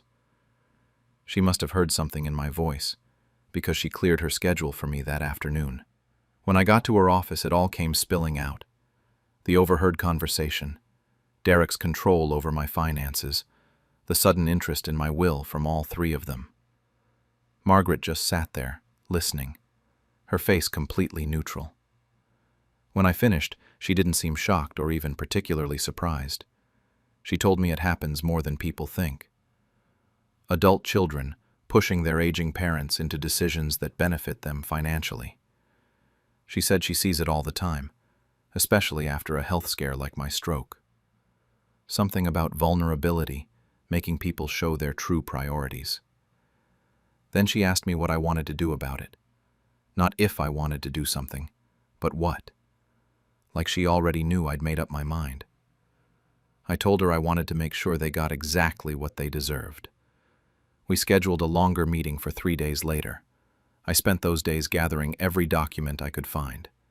Property deeds, bank statements, investment accounts, insurance policies, everything Derek thought he was managing for me. Turns out he'd moved some things around without really telling me, shifted money between accounts, changed some beneficiary designations. Nothing illegal, but definitely not what I'd agreed to. Margaret said it was all reversible, that I still had full control even if Derek had convinced me otherwise. That meeting lasted almost 3 hours. Margaret walked me through every option I had, every way I could structure things. She didn't push me toward any particular decision, just laid it all out and let me think. By the end of it, I knew exactly what I was going to do. I rewrote everything. The house, the savings accounts, the small investment portfolio Thomas had built up over the years. All of it would go toward creating a scholarship fund for underprivileged women pursuing education later in life. It was something Thomas and I had talked about years ago, back when we were planning our retirement. He'd always said he wanted to help people who didn't get the chances we did. We'd never followed through on it because life got busy, and then he got sick. But now felt like the right time. The fund would be named after him, the Thomas Morrison Scholarship Fund. As for the house itself, I made arrangements with a non-profit organization Margaret knew. After I'm gone, they'll convert it into a community center for seniors, especially those who've been abandoned by their own families. There would be meal programs, activity spaces, a library, transportation services. A place for people who had no one left, people like I almost became. Derek, Abby, and Claire would get nothing. Well, not nothing exactly. They'd each get a letter explaining why. Margaret helped me draft those too. I didn't make them cruel, just honest. I told them what I'd overheard and how it made me feel. I told them I'd spent 6 years trying to stay close to them after losing their father, and that I'd finally realized they were only staying close to my bank account. Margaret asked me multiple times if I was sure. She said there was no going back once everything was filed and notarized. Family estate disputes get ugly, she warned me. Your kids might fight this. They might say you weren't in your right mind. I told her I'd never been more clear-headed in my life. But even as I signed all those papers, even as Margaret witnessed my signature and filed everything with her office, part of me still hoped I was wrong. Maybe I'd misunderstood what I heard. Maybe they didn't really mean it the way it sounded. Maybe if I just confronted them directly, we could fix this. We could go back to being a family. So I decided to test it one more time. One last chance for them to prove me wrong. I invited all 3 of them over for dinner last month. Told them I wanted to discuss some estate planning things, and that it was important we all be there together. I didn't give them details, just said it was urgent. They responded so fast it actually made my stomach turn. Derek cleared his entire schedule. Abby drove 4 hours from her place. Claire took a day off work, which she never does. Within 2 hours of sending that text, all 3 had confirmed they'd be there. That's when I knew for sure. That's when the last little bit of hope I'd been holding on to just died. I spent the day of the dinner cooking Thomas's favorite meal, roast chicken, mashed potatoes, green beans from my garden. I set the table with the good china we'd gotten as a wedding gift, the plates we only used for special occasions. The whole thing felt surreal, like I was watching myself go through the motions of hosting a family dinner while knowing I was about to blow it all up. They arrived within minutes of each other, right at 6 like I'd asked. Derek brought wine, which he never does. Abby brought flowers. Claire was empty-handed, but she actually hugged me, which she hadn't done in at least a year. They were all being so nice, so attentive.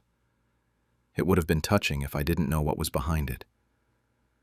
We sat down and ate, made small talk about the weather, about the grandkids, about Abby's new job. Derek complimented the chicken. Claire said the house looked great, really well maintained. Abby kept asking if I needed help with anything, if anything was getting too hard for me to manage on my own. All of it felt like performance, like they were auditioning for the role of concerned children. Finally, after we'd finished eating and I'd brought out dessert, Derek cleared his throat. He had that serious look on his face, the one he uses when he's about to say something he thinks is important. He said they'd been talking, and they thought it was time to look at some senior living facilities. Nothing extreme, just something safer, closer to one of them so they could visit more easily. Abby jumped right in behind him, said she'd found a really nice place about 20 minutes from her house. It had activities, nurses on staff, everything I'd need. She made it sound like she was doing me a favor. Then Claire added that once I was settled in this new place, they could list the house. Take that stress off my plate. Let me enjoy my retirement without worrying about maintenance and property taxes and all the things that come with owning a home. They had it all planned out. I could see it in their faces, in the way they were looking at me. Relief, excitement, greed barely hidden behind masks of concern. They thought this was it. They thought I was going to agree, sign whatever papers they'd probably already drawn up, and make their lives easier. I set down my fork and looked at each of them, one by one. Let the silence stretch out until it got uncomfortable. Then I told them I wasn't going anywhere. Neither was the house. Derek started to argue, saying we'd talked about this, that I couldn't manage everything on my own anymore. But I cut him off. I told him I wasn't finished. Said I'd asked them here tonight because I wanted to tell them in person. I'd rewritten my will. The room went completely silent. Even the clock on the wall seemed to stop ticking. I laid it all out for them. Everything I had was going to charity, the scholarship fund in Thomas's name, the community center for abandoned seniors. All of it gone, as far as they were concerned. Abby's face went white. Claire said I couldn't do that, her voice getting louder. Derek stood up so fast his chair scraped across the floor. He said I wasn't thinking clearly, that this was insane, that they were my children. I looked right at him and said yes, and I'm your mother, not your inheritance. Abby started crying, but they weren't real tears. They were angry tears, desperate tears. She tried to say they were just trying to help me, that I was misunderstanding everything.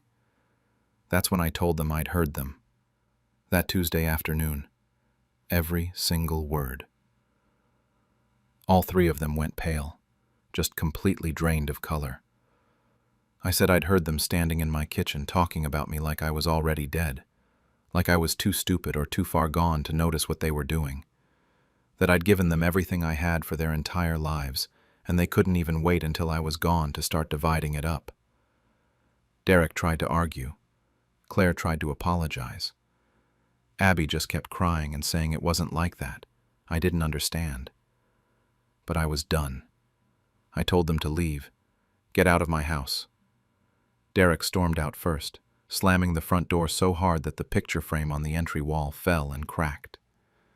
Abby and Claire followed, quieter, but just as angry.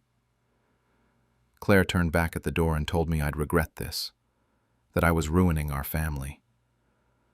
I told her the family was already ruined, I just finally noticed. I haven't heard from any of them since that night.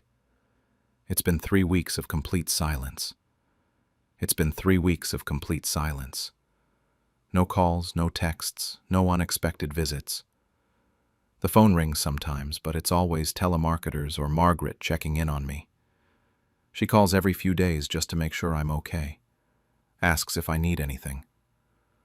I tell her I'm fine, which is mostly true depending on the day. Margaret also told me that Derek tried to contact her office about a week after the dinner.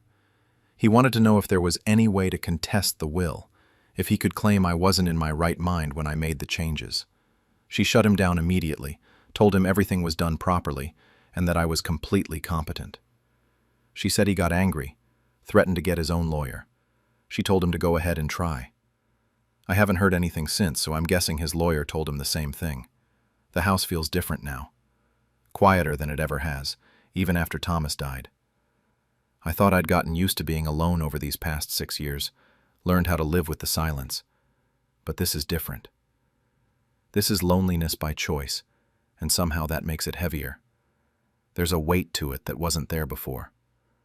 I keep expecting one of them to call, to show up at the door, to send an email, to give some sign that they want to fix this. But my phone stays quiet. The driveway stays empty, and every day that passes makes it clearer that they're not coming back. Some days I wonder if I was too harsh, if I should have given them a chance to explain themselves, to apologize, to make it right. Maybe I overreacted. Maybe that conversation I overheard wasn't as bad as it sounded in the moment. Maybe I should have talked to them first, before going nuclear with the will changes. But then I remember Abby's laugh. She won't even remember. I remember Derek on my computer looking at real estate prices while I was supposedly napping upstairs. I remember all 3 of them sitting at my dinner table with their rehearsed concern, ready to ship me off so they could cash in. And I remember that they didn't come to see me because they loved me.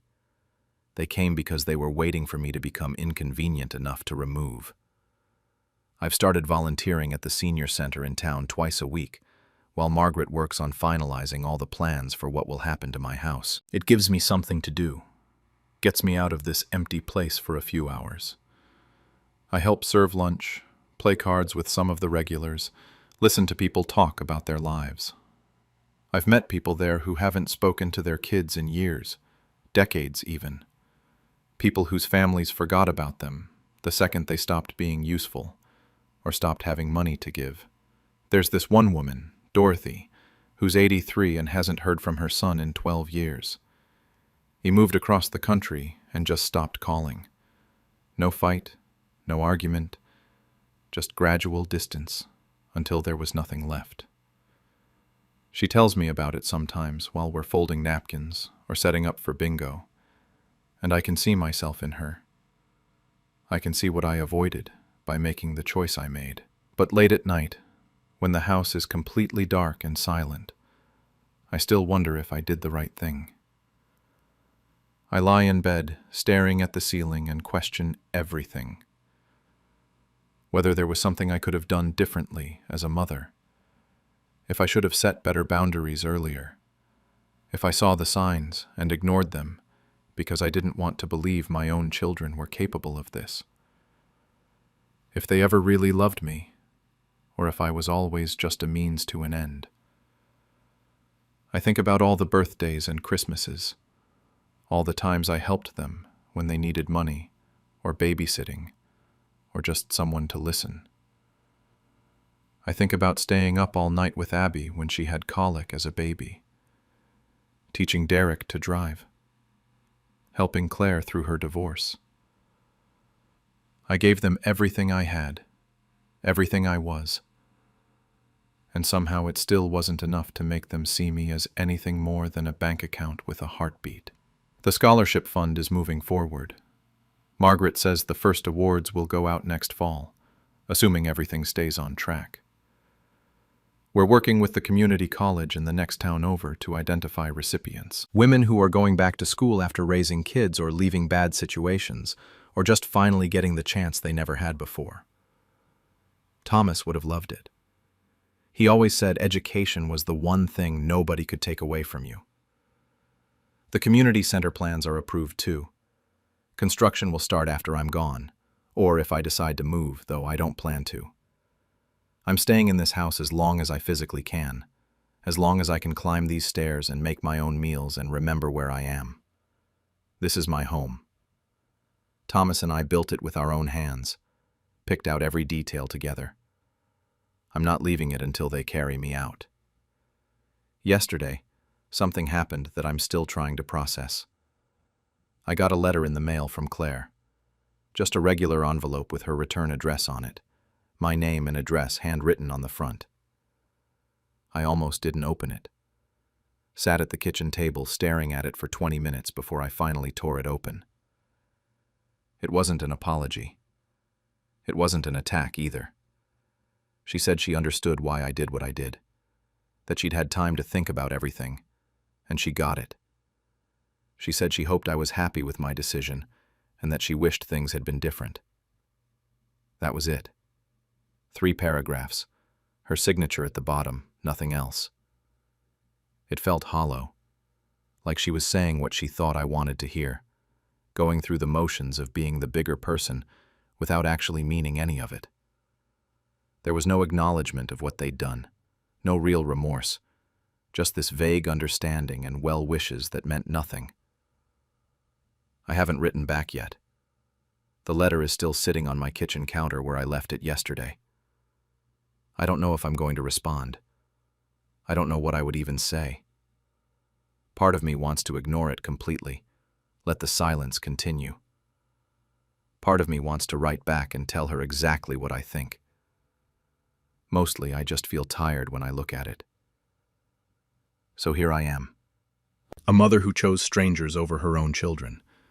A woman who burned down the bridge because she couldn't stand on it anymore without losing herself completely. I gave away everything I spent my life building to people I'll never meet, and cut off the people I brought into this world. Some days I think I did the right thing.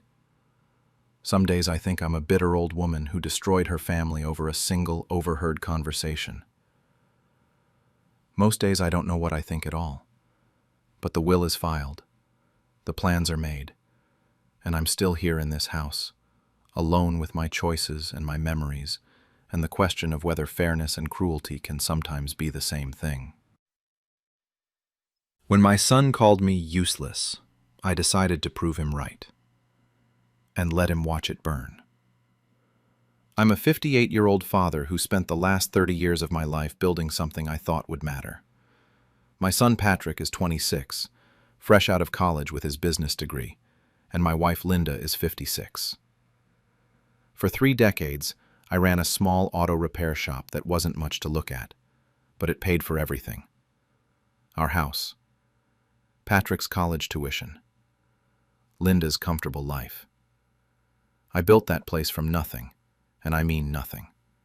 Just me, some borrowed tools, and a lease on a rundown garage space that nobody else wanted. The day everything fell apart started like any other Tuesday. I was in my office doing paperwork when I heard Patrick on the phone in the hallway. He was talking to one of our parts suppliers, a guy named Jim who I'd been doing business with for 15 years. I wasn't trying to eavesdrop. The walls in that shop were thin, and Patrick wasn't exactly keeping his voice down. That's when I heard him say it. He told Jim that I was useless, that I didn't understand modern business, and that he'd be taking full control soon before I could mess things up permanently. He actually laughed when he said it, like it was funny, like the 30 years I'd spent building that business from scratch was just some joke he had to clean up after. I sat there for a minute, just staring at the wall. My hands were shaking. I wanted to believe I'd misheard, but I knew I hadn't. This wasn't the first sign that something had changed between us. It was just the first time I'd heard him say it out loud to someone else. I walked out of my office and found him by the parts counter, still on his phone. I waited until he hung up, and then I asked him point blank what he'd just said to Jim. I expected him to backtrack, to make excuses, to at least pretend he was sorry. Instead, Patrick just looked at me with this tired expression and shrugged. He said that I'd done my part, but it was time to let him handle things before I messed them up permanently. Those were his exact words. No apology, no acknowledgement that maybe calling your father useless to a business partner was out of line. He just stood there, like he was explaining something obvious to a child. I need to back up a bit to explain how we got here. Patrick came back from college about 8 months before this happened. He had his business degree and all these ideas about modernizing the shop. At first I was excited. I thought we'd finally be working together, that maybe he'd help me take things to the next level. My knees weren't what they used to be, and the thought of having my son take over someday felt right. But it started going wrong almost immediately. He'd come into the shop and sigh whenever I explained how we did things. He'd pull out his laptop and show me spreadsheets I didn't understand, then act annoyed when I asked questions. He started talking to my mechanics like they were idiots, explaining basic concepts they'd known for years. These were good guys. Some of them had been with me for over a decade, and here was my son treating them like they didn't know which end of a wrench to hold. The worst part was the whispering with Linda. I'd come home and hear them in the kitchen, their voices going quiet when I walked in. I caught bits and pieces over those months, how much better things would run once I retired, how I was holding the business back, how Patrick had plans that I just wouldn't understand. Linda would always smile at me afterward and act like nothing had happened, but I knew what I'd heard. I tried talking to Linda about it once. I told her that Patrick seemed to have lost respect for me, that maybe we should all sit down and talk about the future of the business together. She told me I was being sensitive, that Patrick was just young and ambitious, that I should be proud he wanted to take over. She made it sound like I was the problem for being bothered by it, so I kept quiet. I watched my son slowly take over my shop, acting like I was already dead. I watched him make changes without asking me, telling suppliers and customers that he was the one they should talk to now. I watched him roll his eyes every time I opened my mouth in a meeting, and I kept my mouth shut because he was my son, and I thought maybe Linda was right. Maybe I was just being too proud to let go. But that day in the hallway, hearing him call me useless like it was a fact, something in me broke. I wasn't angry in the moment. I was calm. Too calm, probably. I just looked at my son and nodded, then walked back to my office and closed the door. Here's something Patrick never knew. About 6 months before all this happened, I got approached by a local developer, guy named Richardson, who was buying up property in our area for some big commercial complex project. He wanted our land, offered me a number that would have set me up comfortably for the rest of my life. The shop sat on prime real estate, and Richardson knew it. I turned him down without thinking twice. I told him the business was staying in the family, that I was building something for my son. Richardson gave me his card and told me the offer stood if I ever changed my mind. I threw the card in my desk drawer and forgot about it. Until that Tuesday. The thing Patrick didn't understand, because he was too busy with his spreadsheets to learn the actual foundation of our business, was that the land lease was in my name, not the company's name, mine, personally. When I started the business 30 years ago, I couldn't get approved for a commercial lease, so I signed it as an individual and built the company on top of it. Over the years, I'd had chances to transfer it to the business entity, but I never did. Call it paranoia or just forgetfulness, but that lease stayed under my personal name. So that night, after Patrick called me useless and didn't even have the decency to pretend he was sorry, I went home and found Richardson's card in my desk. I sat in my office for an hour just holding it, thinking about everything I'd sacrificed for that shop. Every sleepless night, every missed dinner with Linda, every time I'd pushed myself past exhaustion because I wanted to build something that would last. And I thought about my son calling me useless. I made a call that night. Not to Patrick, not to Linda, to Richardson. 2 weeks after that conversation with Patrick, I transferred ownership of the business to him. The whole thing was surprisingly simple. a few signatures, some paperwork filed with the state, and suddenly the auto repair shop that I'd spent 30 years building belonged to my son. My lawyer asked me 3 times if I was sure. I told him I was. Patrick's reaction when I told him was exactly what you'd expect. He tried to act humble about it, said something about being honored to carry on the legacy. But I could see the satisfaction in his eyes. He thought he'd won. Linda cried and hugged both of us, talking about how beautiful it was to see the family business pass to the next generation. Neither of them asked why I was doing it so suddenly. They just accepted it like it was always meant to happen this way.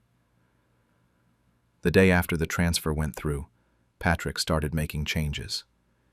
He brought in a consultant to evaluate our workflow. He fired Mike, one of my best mechanics who'd been with me for 12 years, because he said Mike was resistant to new procedures. He installed some expensive software system that none of the other mechanics knew how to use. He was so busy playing CEO that he barely noticed I'd stopped coming in regularly. I need to explain something about the property that Patrick never bothered to learn. When I started the business 3 decades ago, I was 28 and had terrible credit. I'd just gotten married, had dreams bigger than my bank account, and no legitimate business would lease commercial property to me. So I got creative. I signed the lease personally, as an individual renting space, not as a business entity. I paid out of my own pocket for the first 2 years until the shop was profitable enough to support itself. Over time, I had opportunities to transfer that lease to the business. My credit improved. The company became established. My lawyer mentioned it a few times, said it would be cleaner for tax purposes and liability, but I never did it. Part of it was superstition, like changing it would jinx what I'd built. Part of it was just that I never got around to it. The lease renewed automatically every 5 years, and I just kept signing as myself. What this meant, legally, was that Richardson's offer wasn't for the business property. It was for my personal lease rights. Patrick owned the business now, all the equipment and the company name and the customer relationships. But the actual ground the shop sat on, that was mine to do with as I pleased. When Richardson had approached me 6 months earlier, he'd explained the whole development project. They were clearing a 4-block radius to build a mixed-use commercial complex. Retail on the ground floor, offices above, the kind of thing that was popping up all over the city. Our shop was right in the middle of their planned footprint. He'd already bought out most of the other properties in the area. Mine was one of the last pieces he needed. I'd turned him down because I wanted Patrick to have the business. I'd imagined him running it for another 30 years, maybe passing it on to his own kids someday. I thought I was building something that would outlast me. Turns out I was just building something for my son to take and then tell everyone I was too useless to run it anymore. So I called Richardson back and told him I'd reconsidered. We met for coffee, hammered out the details, and signed a contract. The development company would take over the lease in 3 months. That gave them time to finalize their permits and gave Patrick time to run his version of the business. Richardson asked if the business owner knew about the sale. I told him the business owner would find out when he needed to. Those 3 months were strange. I'd show up at the shop maybe once a week, and Patrick would barely acknowledge me. He was too busy with his systems and his metrics and his consultant meetings. The older mechanics would pull me aside and tell me things were falling apart. That Patrick didn't understand how the actual work got done. That customers were complaining. But Patrick had the paperwork that said he was in charge now, so there wasn't much I could do. Linda asked me a few times if I was okay with how everything had turned out. She'd say it carefully, like she was checking on a patient who might be unstable. I'd tell her I was fine, that Patrick needed room to make the business his own. She seemed relieved that I wasn't fighting it. She had no idea what was coming. Patrick started posting on social media about the business, pictures of himself in the shop with captions about carrying forward the family legacy and modernizing for the future. He gave an interview to some local business blog about young entrepreneurs taking over established companies. He never mentioned me in any of it. It was like I'd never existed, like the shop had just materialized one day and he'd graciously agreed to run it. I watched all of this happen with this weird, detached feeling. Part of me felt satisfied, knowing what was coming. Part of me felt sick about it. But mostly I just felt tired. Tired of being treated like I was already dead. Tired of watching my son dismantle everything I'd built while acting like he was improving it. The demolition notice arrived on a Wednesday morning. I wasn't there, but Patrick called me immediately. His voice was panicked in a way I'd never heard before. He said there had to be some mistake, that someone had sent a demolition notice to the shop, that we needed to call the city and straighten it out right away. I told him it wasn't a mistake. There was a long silence on the other end of the line. He showed up at my house an hour later. Linda was at work, so it was just the two of us. He had the notice in his hand, and his face was red. He wanted to know what I'd done. He said I couldn't do this, that the business was his now, that I'd given it to him. I explained it very calmly. The business was his, yes. The equipment, the customer list, the company name, all of it belonged to him. But the land the shop sat on? That had always been leased under my personal name, and I'd sold my lease rights to a development company. The demolition was scheduled for 3 months from now. He had until then to relocate the business if he wanted to keep it running. Patrick lost it. He started yelling about how I was ruining everything he'd worked for, how this was going to destroy his future. How could I do this to my own son? He paced around my living room like a caged animal, and I just sat there watching him. When he finally ran out of steam, he looked at me and said I had to reverse it, that I had to call Richardson and cancel the deal, that he was my son and I owed him this. I stood up and looked him in the eye. I told him that he'd called me useless, that he'd told a supplier I needed to step aside before I messed things up, that he'd spent 8 months treating me like I was already buried. I said that he'd wanted me out of the way, and now I was out of the way completely. His expression changed then. The anger drained out of him, and something else took its place. Maybe realization, maybe fear. He tried to say something, started to stammer out words that might have been an apology, but I cut him off. I told him I was just staying out of the way like he wanted, that he was in charge now, and he could figure out how to handle this like the capable businessman he claimed to be. Patrick left without another word. He peeled out of my driveway fast enough to leave tire marks. That was the last time he spoke to me. The land's cleared now. I drove by about a week after the demolition finished, just to see it. 30 years of my life reduced to flat dirt and construction markers. They're putting up the foundation for the new complex next month. Richardson sent me a thank you card with the final payment. It felt surreal, holding a check that big for something I'd built with my own hands, even if technically I was just selling the lease rights. I didn't watch them tear it down. I couldn't bring myself to do that. But some of the mechanics called me when it happened. Joe, who'd been with me for 16 years, said it took less than a day. He said Patrick showed up and just stood there in the parking lot across the street, watching the excavators do their work. Joe asked if he wanted to grab the last few tools that were worth saving, but Patrick just shook his head and walked away. The mechanics scattered after that. Most of them found work at other shops pretty quickly. Joe and 2 others asked if I wanted to start something new, said they'd follow me anywhere. I told them I appreciated it, but I was done. A few of them were angry with me. They didn't say it directly, but I could hear it in their voices when they called. They'd lost their jobs because of what I did, and they had families to feed. I get that. I do. But I couldn't keep a business alive just to spite my son when he'd made it clear he didn't want me anywhere near it anyway. I moved into an apartment by the sea about a month after the demolition. It's small, just 1 bedroom, but it has a balcony that overlooks the water. The building is quiet, mostly retirees and vacation rentals. Nobody knows me here. Nobody knows about the shop or what I did. I'm just another old guy who sits on his balcony in the morning with coffee and watches the sunrise. The money from the sale set me up comfortably. I'm not rich, but I don't have to worry about bills anymore. I don't have to wake up at 5 in the morning to open the shop. I don't have to deal with difficult customers or broken equipment or payroll. Some days that feels like freedom. Other days it just feels empty.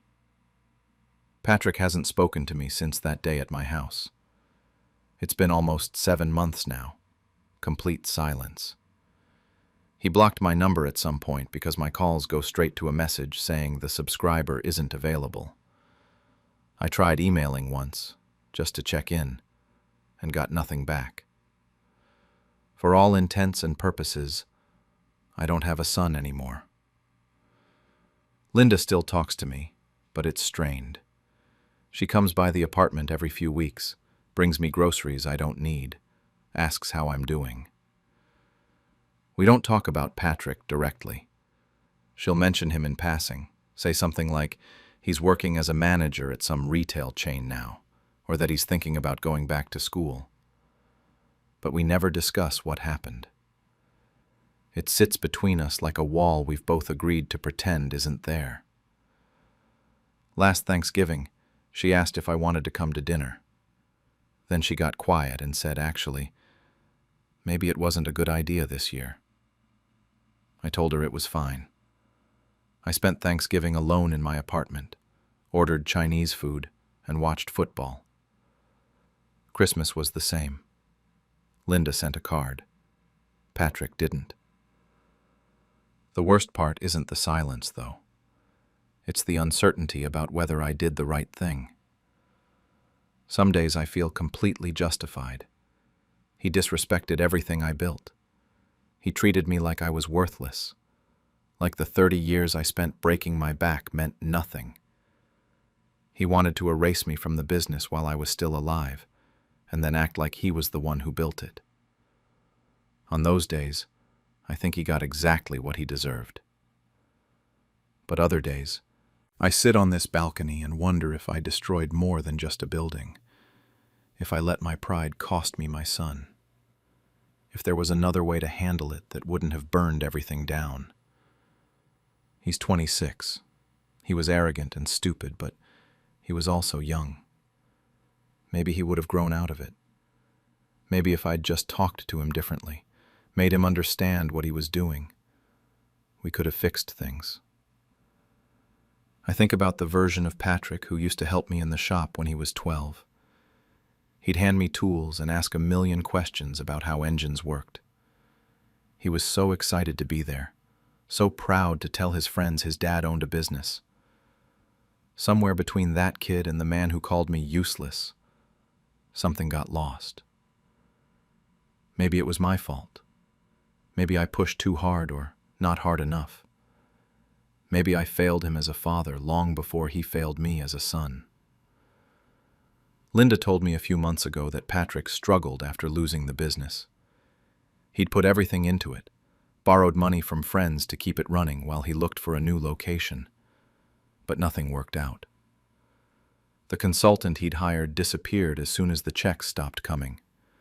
The business software he'd bought was useless without a business to run. He ended up having to take the first job he could find just to pay rent. I don't know if he learned anything from it. Linda won't tell me much, and I don't push her. I don't know if he understands now what I was trying to teach him, or if he just hates me and that's all there is to it. I don't know if he lies awake at night thinking about what he said to me, or if he's convinced himself that I'm the villain in this story. The thing is, we could have built something together. That's what kills me when I really think about it. If he'd just treated me with an ounce of respect, if he'd approached me as a partner instead of an obstacle, we could have modernized the shop together. I would have learned his spreadsheets. He could have learned why we did things the way we did. We could have made something better than what either of us could do alone. But he didn't want a partner. He wanted me gone. And I gave him exactly what he asked for. I keep my phone on the kitchen counter now. I look at it sometimes, usually in the evening after I've had a couple of beers, and I think about calling him. Not to apologize exactly, but just to hear his voice, to see if maybe enough time has passed that we could at least talk. But then I remember his voice on that phone call with Jim, the casual way he called me useless, and I put the phone back down. Linda mentioned last week that Patrick asked about me. She didn't say what he asked, and I didn't ask her to tell me. I don't know if I want to know. Maybe he was just checking if I was still alive. Maybe he wanted something. Maybe, and this is the thought that keeps me up at night, maybe he wanted to apologize, and Linda talked him out of it. I sit on this balcony most mornings and watch the water. It's peaceful here, quiet. No employees to manage, no customers to satisfy, no son telling me I'm doing everything wrong. I should be happy. I should feel free. But mostly I just feel alone, wondering if proving a point was worth losing everything else in the process.